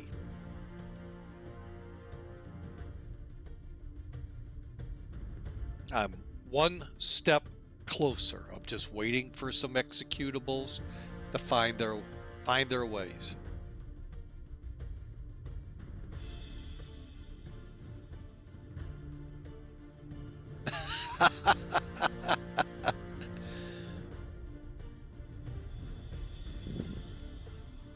Well, again, I'm glad you enjoy. That's the goal here. Get you guys off the armchair into the cockpits. Be it real, be it simulated combat, be it simulated flying. That's one of my big goals here.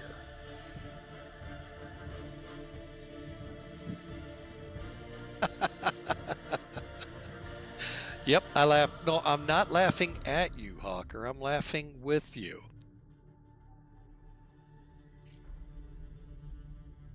So, but I really hope you guys enjoy. I mean, enjoy. I know a lot of people enjoy that sim.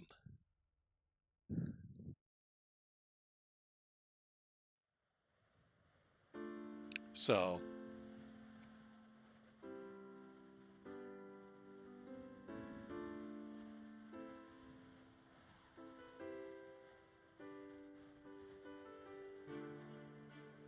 all right, folks, we are approximately an hour out, so let's start talking. Arrival into Vail.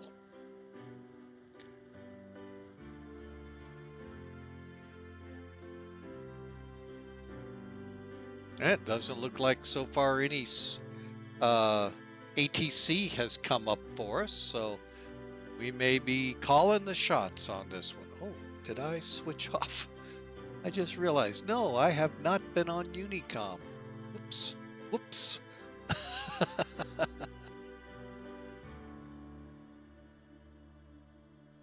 All right, so here you go, folks. Charts is up.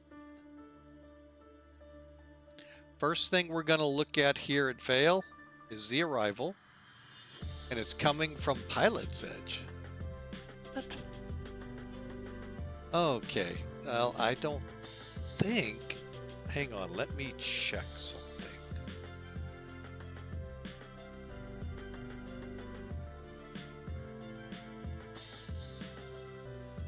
Yeah, they don't have an ATIS or digital ATIS, so not really sure what's up with this.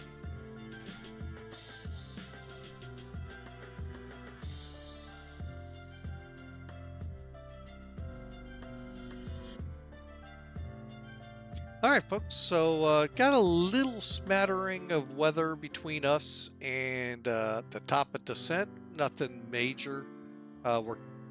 And it could just be radar echoing that's causing it. We're heading direct to Hayes Center, as you can see. METAR as of 11 minutes ago. Variable winds, 10 miles of visibility. Supposedly clear. I have a feeling it's going to be that way when we get there. Might want to put a hat on, maybe a coat, because it's 26 degrees there. Oh wait, it's Celsius. Silly. 79 degrees. Altimeter 3020. And if you want to know what the gobbledygook is after the word remark, right there.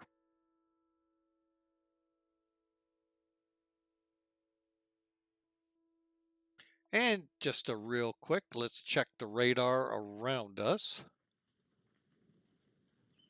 Some cloudiness, a little rain down south of the route, down around Pueblo and Colorado Springs.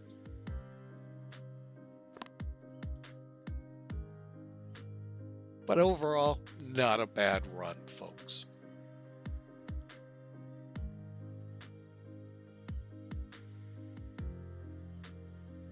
Okay, I'm going to go ahead and turn the weather off. All right, and get back to our flight. I do find this kind of interesting.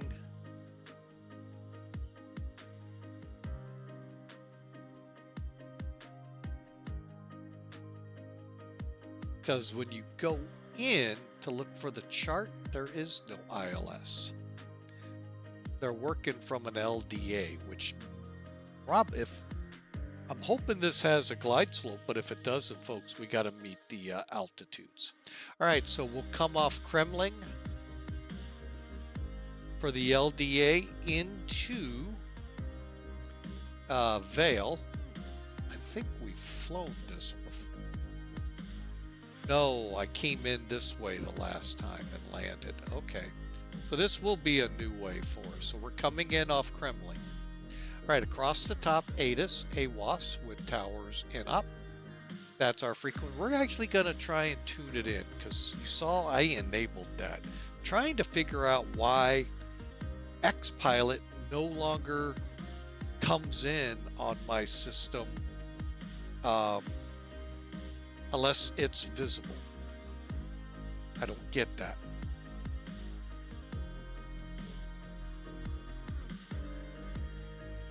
Be analogous that right now we're on Spotify. That's what I'm using for the music. I need to turn that down. It'd be analogous to having to have Spotify up on my screen. So I don't know what happened to change that.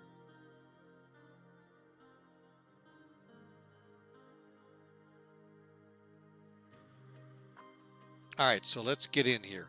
The LDA is 109.75, identified India Echo Sierra Joliet. Final approach course 250. Talk about that. Washi, 9,800 feet. Oh, did I mention this is high altitude flying? Yeah.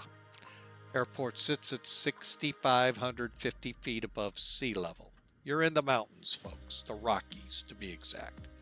And this Washi point we need to cross at or above, or I'm sorry, at 9,800 feet MSL.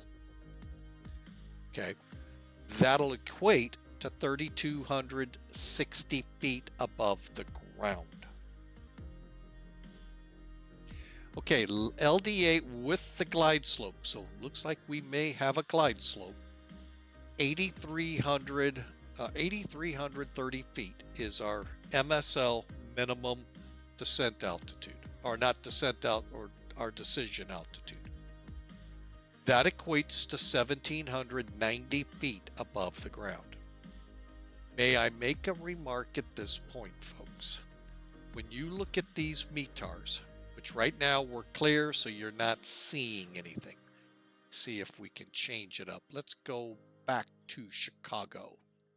So let's say this is what we're getting for Vail. Okay, what we see with O'Hare. 4,500 feet. What? How could that be with 9,800 feet and 8,300? It's because, folks, METARs are at AGL. They're read from above the ground level.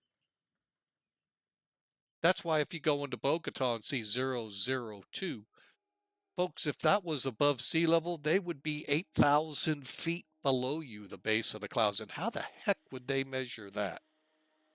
So it's done above the ground.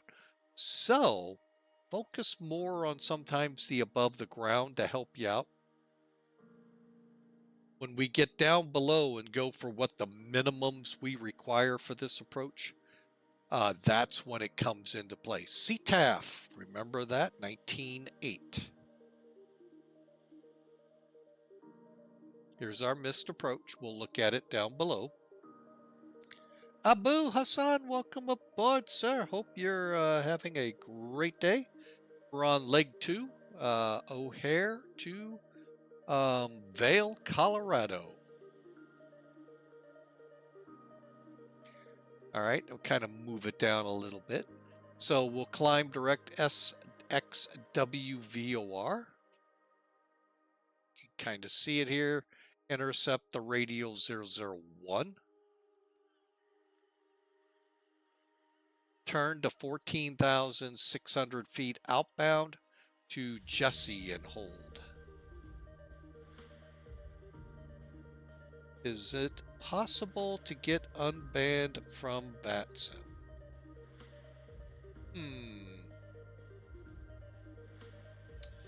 I have never had that question asked, and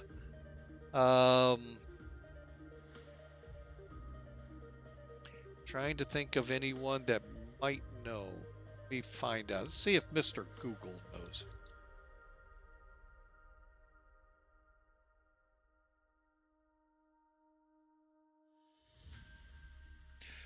It's saying here you'd have to open up a support ticket and provide your old email address,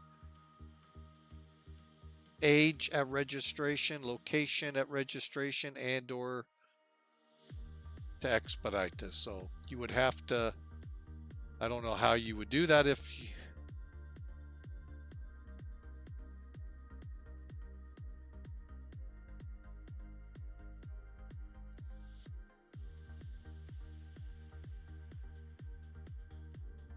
if you still have access to your email address that you registered with VATSIM, should have further information on your suspension and or why you were banned. And you could then appeal that, just going from what Google said.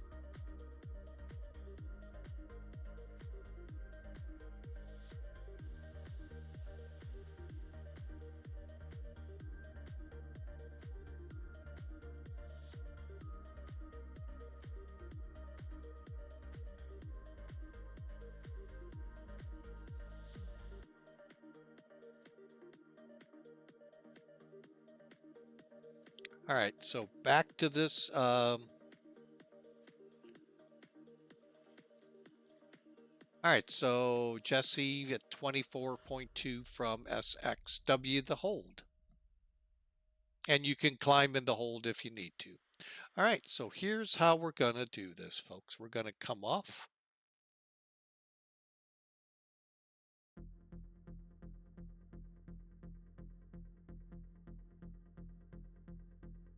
I'm not sure why they would ban you for that. But whatever email you use to get on VATSIM there, Abu, there should be an email if you unfortunately still have access to it. That's, I think, the hard part. But if you do, there should be a way to appeal it or what you need to do, the steps. So here's what we're doing, folks. We're going to come off Kremling at 113.8.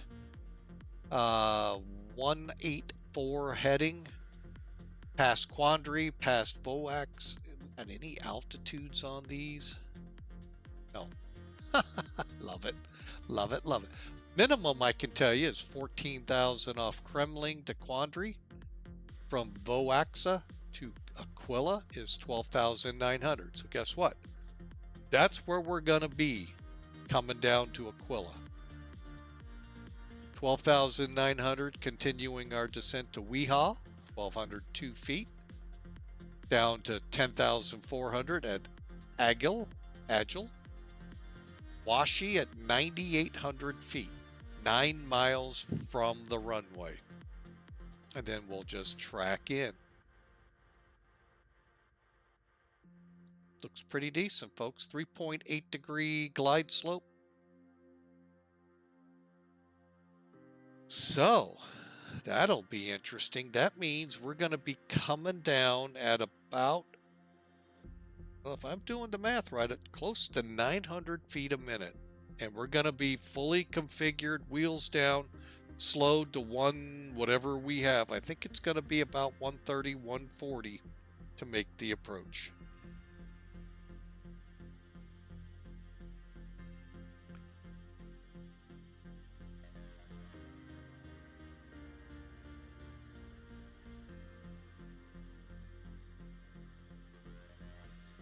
Okay, and again, the airport has to have 1,790 feet or higher for the approach.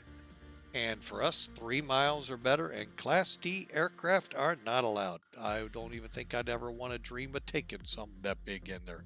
I know you guys have probably tried that on the sim.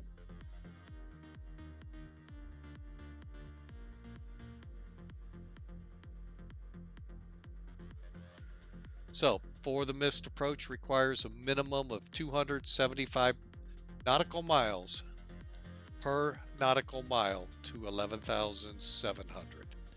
So folks, we are in high altitude. We're in the mountains. It's going to be a fun approach. That we can guarantee. The good thing is it's clear. All right, let's head over here, go to the landing profile, reset.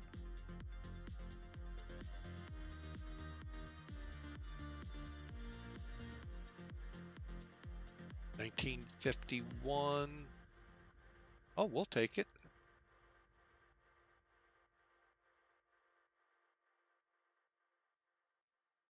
Oh, wait, I'm looking at O'Hare. My bad. All right, 1956. 1956. I don't know why we're not getting 0 up there.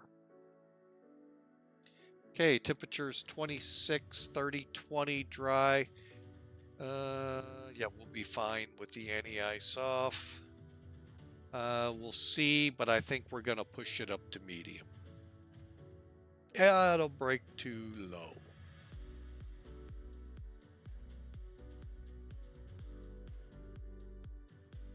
Had a feeling. All right, so we're looking at an approach speed of about 130. We're going to need at least 5,100 feet of runway. Predicted distance 5,400. And so we should have a great landing once we're on the ground.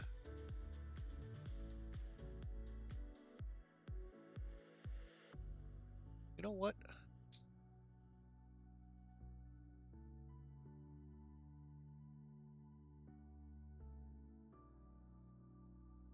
Let me just RT.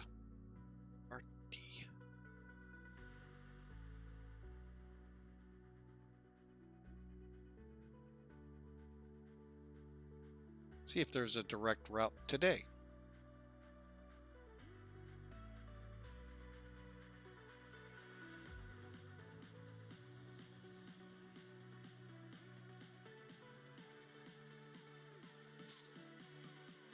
So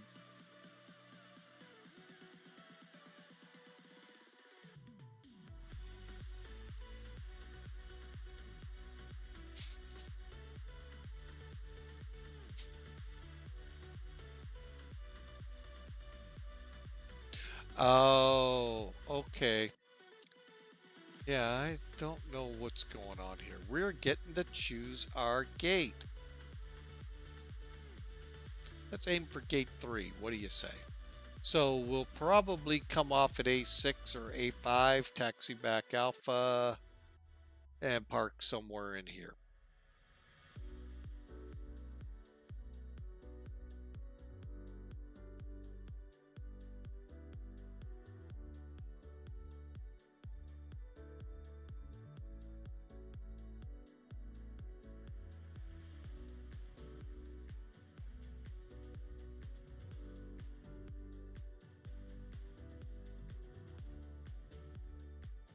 All right, folks, let's take a look outside. Everything looks good. Hope y'all enjoy, and just keep flying on. 42 minutes to go. So enjoy the ride, folks. We'll start our top of descent here in about 10 to 20 minutes from now. The fun thing with that is, folks, we don't have to go down as far. We're only going down to like 14,000 and then or 15,000 and then start the approach.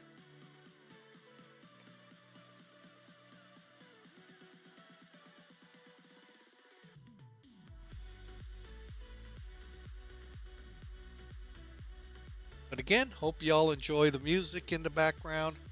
Once we start our descent, I'll go ahead and silent. Oh, we've got a prediction in from the Hawk.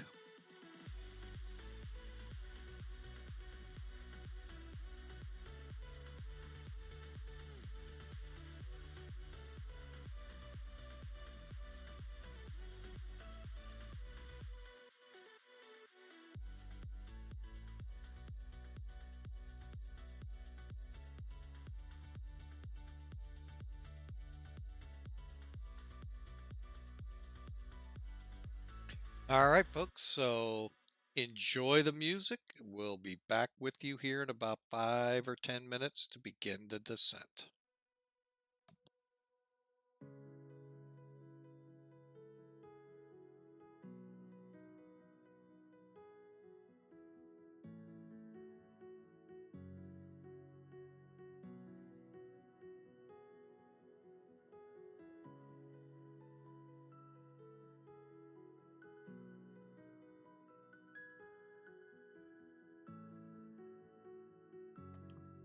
Hawker, looking at your comment there. No, when I land, that will probably be it for today. Well, then tomorrow we have some action over in Europe to tend to. I think it's tomorrow. What?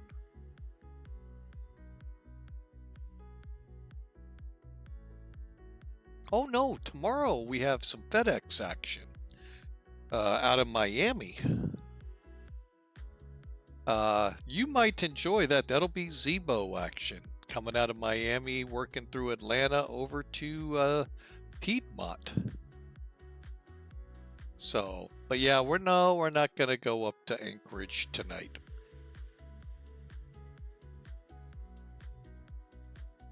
But I am beginning to put together a long flight. I'll give you plenty of notice there, sir. I'm sorry to hear that you can't be here tomorrow, Hawk, but I'll give you plenty of notice. We'll work a longer flight in here. I'm going to try to get the Queen, do a couple of prep flights to get me back in shape, and we'll choose something to go long on. Can't go as long that I have in some of the flights, but I can do some interesting flights with the Dash 200 from the 747 family. Can't do that one. You're more than welcome to there, man. Stream away with it.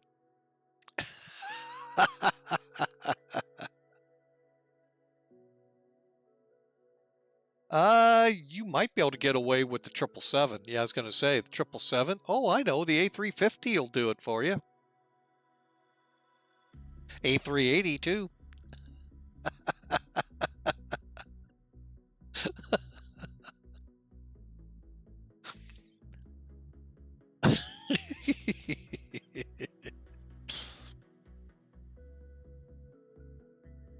Get a few tankers in front of you. You could fly your fighters from DCS over there if they had maps that went far enough.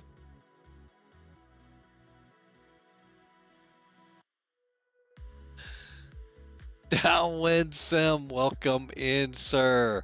How are you? Yep, that is the problem there, Hawk. You're limited to where the map is.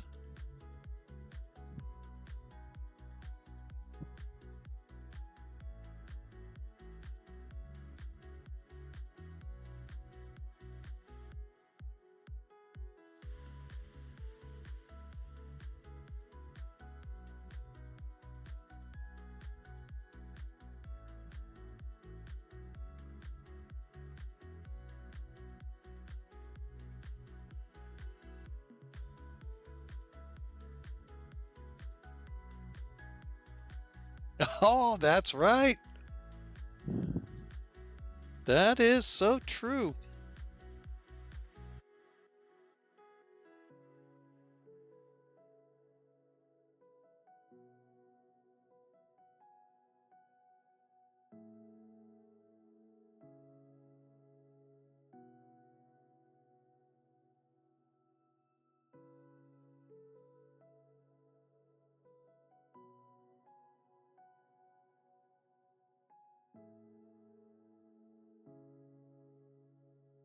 Oh, yes.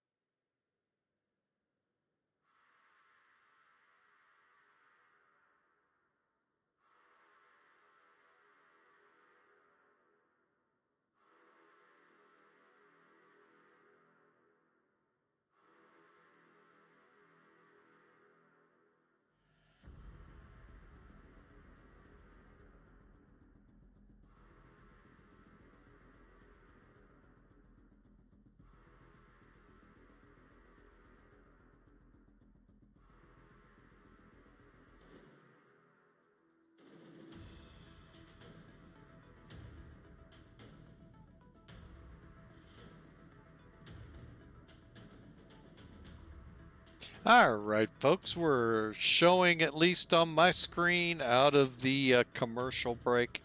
We're about 120 miles from top of descent, so we are preparing to come into Eagle County Airport, Vail, Colorado.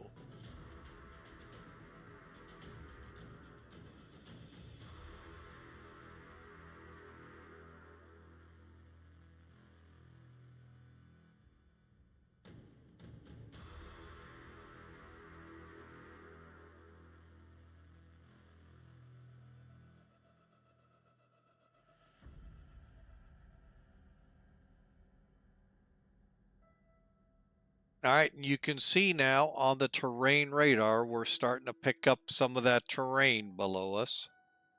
Not seeing it too well through the haze. We may not be all the way up to Denver yet, but we're getting close, folks. So again, thanks for being along for both legs. Those of you that have hung it, stretched it out, and stuck around. We're getting ready to start our descent into Eagle, Colorado.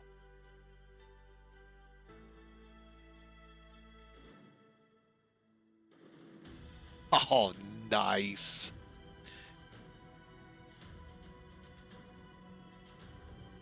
High performance depart. No, F-18s never do that.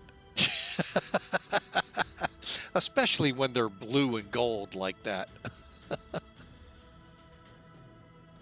Or was that you and your CJ3, you know, letting them know they're not the only ones?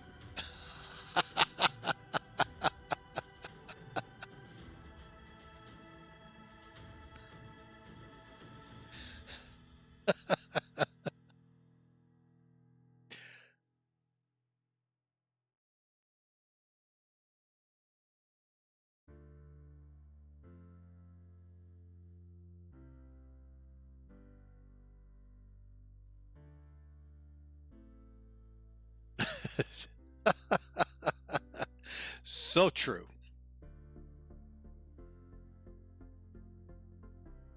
All right.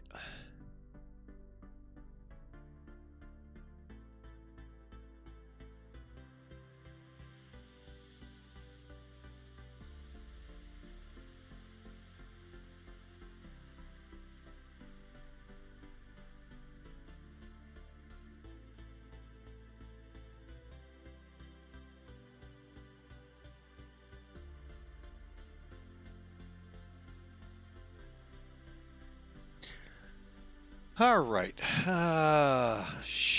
Well, we're just, we're 102 miles from Aves.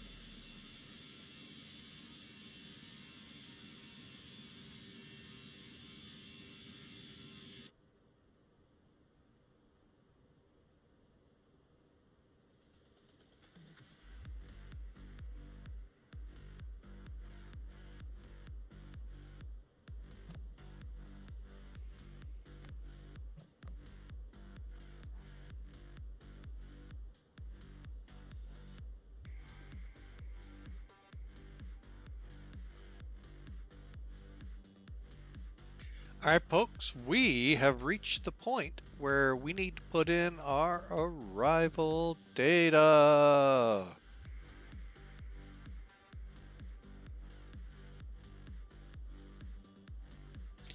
All right, so we're looking at 1956. What a year.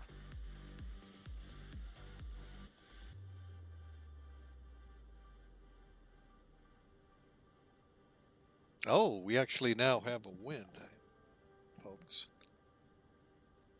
Try to reset. Okay, 270 at 8. Hey, whoever called them, thank you for waking them up.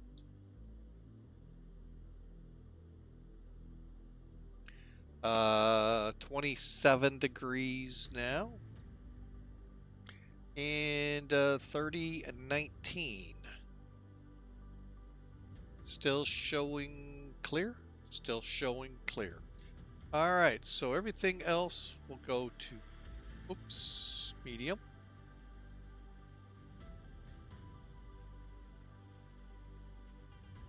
Oh, they're going to let us do low now. We would need most of the airfield. We'll do medium. Yeah, we'll do that. All right, so let's plug it in, folks. QNH 30 and 19.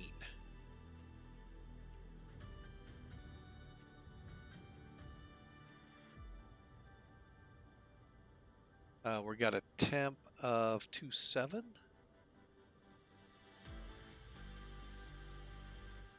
270 at 8.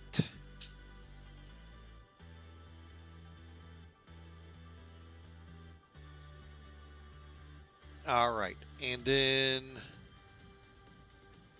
I said we're going to go with 8330.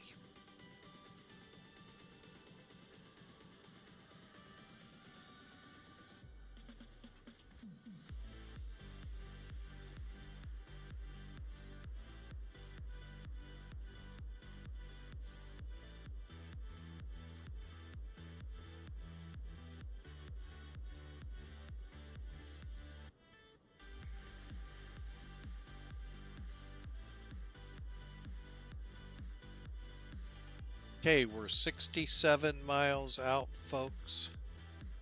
So let's begin our takeoff, our arrival checklist. Descent, landing altitude. That'll be on the lower cam. Shows auto. McDo arrivals in. We don't have such an animal. We do have the instrument approach, even though don't know where they got ILS, but whatever. LDA will work.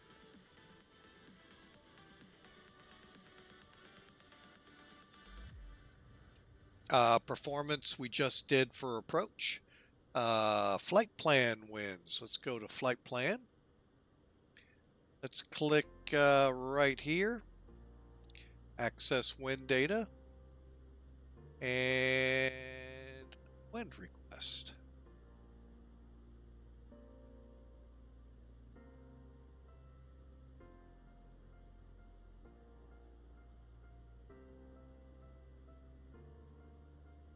Okay, we are up to date till we get within 20 and then we'll start our descent.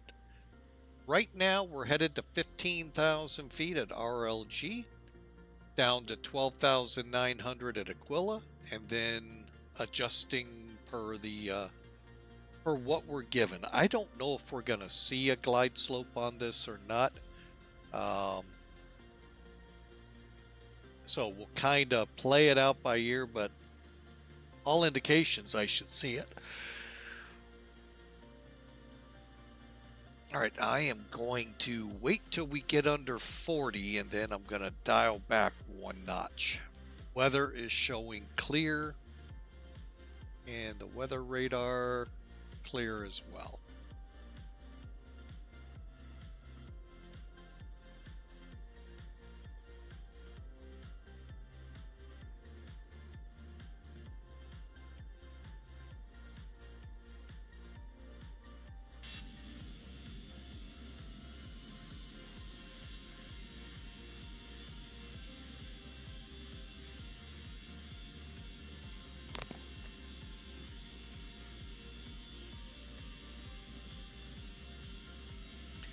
And also our CTAF channel, let's get that readied.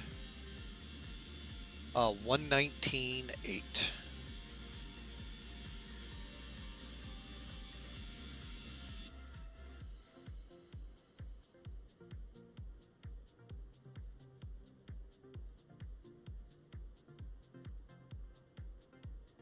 Okay. And for those of you curious how I found that, hang on, I will get rid of that. Let me bring in charts. The good thing is on this airport, if you look in those frequencies, line 1 here of the briefing strip, Eagle Tower, CTAF. That's your Common Traffic Advisory, 19.8. Now, we can try. Why don't not try? We can. Let's pull up, see what it says. Dot CTAF KEGE 119-800. Now, one other little tip, folks.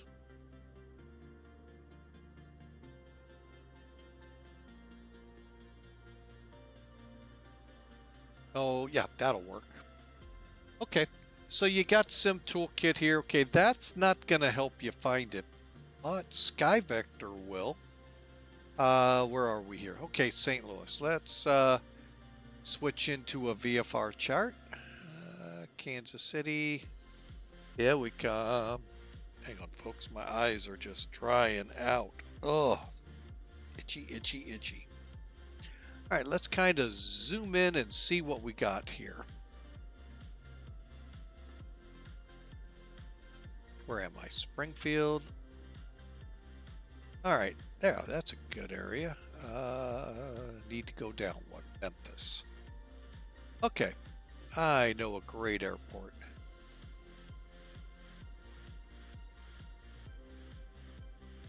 Okay, there's Little Rock. Wow, they're getting thunderstorms down here. Let me get rid of that. Hang on, layer. Oh, wow, icing?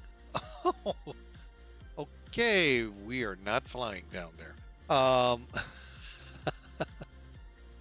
right, I'm going to zoom in. Let's go right here. Well, that's where we landed a couple days ago, Mina.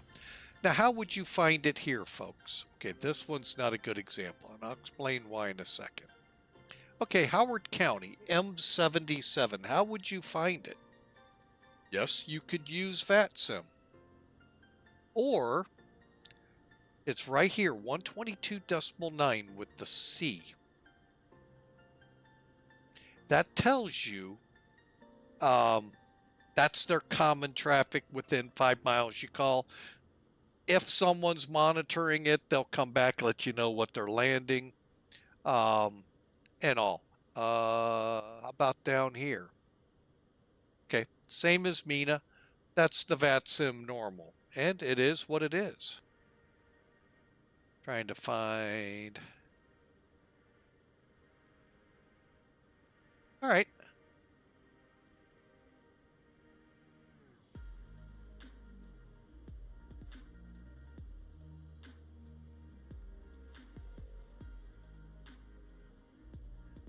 All right, let's work off Columbus. What's the common traffic frequency here, folks?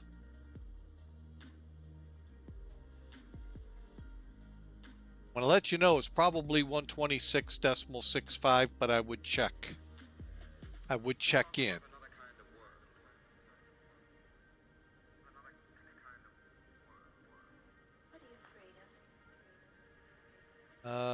Memphis might be good too. Same thing, folks. Could be see, they've got multiple. Basically, if you're a control tower, usually it, but when you got multiple towers, different sectors, check, that's when you might want to use it. All right. So that's how you would do it without using VATSIM. But folks, it's so simple. .ctaf space and the 4-character identifier. I didn't want to take too long on that because mileage gets in real quick. All right, folks, we are Denver traffic, Southwest 45 coming in from the south at flight level 120, going to climb flight level 340 Denver.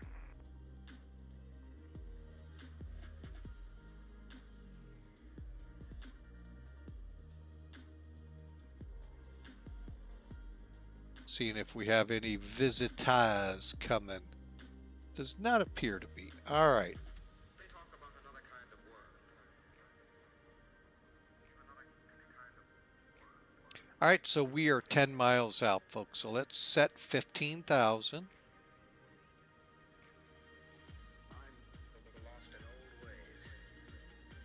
I'm going to go ahead, punch it, and start our descent. And there, folks, are the Rockies. We're flying just north of Denver Airport. I don't even know if we'll see it. We're that close to it. There it is, right behind us.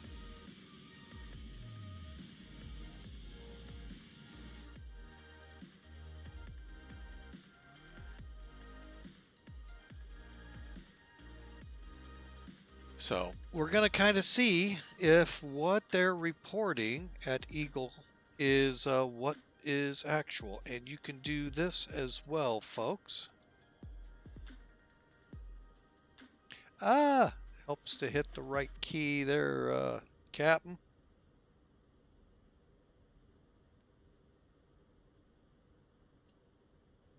That's funny because it has updated.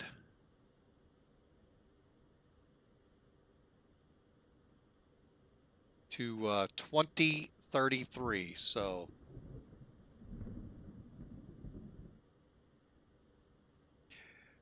all right, so perfect time to hit a pause.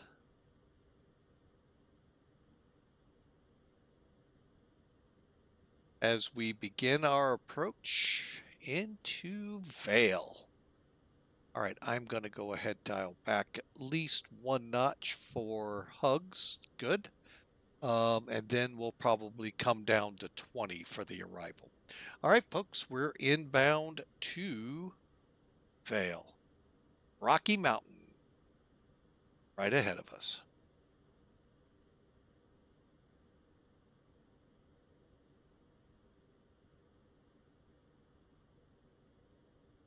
Excuse me. All right, I'm going to go ahead, reset. Oh, man. 109.75 is set and ready. And we are probably 50 miles from RLG, Kremling, VOR. So I hope y'all are enjoying the ride in here. This will be the final leg today. Thought about maybe another one, but just getting a little late, folks. And I'm getting a little hungry on top of it, so. And of course, we had to hear the words Dairy King.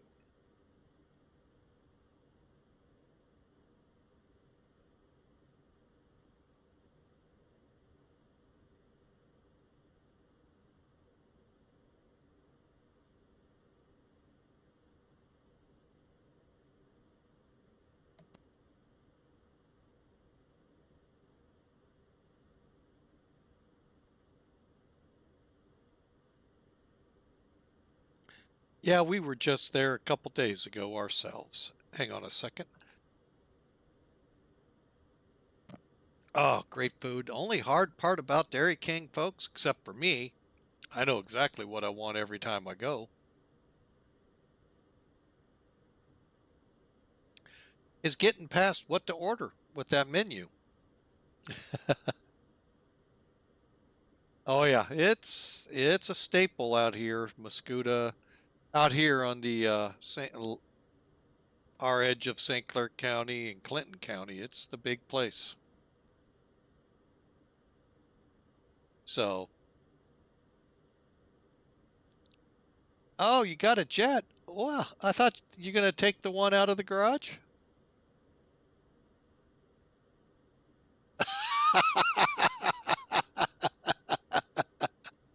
All right. Well, Hawker, thank you so much for the moderation today. We appreciate you. Enjoy the rest of your day. Dairy King is a good place to go. Just saying. Have a good one, sir.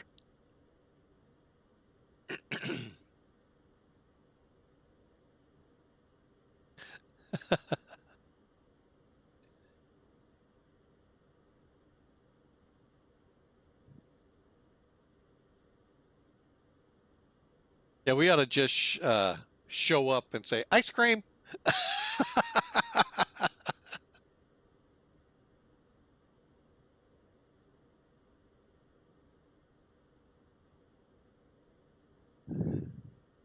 All right, folks, we're coming over hugs here in a couple minutes. Make our make sure we're gonna make it. I'm thinking. Oh yeah, we're lined up to make that 15,000 by RLG. Good. I was a little nervous there. I thought I was gonna have to go into an open descent. All right, and look at these mountains, folks. Here we are over the Rockies. Of course, when you get into them, you're already on these bigger mountains out here. It's not like out east with the Appalachians where they're ridged. Here, it's more of a, you're up on top for, good Lord, 10, 15, 20, 30, 40, 50 miles. Then you come down, and then you're down for as many. So, all right, so trying to just look at this going in. Looks like we're going to have definitely clear skies, folks. Of course, X-plane will plop a cloud right there, and I got to fly all the way down through it to get on the ground.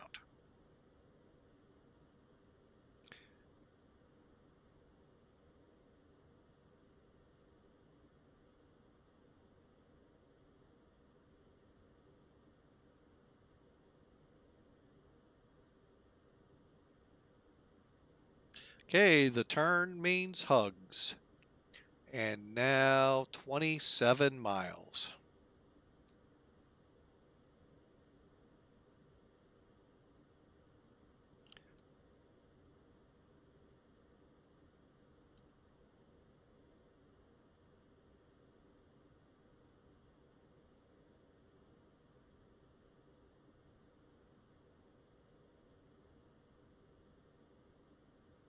One big tip I can give you all when you're flying out here in the Rockies with these higher elevations, just keep that in the back of your mind. Higher elevations mean instead of expecting 2,000 feet to be gear down, this, that, and the other, well, 2,000 feet here is going to be Aquila?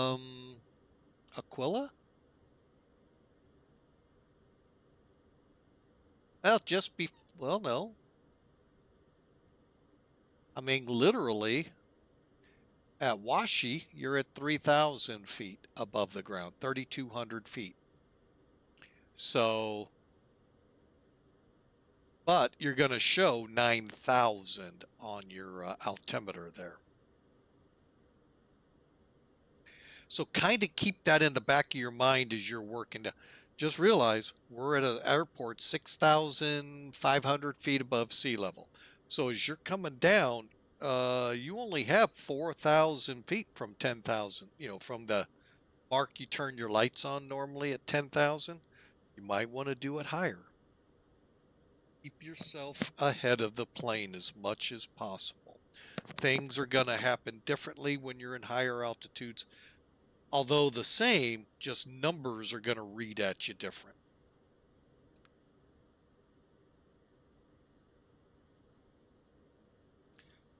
So, believe me, my first time playing with high altitude, and I didn't really pay attention to it, was going into Madrid. It's like going into Vegas, folks. Kinda, sorta.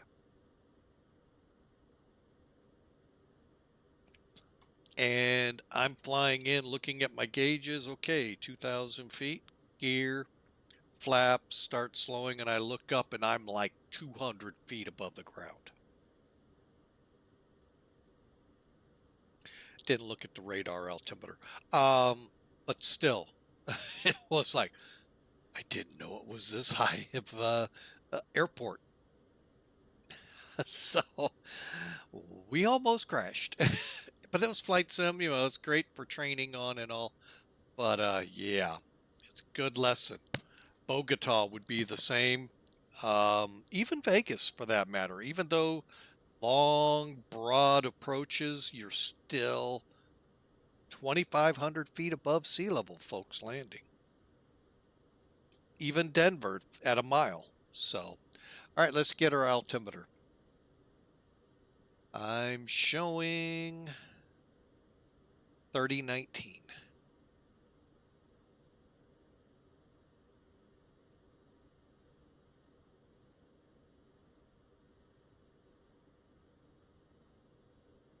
Verified across.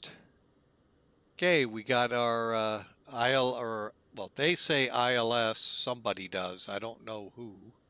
It's not, it's an LDA, but it's really not a displaced LDA. Even, I'm not sure. I'm really kind of confused on this one, but we'll fly the chart, folks. So come over Kremling, turn to, well, we're going to let the plane do the turn. I'm going to go ahead, dial this one down too, so we can get a good, accurate read here. Okay, now we begin our descent. Go ahead. Bring us on down that extra 100 feet to Quandary, and then we'll wait till Voaxa and then make our 12th descent. Look at this, folks. Wow. Let's go ahead, take over. Well, yeah, let's take over speed.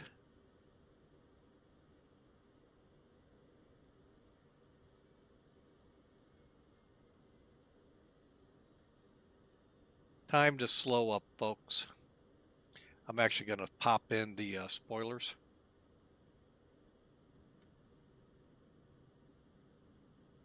And let's put medium brakes on.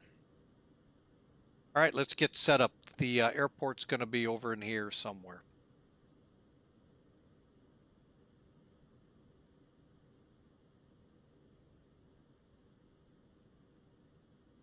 Okay. They're saying 13,800 in the sector we're coming over. Okay, we'll do it.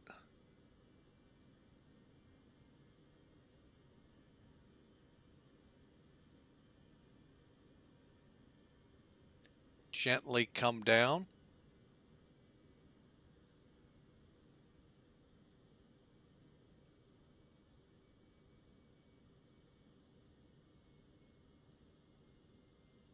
All right, let's make sure the cabin's ready.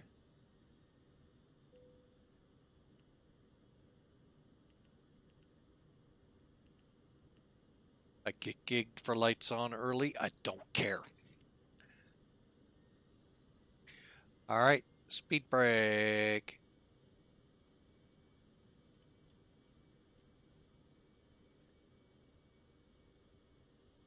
And I'm going to go ahead if it's not active already. It is. Okay. All right, so we're looking for 130 for the approach, 123 landing speed, 300 feet. All right. Let's go ahead, set 12,900 to Aquila after we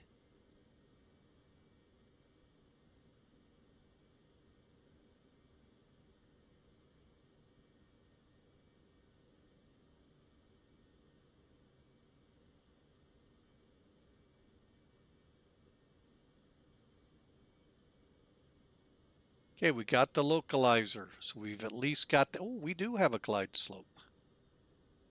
If you don't mind, I'm going open.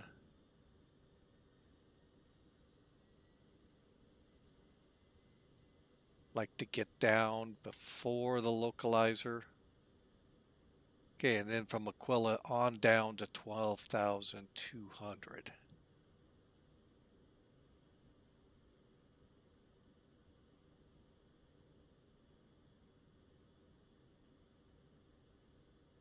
All right, folks, I'm just going to be flying the approach. Let's go ahead, slow up.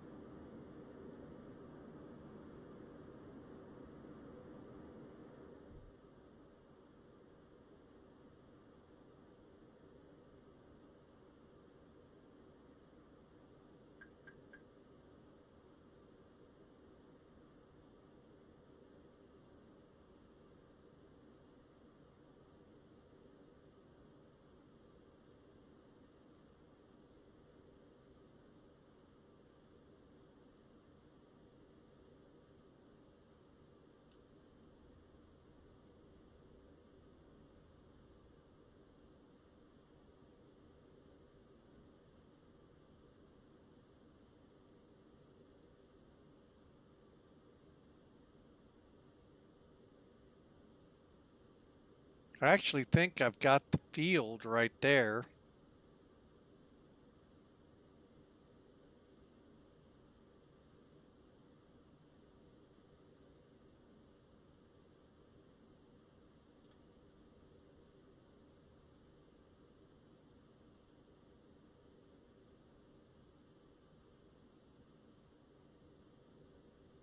All right, let's take over.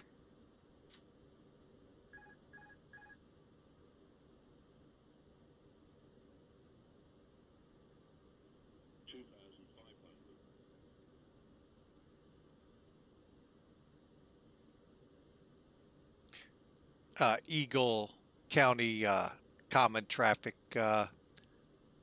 American 1761 final for runway 25 on the ILS or LDA.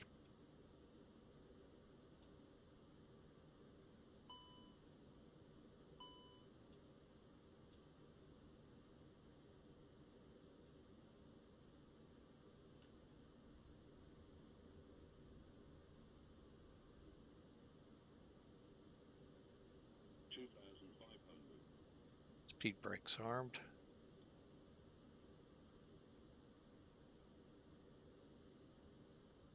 All right, folks, lining up for the runway. Got it in sight. Gears down. 3 green. Brake set. Spoiler set. Can't imagine what this glide slope's like.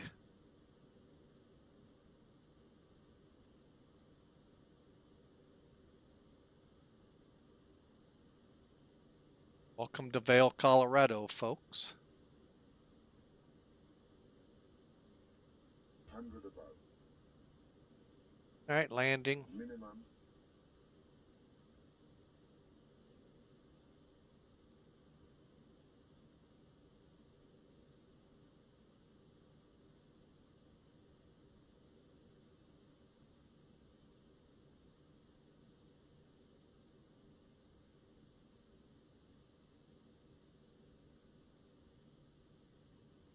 I don't know why the flight director is so deflected.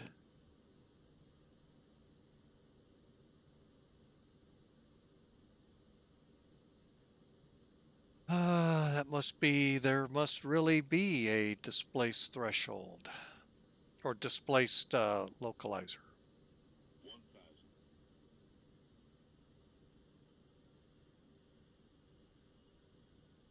Glide slow.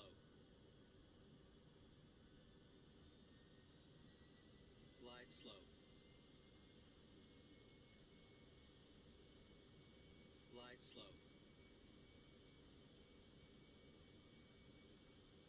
Glide slow.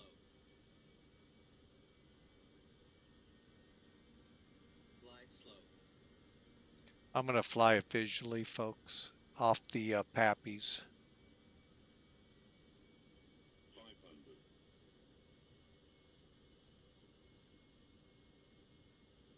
400. Yeah, we've been in here. I came down the other way last time. 200.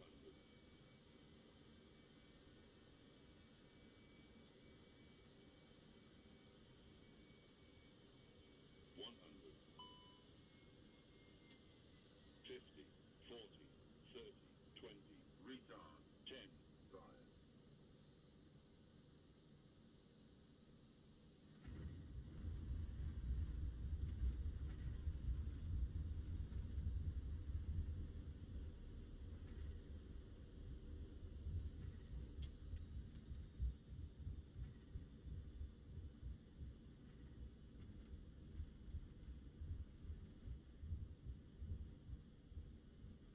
Well, I wasn't pretty, but it wasn't bad.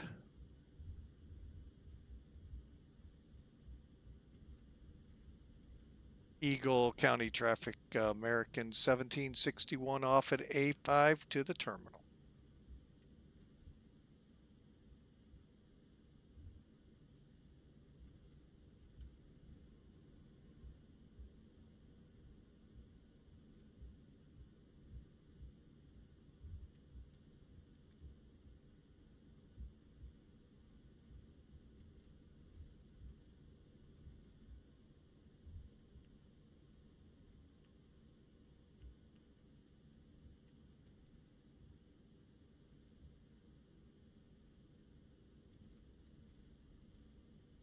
All right, folks, we'll be at the terminal here momentarily. Lights off.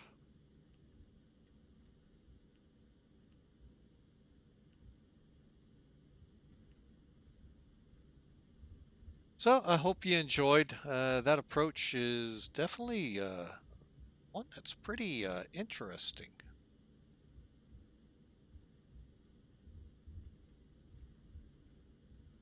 No way. No way. All right, so we're taxiing in, aiming for gate 3, maybe. We'll see. Want to make sure it has a jetway. Let's get that APU started.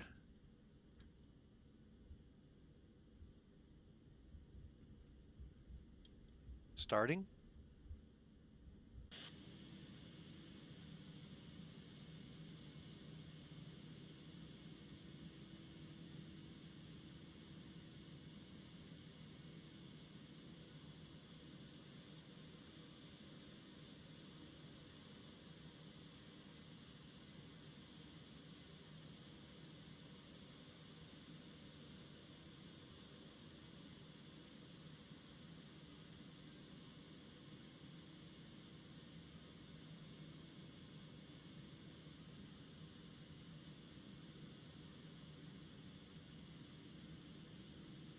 And we said gate 3. Look at that, folks. Just beautiful.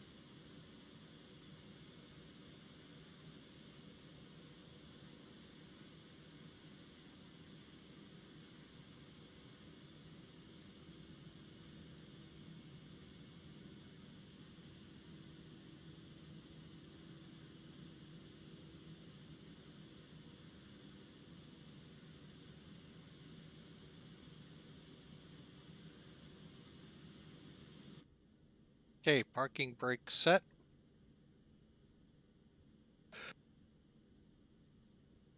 Oh, sorry, I didn't want to sneeze in your ears, folks. All right, so landing lights, ground spoilers, engine modes normal. APUs on, terrain radars and other radars off, transponder standby. Brake temperatures, they're cooling. And APUs on, going for the bleed. And seatbelts can come off. APU gens on, click and click.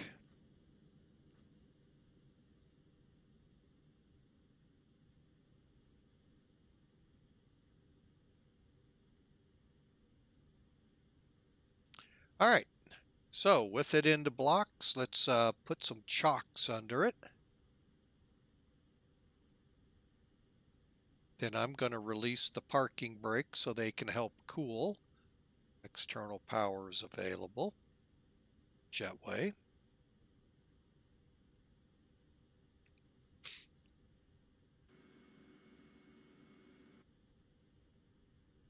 Beacon off, folks. We are all in and here. Normal off.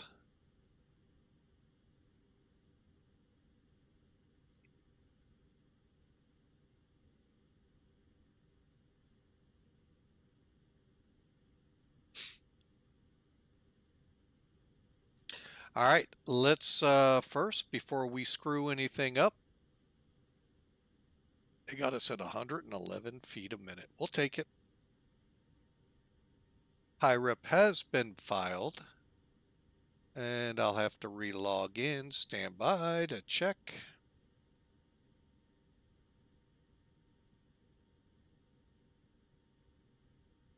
All right, folks, got 240 points. Basically, they checked them. One, make sure you're at your starting point. Engines were shut down. Start sequence was done. Flight length between 2 and 3 hours got me a little more points. My safe landing, and I was connected to a network. Just to give you an idea of how they do the pointing system. All right, so let me take a look. Everything should be open now.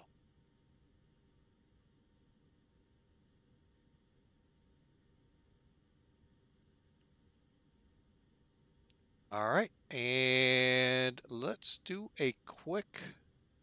Okay, so we got that taken care of, so we won't run into trouble with it.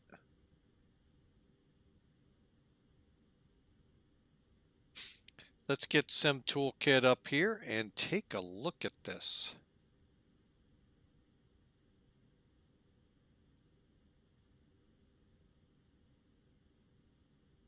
Okay, Sim Toolkit put us in at 160 feet per minute. Today's winner on this leg. Hang on, let me refresh the screen. Oh, went to me. Well, nice seeing you there, Downwind Sim. I'm pretty sure you're already gone, but thank you for coming around, visiting with us. We sure enjoy you here. I guessed 150, I believe it was. And came in at 166, so not bad at all. All right. So let's look at this trip, shall we? Again, O'Hare to Eagle County, otherwise known as Vail. Okay, there you go. Pretty much straight shot other than the little wiggle around Denver. Okay, again, 2 hours, 32 minutes, 870 miles. We burned 5,400 kilograms of fuel. 1.1 G on the landing at 166 feet a minute. Little fast, about 5 knots fast, but we'll take it. All right, we landed 2,175 feet down the runway, still inside the landing zone. starts from the last set of hash marks on the arrival end all the way back to the threshold at the beginning of that runway. We'll show it here. We were 10 feet right of the center. Doesn't look like well, okay, we're not going to argue. I did feel a little to that side. And just a real quick note, we're parked right here.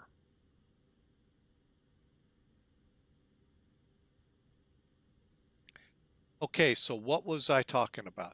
All right, well, first off, we have a displaced threshold, meaning you can start your takeoff from back here. Your landing has to start from here. And it could be anything obstruction-wise along that route that pushes you, keeps you a little higher over it than you need. So, well, threshold started here, we landed there. When you start seeing those down at the other end, folks, you better have your feet out trying to stop because you're going off the runway. Okay, over here's the metrics, call it 4%, 4-degree pitch on landing. Looked like we were pretty decent, 131 hundreds, you know the rest. Not bad, folks.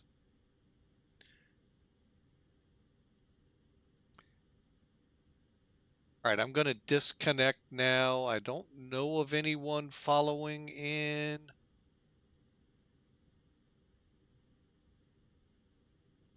Just going to look real quick.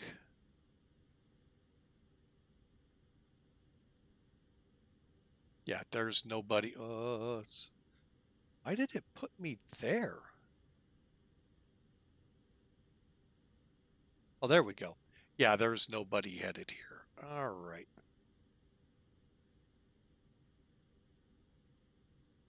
Disconnecting.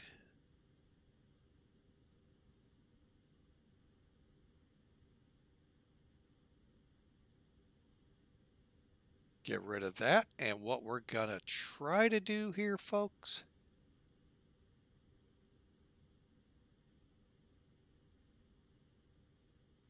I don't have the brakes on.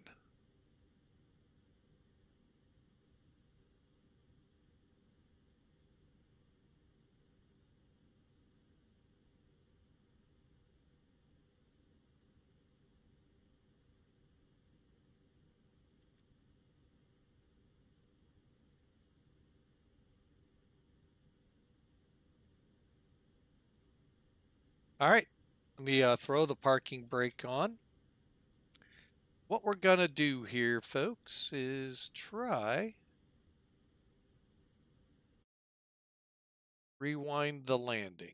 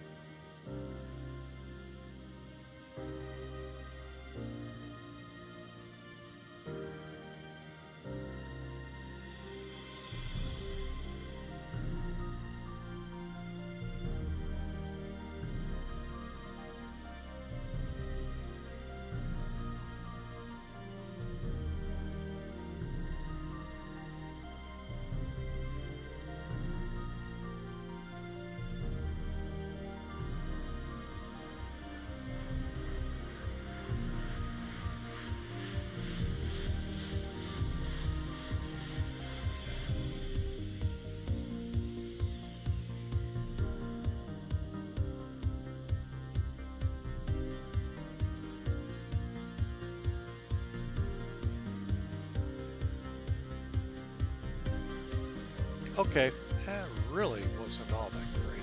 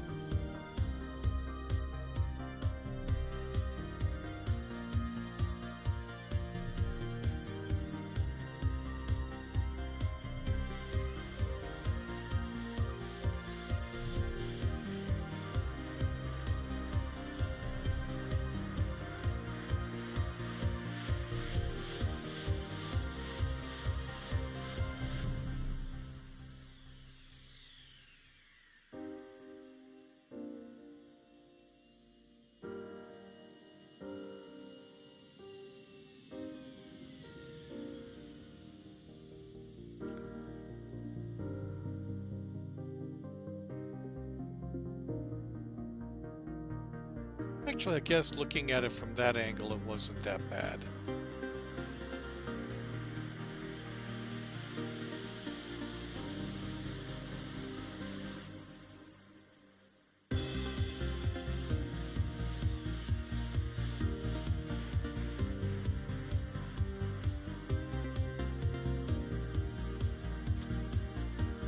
I just felt like I was so high most of it.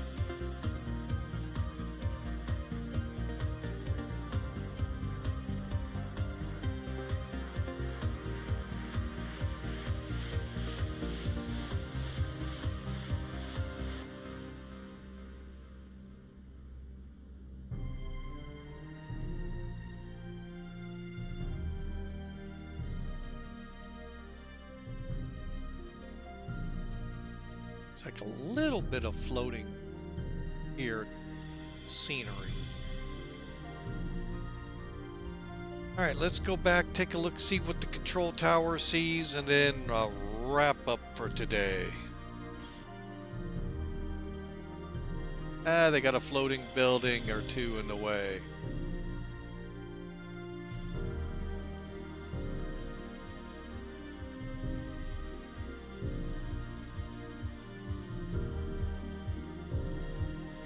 All right, folks, welcome in to Vail, Colorado.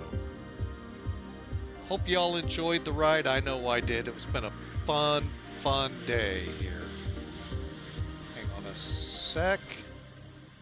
We'll wrap things up here. I just want to pull something. There we go.